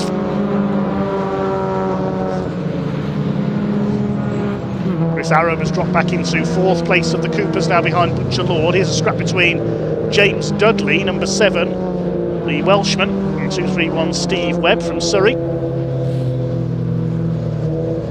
There's a replay of that spin at the complex for the number 55 of Simon Sinfield. Nice little 360 there onto the infield, and gets going again. Simon in his first season of motor racing in one of the crafted motorsport cars run by Paul Sawyer. Paul and Ibiza DJ, then moved on to many other venues around the world. He's been a dance music DJ on Radio 1 as well. Continuing the tradition really of racing DJs. Lots of Dave Lee Travis and Noel Edmonds have competed in motorsport over the years. Side by side there, Colin Wilmot and Dan Butcher-Lord. It's the treble 7 of John Wyatt, being chased by James Dudley. They're fighting for 8th place.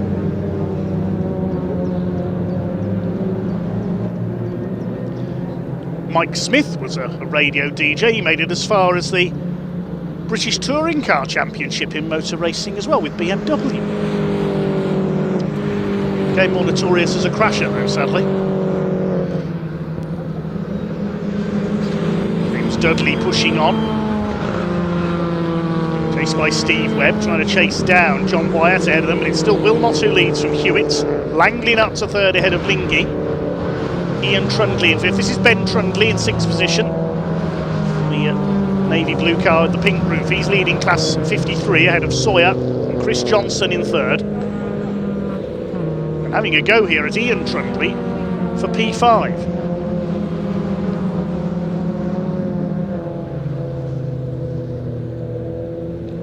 Six and a half minutes of this race to go.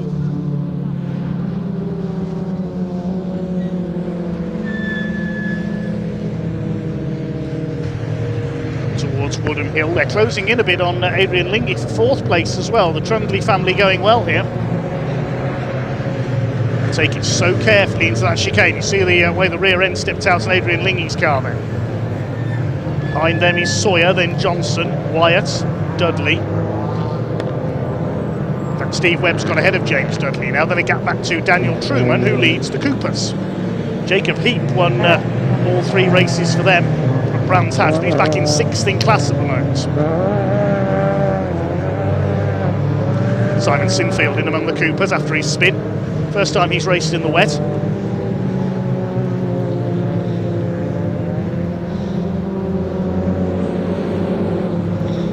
Ollie Wilmot leads by just under 2 seconds over Freddie Hewitt. Now he's done the fastest lap of the race, 1:38.527. There's Truman leading the Cooper class in the number 19. Butcher Lord going well in second place, holding off Wilmot and Aram. Simon Sinfield behind them, just looking on in the 53 class car. Not quite as lively at the moment as the Scottish Mini Cooper Cup that we saw in action at Cadwell and Croft on BARC TV earlier this season. Although saying that, Chris Aram does a bit of power sliding there in the 14.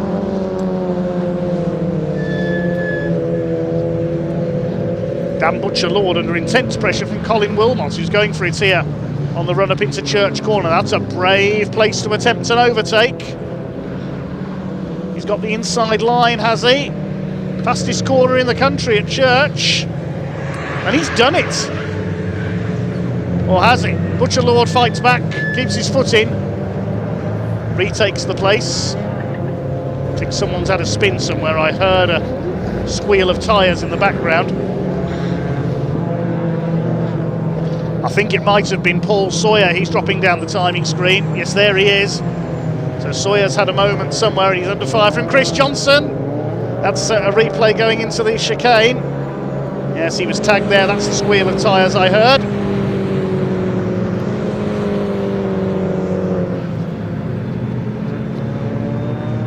So that's what's happened there into the chicane. I thought I heard somebody spinning off. It was Paul Sawyer. He tangled with Chris Johnson.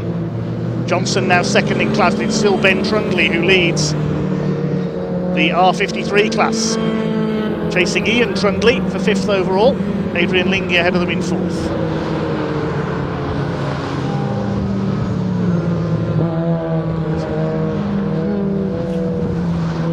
Freddie Hewitt, meanwhile, has reduced the lead gap. He's just done the fastest lap of the race, 1:38.013. He's 1.5 seconds down now on Ollie Wilmot at the front of the field.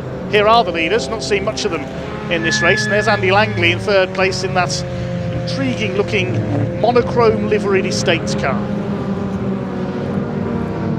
Hey, if Volvo can do it, why not Mini?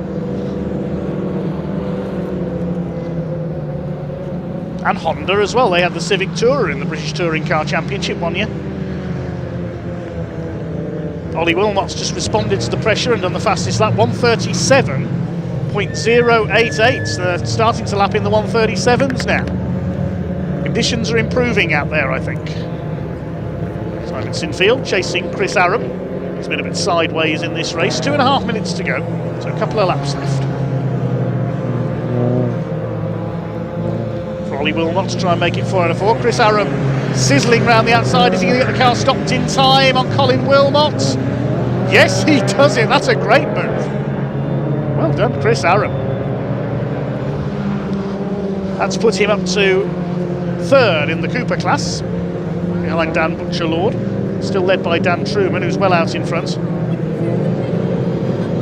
He leads the class by 6.5 seconds, near enough.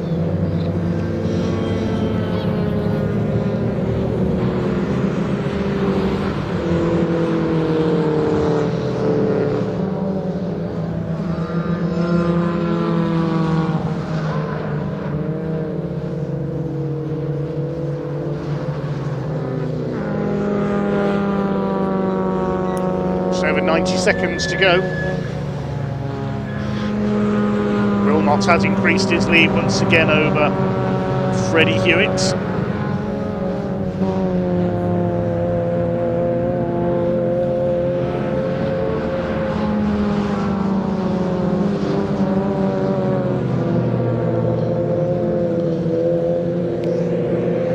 Trundley leads Johnson. Ben Trundley leads Chris Johnson by 4 seconds in the R53 category. Dan Truman looking safe at the front of the Coopers. There are the Trundleys racing together still. They've been together all race long. Black and white flag being shown there. Driving standards flag, that's for exceeding track limits. That's number 28, which is David Taylor in the Cooper class, the Scotsman. It's an early end to his season opener at Brands Hatch when his clutch blew. He'll just be glad to get some points on the board here.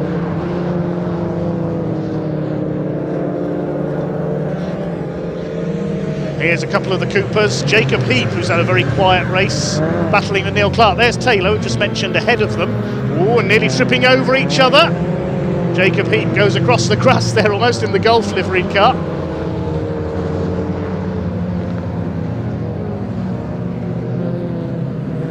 So the clock has counted down to 0. We're on our last lap. It looks as though Ollie Wilmot just over 2 seconds ahead. He's heading for victory. Here he comes into the chicane, sliding his way rallycross style through the chicane. Well, Freddie Hewitt tried his hardest and couldn't catch Ollie Wilmot, who makes it 4 wins out of 4. Freddie Hewitt comes over in second, and they're well ahead of the rest. Andy Langley comes over to complete the podium. They're all R56 class runners. It should be Adrian Lingy in 4th place. And here's the battle between Chris Johnson and Ian Trundley. Now, Ian Trundley's lost a couple of places, and Ben Trundley could be about to lose the class win. Oh, how did he hang on to that? Chris Johnson will go for the inside, coming off the chicane. He's going to pinch the class win right on the line. Johnson wins class 53. Ben Trundley will be turning the air inside that Mini as blue as his car's livery. Goodness me, what a finish. How Ben Trundley did not spin around there, I don't know. Chris Johnson, an excellent 5th overall. Behind Adrian Lingy, then Ben Trundley, Ian Trundley, John Wyatt, Webb and Dudley round out the top 10. Paul Sawyer comes over in 11th, and Dan Truman comes in to take his first Cooper class win of the season. Second is Dan Butcher-Lord. We wait for Colin Wilmot as he stayed ahead of Chris Aram, only just. Should see Dave Taylor next home, get some meaningful points on the board. There's Lauren Fletcher. There's Taylor ahead of Jacob Heap, triple winner at Brands Hatch, but a subdued run this time, ahead of Neil Clark in the 53.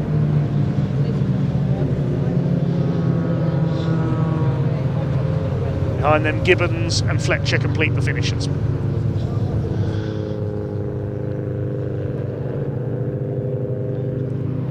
Provisional results then. Ollie Wilmot takes the win by 1.8 seconds over Freddie Hewitt, with Andy Langley in 3rd. They were well clear of the rest of the field, with Adrian Lingy in 4th. Big sort out at the chicane for 5th on the final lap. Chris Johnson coming through to snatch the win in class R53 ahead of Ben Trundley. Then Ian Trundley behind them. John Wyatt, Steve Webb and James Dudley. Paul Sawyer 3rd in his class. The Coopers won by Dan Truman ahead of Dan Butcher-Lord. Simon Sinfield next turn after a spin early on. And Colin Wilmot, Chris Aram, David Taylor, Jacob Heap, Neil Clark, and the number 10 of David Gibbons completing the finishes ahead of Lauren Fletcher. Yes, Fletcher made it home as well, so all 21 starters went the distance, I'm pleased to say, in our very treacherous Mini Challenge Club Sport opener for the weekend.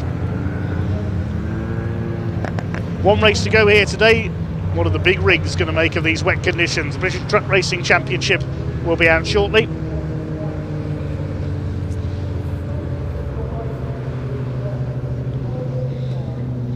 And we can head down to Ian in Parc Fermé.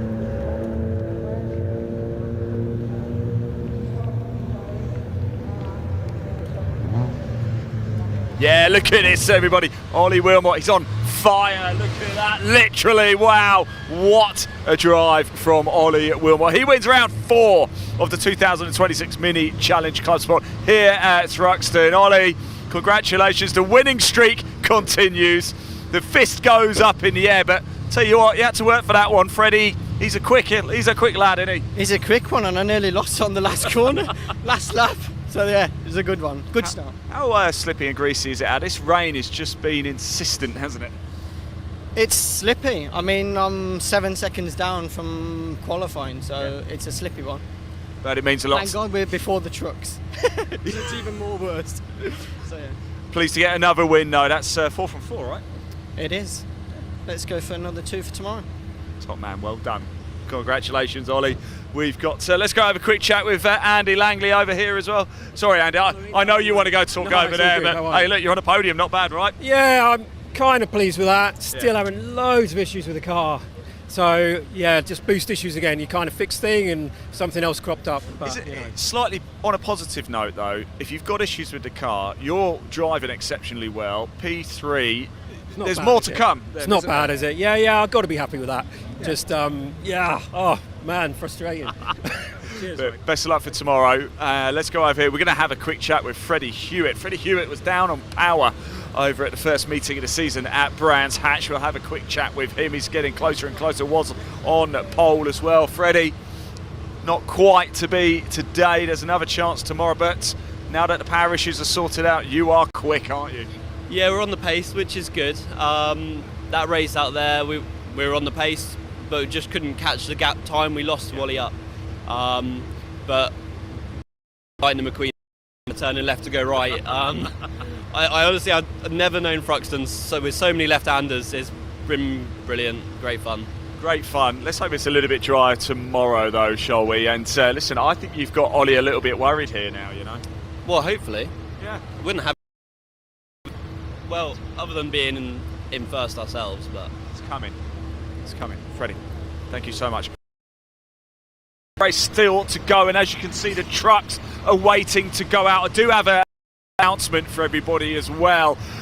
Normally we're going to have these show trucks go on to the track after. We're not doing that today. It has been cancelled, so the show truck parade after this race at the end of the day today has been cancelled, just because to get everybody off the bank with the weather and the rain that we've had. So if you've got anybody at the circuit, get a message to them. Obviously it will go out around the speakers as well, but the show truck parade the day today has been cancelled. As you can see, though, to trucks, what hasn't been cancelled is our final race of the day. Second time it is time to go racing for the British Truck Racing Championship here at Thruxton.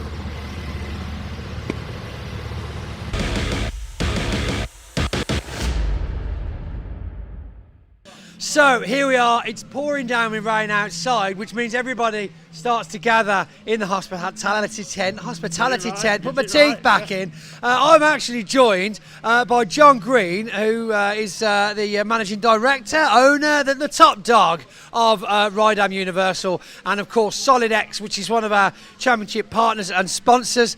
But it's not just why you're here this weekend, is it? No. Oh, sorry. What we do is, obviously we've produced this trophy, which we produce in-house. We're all CNC equipment. Right. But we're making a lot of equipment for the race trucks, bumper bars, CNC bumper bars, everything else. And we also sponsor the Solid X wheels. Nice, yeah, so those are the very shiny chrome looking ones that we'd be using on the steerers most likely on the front. Yes, that's correct, yes. And then we've got some more in production. We've got some specialist ones coming through this year. So that'll be very interesting to see. Some new techniques, new technology, which will be very interesting. And where is all this stuff getting manufactured predominantly? We manufacture it in some of it in China, some of it in the UK, some of it in the Netherlands. Oh, nice, the Netherlands, Rand, that's cool. But where was this absolute monster of a trophy produced? This was made in Leeds, from our guys in Leeds. There we go, that's what I'm like. You should say made in Leeds on it. I think you should have that on the next one. That's right, yes. My uncle's from Leeds. And so, now what is this trophy for? Because you came up with this idea. I think it's a fantastic idea. Well, the teams work relentlessly through the season, and sometimes they work through the night to get the truck races ready, and they never get really any recognition. So we thought, best thing to do, there's 2 or 3 of us walk around the pits, we look to see who's doing what, see which is working hard, who's done what, and then we come to an agreement that we produce this and we give it to the team that we feel has worked the hardest through the season, or the race meeting. Weekend, yeah. Weekend, because there's a trophy for every meeting now. Wow. So they've already produced, they're sat on a shelf ready to go. They're sat in our store shelves ready to go. And a big thanks to Ben and Adam, my son, and our guys in the production department. They made them, they cut them out, they designed them. So, and he would be the dam in Rydam, right? That's correct, yeah. Well, there we go. So, first of all, thank you very much for sponsoring the championship. And what a lovely thing to do. Just goes to show that little bit of recognition. And you know what, actually, when we handed this out at the end of Brands Hatch last time we all met, it actually really was so well received. I think it was just such a fresh, interesting little thing to do. And you know, yeah, fair play for doing it. We've got some new ideas for later on this year, so watch out, Pointy. Look at this, my face will be on one of them. It's like, best Pointy of the weekend. Again, oh, it's Pointy. Wow, wow. Right, well, John Green, thank you very much. Thank you. All the best. For literally all sorts of things, whether it be embroidery, whether it be truck parts, whether it be wheels. Just have a look over at Rydam Universal and all of their sister companies. John, thanks for joining us. Cheers, Pointy. Gotta go. Thanks, Alex.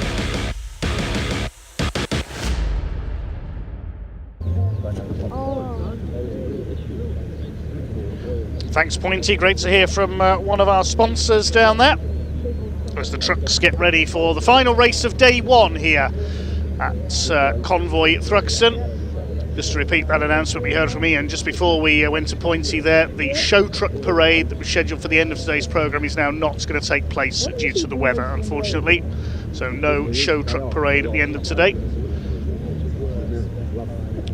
Trucks making their way out then, this grid based on the second fastest time by each driver in the qualifying session this morning. It's once again an all Oliver front row. Stewart ahead of Michael. John Bowler back out, so unlucky in that first race. Contact going into the last lap, burst a tyre and he was out. Thanks again for all your comments coming in. Hi to Andy Friars. Wishing Dan Truman a great race, he said, and weekend from sponsor Sawyer Models of Lee. Saw their name on his car. Sorry for not getting through to all your comments. They mentioned Mike Seaborn, also Lucas Daccini. He's watching, the former Hyundai Coupe Cup race winner. Right, ATS Videography, watching in Long Eaton in the North Midlands. Former home of the Short Oval Raceway, of course. Adam Jones was watching, his dad Sean racing in the Coupe Cup today. Big hello to Emily, who's watching in Canada as well.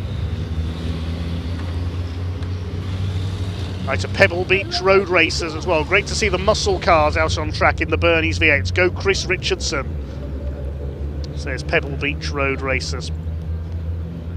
Here's your grid then for Truck Race 2 of the weekend. It's an all Oliver front row. Stewart once again ahead of son Michael, looking for his second win of the weekend. Stuart Oliver and his 4th of the season.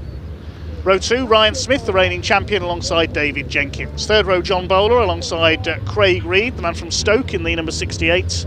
Fourth row, Stephen Powell alongside Nathan Smith. Then we've got the first 2 Division 2 trucks. Jake Evans on row 5, the reigning Division 2 champion alongside Bradley Harvey. Row 6 will be 26, Callum Easton alongside 61, Sammy Oyanen. Row 7, Neil Yates in 33 and Ricky Collins, number 95. As he fixed his latest gremlins, he didn't get a second lap time in qualifying because his turbo blew. At the final row of the grid, John Powell will be starting from the back. Warren Harvey, as a novice, has to start from the back. It's only his second truck race meeting. And of course, sadly, we are missing Tom O'Rourke, engine failure in practice has put him out of the meeting. Great shame for the man behind MV Commercials, one of our sponsors. Big thanks to our other sponsors, GT Tyres, MB Energy, Sylvie Fleet Management, Freyhouse Trailers, Total Care Workshop Equipment, BWOC Fuel Solutions, Neil Yates Recovery, their boss racing in this one, Commercial Motor, Rydam Universal, we just heard from them, LTS Global Solutions, Fleet Safe and Milwaukee Tools.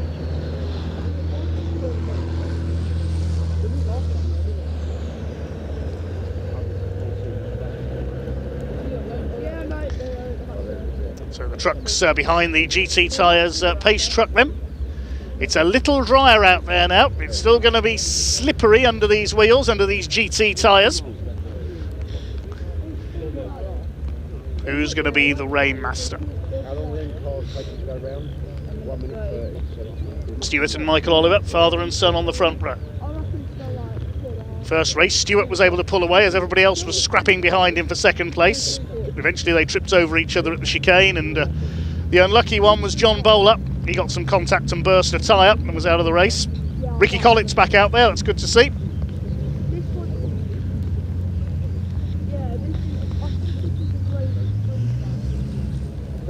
Went up in a huge cloud of smoke in practice in qualifying this morning when his turbo blew. This has been able to repair. Quick hello to Sophie Daughtry watching down in Cornwall as well. Used to race alongside our Hyundai Coupe racer Terry Gallagher in the stock rods. See how wet it still is as the trucks head up towards the chicane, ready for the rolling stars. Just wait to see if they go round again on another rolling lap.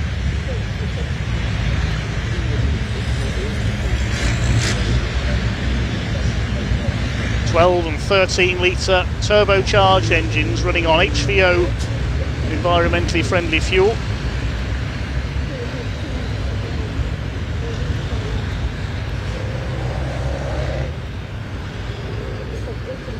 Electronically limited to 100 miles an hour.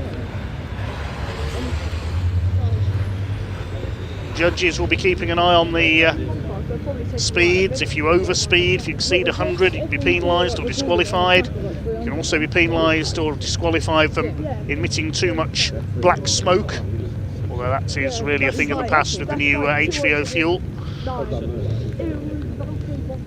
It used to be a very smoky environment in the late 80s when the trucks were all virtually road standard. Very different machines nowadays. 1984 in November 84 at Donington Park. The first truck races to be held in Europe took place, and Donington Park's biggest ever crowd attended. Well, biggest until the 93 European Grand Prix, I think. Giulio Gislotti of Italy was the first ever winner. He quite literally drove over from Italy, left his trailer in the paddock, won the race and then carried on his delivery. There were some celebrities on the grid that day, Barry Sheen and Steve Parrish, the great motorcycle rivals. Of course, they went on to race trucks regularly. Steve Parrish later becoming European champion. Steve Parrish still involved in commentary on motorcycle racing. I know he was at the Northwest 200 in Northern Ireland recently. Wouldn't it be great if you could get him in the commentary box for one of these events?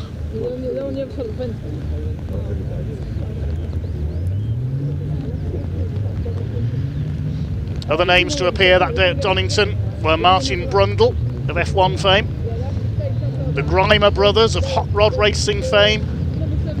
Barry Lee, of course, became a truck racer. Well, name something he hasn't raced over the years.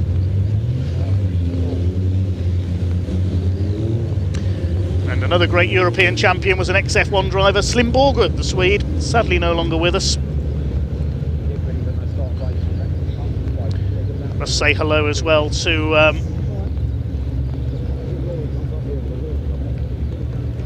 our regular fundraisers, Carl and Holly. We saw them doing their cycling laps of the UK's truck racing circuits a couple of years ago for the My Name's Doddy campaign in aid of motor neurone disease research.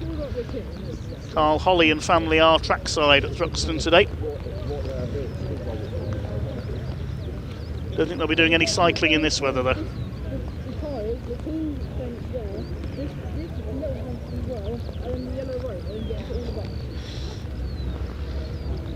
So, who's going to be our second truck race winner of the weekend then? Earlier on, Stuart Oliver took the flag ahead of Ryan Smith, who forced his way through to second from sixth on the grid after that penalty. Michael Oliver completed the podium, then it was David Jenkins and Stephen Powell. Callum Eason took the win in Division 2.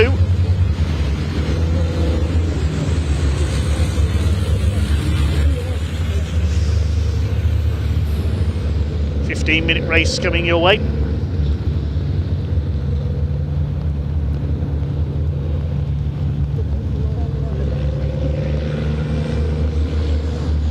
All 16 trucks out there. There's no Simon Reed, as we mentioned earlier, not able to race due to commitments with the family haulage business in Stoke, Reed Freight. Craig Reed representing the family on his own this weekend, and Simon and Craig, the sons of David Reed, himself a former truck racer. No Simon Cole or Archie Handy this weekend. We'll hope to see them back out at the next round. It's coming up at Pembrey next month in Wales.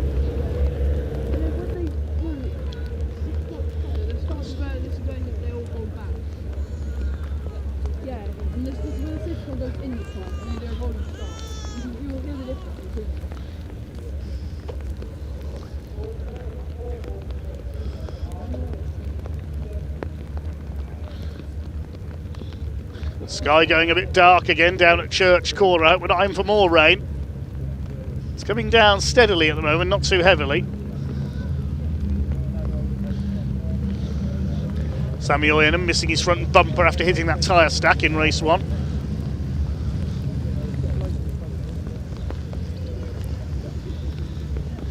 Coming to the end of the rolling lap then, the pack will be unleashed by the pace truck for 15 minutes of frantic British truck racing here on the Thruxton circuits. Race 2 of the weekend. Race 7 of the season for the British Truck Racing Championship. Stuart Oliver looking for win number 4 of the season. Michael Oliver looking for his first. Ryan Smith for his second. Stuart Oliver leads the championship, looking for his 11th title this year. Ryan Smith looking for his 11th in a row. Stuart Oliver has the 10, but not consecutively. He's a European champion as well. Here we go. This is going to be treacherous. This is going to be frantic. This is going to be spectacular. Pace truck coming into pit lane. No, he's not. He's going round again. We're going to have an extra lap behind the pace truck. I wouldn't be surprised if the clock starts this time by. Let's have a look on the TSL timing screen. No, the clock has not yet started. So given time for an extra sighting lap. I thought we were going to go green that time by. There's a green truck, the Greenhouse Group sponsored machine of John Powell. Good to see that back up and running. He entered it in Division 1 last season. I had endless teething troubles with it. Back in Division 2 this year, former Division 2 champion of 2 years ago.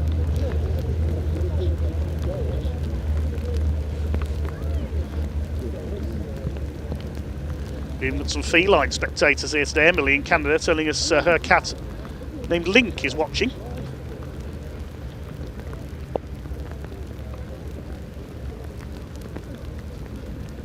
There's another train over there, a huge bit.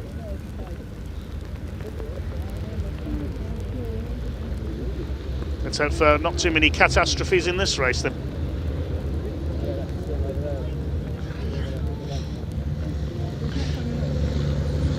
Thank you, Dan, our director, who treated that with the contempt it deserved.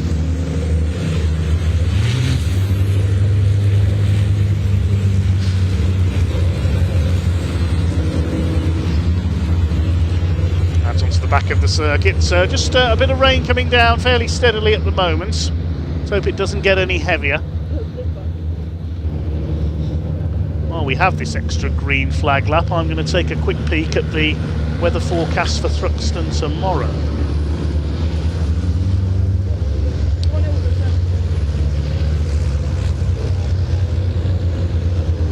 According to the Met Office, cloudy conditions with around 10% chance of rain at 10 a.m, but increasing as the day goes on. Rain probably from about 3 o'clock tomorrow afternoon, according to the Met Office. So hopefully some improved conditions during the morning at least. We go racing from 10:15 tomorrow with the mini challenge, followed by our third truck race of the weekend. And it's racing all the way through the day with an hour's break for lunch. Hopefully a grid walk for the trucks as well. Pointy will be in attendance for that down on the grid. So we're going to go racing this time by over the full 15-minute distance, I'm pleased to say. All 16 trucks out there.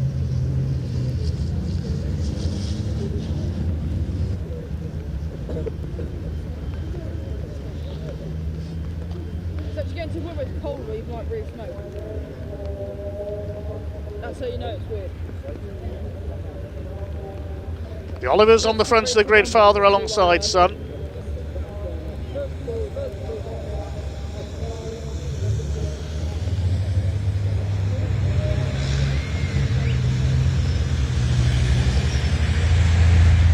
Ready to go racing this time. You can see how wet it is at the chicane. Tension mounting this time. Stephen Powell's dropped a little bit back in the order there from alongside Craig Reed. This time the pace truck will it pull into pit lane? Yes it does. The red lights are on. Here we go with our second truck race of the weekend. We're underway. And a decent start by Michael Oliver from the outside of the front row. Look at the spray. How can everyone further back see where they're going? They perhaps sensibly spread out fairly quickly there, further back in the order to give themselves some racing room. It is Stuart Oliver who's held his lead from pole position ahead of son Michael as they head up towards the right-hander at the complex. Who's going to be leading as they come through? It is Oliver in the Volvo ahead of Oliver Jr. in the MAN. Side by side for third, John Bowler trying to get ahead of Ryan Smith. Up the inside, John Bowler will be fired up after his non-finish earlier on. It's David Jenkins, Craig Reed. The battle for the lead in Division 2 between the two protagonists from last season in the two MANs, Evans and Eason. Sammy Oyanen, the Finnish driver, up there on the outside of Neil Yates. Neil quite far off the pace, it has to be said, this weekend. Ricky Collett goes by him, and in the pit lane is Nathan Smith. He pulled in at the end of the rolling lap. Problems for the number 11. Start to sort themselves out then out on the back of the circuit. The lead is with Stuart Oliver. Once again, he's led every lap so far this weekend. Michael Oliver under fire from Ryan Smith, the 10 times consecutive champion, has a look up the inside coming out of Village. I think he's got ahead there into P2. He has. Great move by Ryan Smith up in the second. Here comes David Jenkins charging past John Bowler on the run into Church. That's brave in the dry, never mind in conditions like this. Fastest scorer in the country, and Dave Jenkins just taken P4. Everybody else round okay, with the exception of Nathan Smith, who's stuck in the pit lane with a few problems. So he can rejoin. Oliver, Smith, Oliver, Jenkins. Bowler in 5th position. Now into the chicane. This is the wettest part of the circuit, I would say, at the moment. Craig Reed in 6th, then Stephen Powell. Callum Eason running well up there in 8th position. First of the Division 2 trucks. He's got ahead of Jake Evans. Bradley Harvey 3rd in Division 2. So that's a good start by Callum Eason. He only started 3rd of the Division 2 trucks for this one, so he's got ahead of his title rivals again. Ricky Collett in there. There's Neil Yates. He's struggling this weekend. There's Oyanen. I love the light bar and his headlamps on the number 6 of John Powell. Makes it look more like a train than a truck. Nathan Smith, has he joined in from the back? We'll try and catch a glimpse in the distance as Ricky Collett moves past Jake Evans. Now Jake Evans will be getting frustrated with Ricky Collett here. He wants to get after his Division 2 rival Callum Eason at the front of the field, but Ricky Collett, he'll feel like he's in his way at the moment. They're different classes, but they've got every right to race each other. Ricky Collett, the heavy haulage company boss from Halifax in Yorkshire. His company handles some of the biggest and heaviest loads seen on lorries on Britain's roads. Ryan Smith, meanwhile, look at the way Ryan Smith is going. He's charging after Stuart Oliver. The two bonneted trucks, he's got the inside lines exactly as he did for 2nd place earlier on. He's got the lead. Ryan Smith, clean pass on Stuart Oliver for the lead race, and Jenkins is doing it again as well. Exactly as he did to John Bowler. He's done to Michael Oliver at Church Corner, up the inside into 3rd. David Jenkins has taken plenty of brave pills before this race, I think. 2 passes at the fastest corner in the country in weather like this. Ryan Smith leads the way and will now try and leave the rest of the field well and truly in his spray. Jenkins into 3rd. He's going after Stuart Oliver. It's Michael Oliver, John Bowler, there's Craig Reed, Stephen Powell. Callum Eason still leads Division 2. The rest of his rivals are rather stuck behind Ricky Collett. Now here comes David Jenkins. He's revelling in these conditions. He charges past Stuart Oliver up into P2. Now he's going to get after Ryan Smith in the worldwide truck racing Daimler Freightliner out in front. David Jenkins, not surprisingly, has done the fastest lap of the race, 1:49.464. Stuart Oliver's last lap was 3 seconds off that. So old Stuart Oliver perhaps struggling a little in the wet. Are we going to see him drop down the order? Certainly got smaller headlights on the Volvo than all the other trucks you can see there on the grille. Perhaps he's having problems seeing where he's going. There's the Division 2 leader, Eason. Number 10 of Jake Evans, 2nd in class, and 3rd is Bradley Harvey. I can tell you Nathan Smith has got going at the back of the field, but he's a lap or 2 down. This race sets the grid for race 4, the 2nd race tomorrow, with the top 8 being reversed once again. So at the moment, once again, Callum Eason is in position to take pole. The grid for race 3 not published on the timing website at the moment, so we'll have to confirm that tomorrow.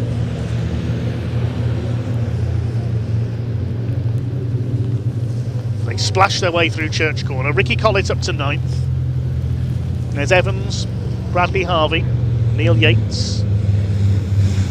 But David Jenkins is trying to close down Ryan Smith for the lead. He is closing him down. Look at this, he's right on his tail at the chicane. David Jenkins is the rainmaster here today, and he is now giving a hard time to the champion, flying Ryan Smith.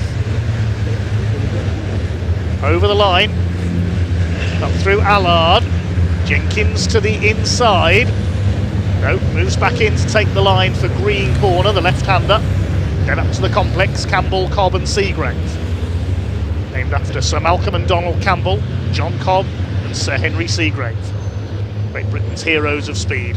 Of course, Donald Campbell in the news this week with his famous boat, Bluebird K7, being returned to Coniston Water. Still achieving 100 mile an hour after its restoration all these years later. Mr. Donald lost his life so tragically in 1967, attempting to break the world water speed record. There's Stephen Powell. Looking at the spray, you'd think this lot were trying to break the world water speed record, wouldn't you?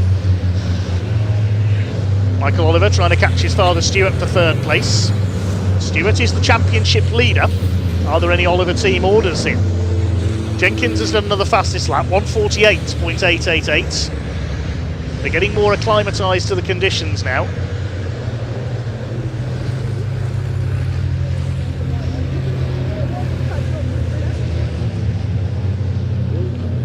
There's Stephen Powell ahead of John Bowler now. Craig Reed behind them. It's his 5th, 6th and 7th. There's Callum Eason. Wheel arch flapping in the breeze, but he still leads Division 2. Nathan Smith is back on the lead lap, but he's about 20 seconds down on John Powell at the back of the field. He's in the spray somewhere. Ricky Collett up the inside. He passes Callum Eason. This is where his hopes went up in smoke in qualifying. Ricky Collett into the chicane.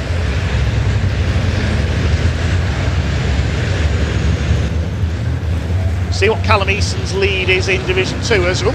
Bradley Harvey gets it a bit wrong there at chicane, has to go over the grass. Sammy Oyanen renewing his rivalry with Warren Harvey further back. David Jenkins is right with our leader now. We'll have a look back at the gap in Division 2 in a moment, because look at the way David Jenkins is going. He's on Ryan Smith's bumper as they come out of the complex. Through Seagrave, up towards Noble. Named after another land speed record holder, Richard Noble, the man behind Thruxton. And he was the project leader behind Thrust SSC, driven by squadron leader Andy Green. Jenkins to the inside at Noble. Look at this, he's going for the lead up the inside. Jenkins in the Digraph Transport MAN takes the lead. from Ryan Smith. Great move by the man from Stafford. Now Ryan Smith is ready to lunge back again. He will not hold back, Ryan Smith. A very aggressive driver, as he's shown over the last 10 years. But Jenkins holds him back at Church. Battle is joined over the next 6.5 minutes or so. Stuart Oliver in third, Michael Oliver fourth, Stephen Powell up there in fifth, having a better weekend. John Bowler just wants to get some points on the board after his non-finish earlier on. Ryan Smith's got some damage to the front end. Maybe he's clipped the back of Jenkins there. Front bumper is damaged. No damage to Jenkins that we can see though. Through the chicane.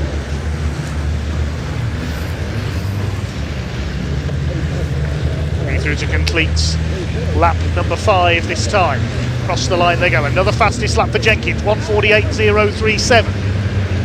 That last lap nearly a second quicker than Ryan Smith. Doesn't seem to have the top end pace, Ryan Smith, that he had earlier on. Jenkins pulls away slightly. It's a great drive by David Jenkins. Back at the chicane. These two still at it. We saw them tangle earlier on. Sammy Oyanen in the Sisu and Warren Harvey. This is towards the tail of the field.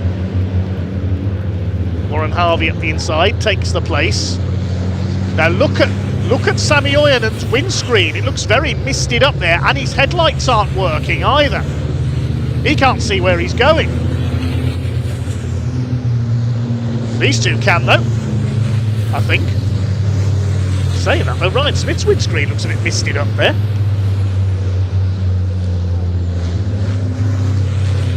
Nathan Smith's gained a place because John Powell has slowed up sadly in the DAF at the back of the field. 4.5 minutes or so to go. There is Nathan Smith. Scored a glimpse of there and enjoys a bit of grass tracking coming out of Noble up towards Goodwood. Kept it going though. He's in 15th place. Well, there's John Powell with the light bar above the windscreen. He's been lapped in the DAF by the look of things. I think he might be heading for the pits. Yes, he's touring in. More gremlins with the DAF, unfortunately, and conditions are definitely getting worse out there. I don't know how these drivers can see where they're going. There's Craig Reed, a steady 7th. He's being caught, if anything, by the Division 2 leader. That's Callum Eason. In fact, Reed had lost a place there. He's 8th now. I missed that. So Ricky Collett had got ahead of him. I apologise. So Collett's up to 7th. He's overcome his problems from earlier on.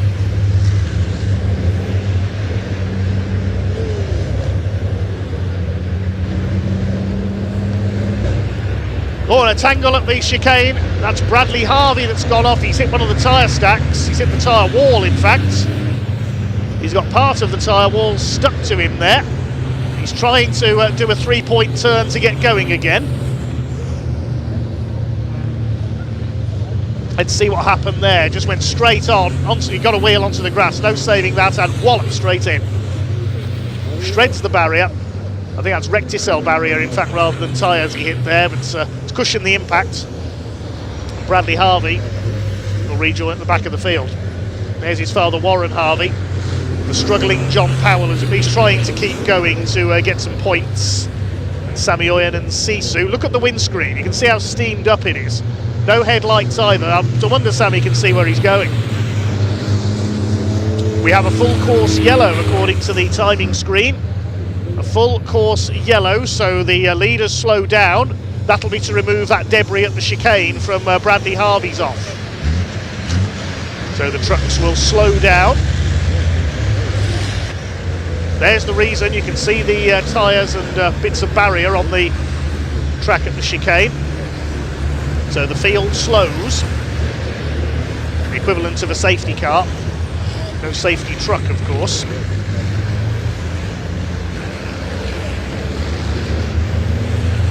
Trucks will continue round under this full course yellow while the debris is removed. See it again here. Watch for Bradley Harvey, enter stage right. Got a wheel onto the grass, no grip. into the recticel barriers, which did their job. They cushioned the impact. No damage to the barrier, and not too much damage to Bradley's truck either. It's John Powell Daff, we see him in the background there. Off he goes into the barriers, and in fact the red flag is coming out. With 85 seconds left on the clock, the red flag has come out, the race is being stopped. The marshals and the clerk of the course perhaps deciding that there wasn't sufficient time left to get the chicane cleared there and for green flag racing to resume. Senior clerk of the course today, Dorothy Uwota, and Bob Lentel, the clerk of the course for the British Truck Racing Championship. So the race ends with a red flag. That will be end of race, and it will be a win for David Jenkins in truck number 69. Ryan Smith second and Stuart Oliver third. Fastest lap incidentally goes to Nathan Smith on his recovery drive. He finished 14th and gets fastest lap.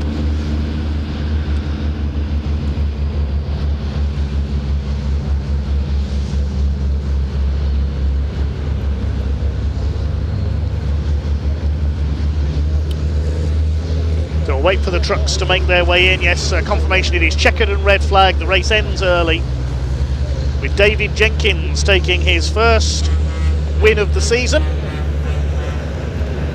That was a real Rainmaster drive there. 2 lunges down the inside into Church Corner, and then taking Ryan Smith for the win. The provisional result then, David Jenkins taking the win, 6 laps completed. Ryan Smith in second, then the Olivers third and fourth. Stephen Powell fifth ahead of John Bowler, Ricky Collett and Craig Reed. So provisionally Craig Reed will have pole for race 4, second race tomorrow. Callum Eason gets his second win in Division 2 this weekend ahead of Jake Evans. Neil Yates and Nathan Smith in among the Division 2 finishers. Warren Harvey gets third in class ahead of Sammy Oyanen. And I think unluckily there is the cause of the red flag, Bradley Harvey may not be classified as a finisher. We'll await confirmation of that. John Powell was still running as well at the back. Trucks will head shortly into Parc Ferme, and hopefully Pointy and Ian have kept dry enough down there to talk to some of the drivers and will be able to close out for us.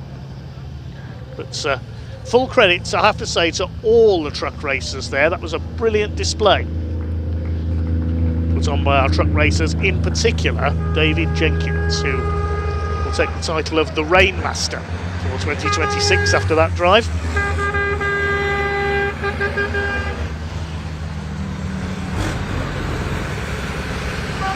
We'll take a quick look at tomorrow's schedule in just a moment. So we kick off at 10:15 tomorrow morning UK time with the Mini Challenge Club Sport, their second race of the weekend. Then our next truck race.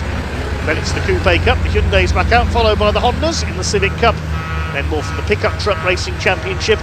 Hopefully it will stay dry for our V8s tomorrow. Bernie's V8s and Historic Outlaws. Can't wait to see that grid at its full potential. Then it's the lunch break ahead of another truck race.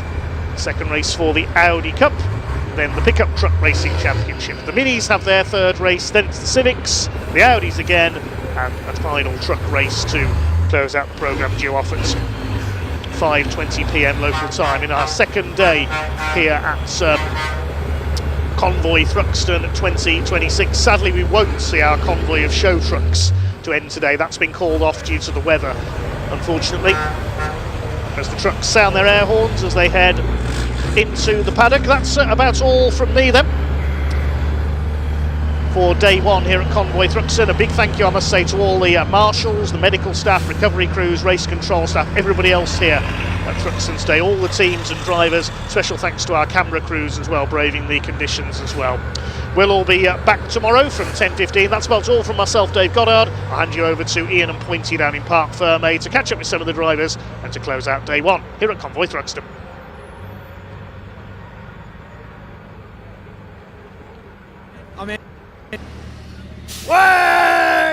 Yes, come on! That wasn't rehearsed at all. Absolutely fantastic. Now they are sending the rest of the trucks straight back out of Parc Ferme, but I just wanted Dave Jenkins the spotlight he deserves. We were speaking to him earlier on. The smile, look at that. The team's here supporting him, and he'll be the first one to thank his team, I'm sure.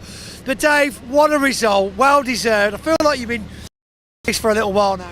Yeah, we had a steady start to the day. Once again, I'm just the last bit of the nut behind the steering wheel, the smallest bit of the machine. The team, the sponsors, the family, the girls and boys at home, Flossie, George, Layla, Mummy, Ryo, like it's just LKQ, Diagraph, Morris Lubricants, Equipment Hub, new sponsors on board, Digital Iron this weekend. Steady start to the day today. Team stuck with me. I had a small tantrum. They then stuck with me. You've got to have tantrums, it's racing. They then stuck with me. I don't know where on earth Ben just held that setup from, but it was good. That one needs to go in the notebook. And here we are. It was absolutely outstanding. The truck was just brilliant underneath me. The last time I raced here in the rain at Thruxton, I couldn't see anything. Oh wow, I don't think anyone could see anything. Today I still couldn't see anything, so that was far less scary than the first time it happened. Yeah. And then once we got out in front, of course, we could see something, so that's clearly the future. Just keep going until you can't see red lights and you know you're at the front. Yeah, it's just overjoyed for the team. They've worked so hard over the winter up to this. And you know, we've got a championship to fight for here. We've got amazing commercial partners, amazing family, friends. Everybody's on board behind us, and I can't keep talking the talk without delivering every now and then.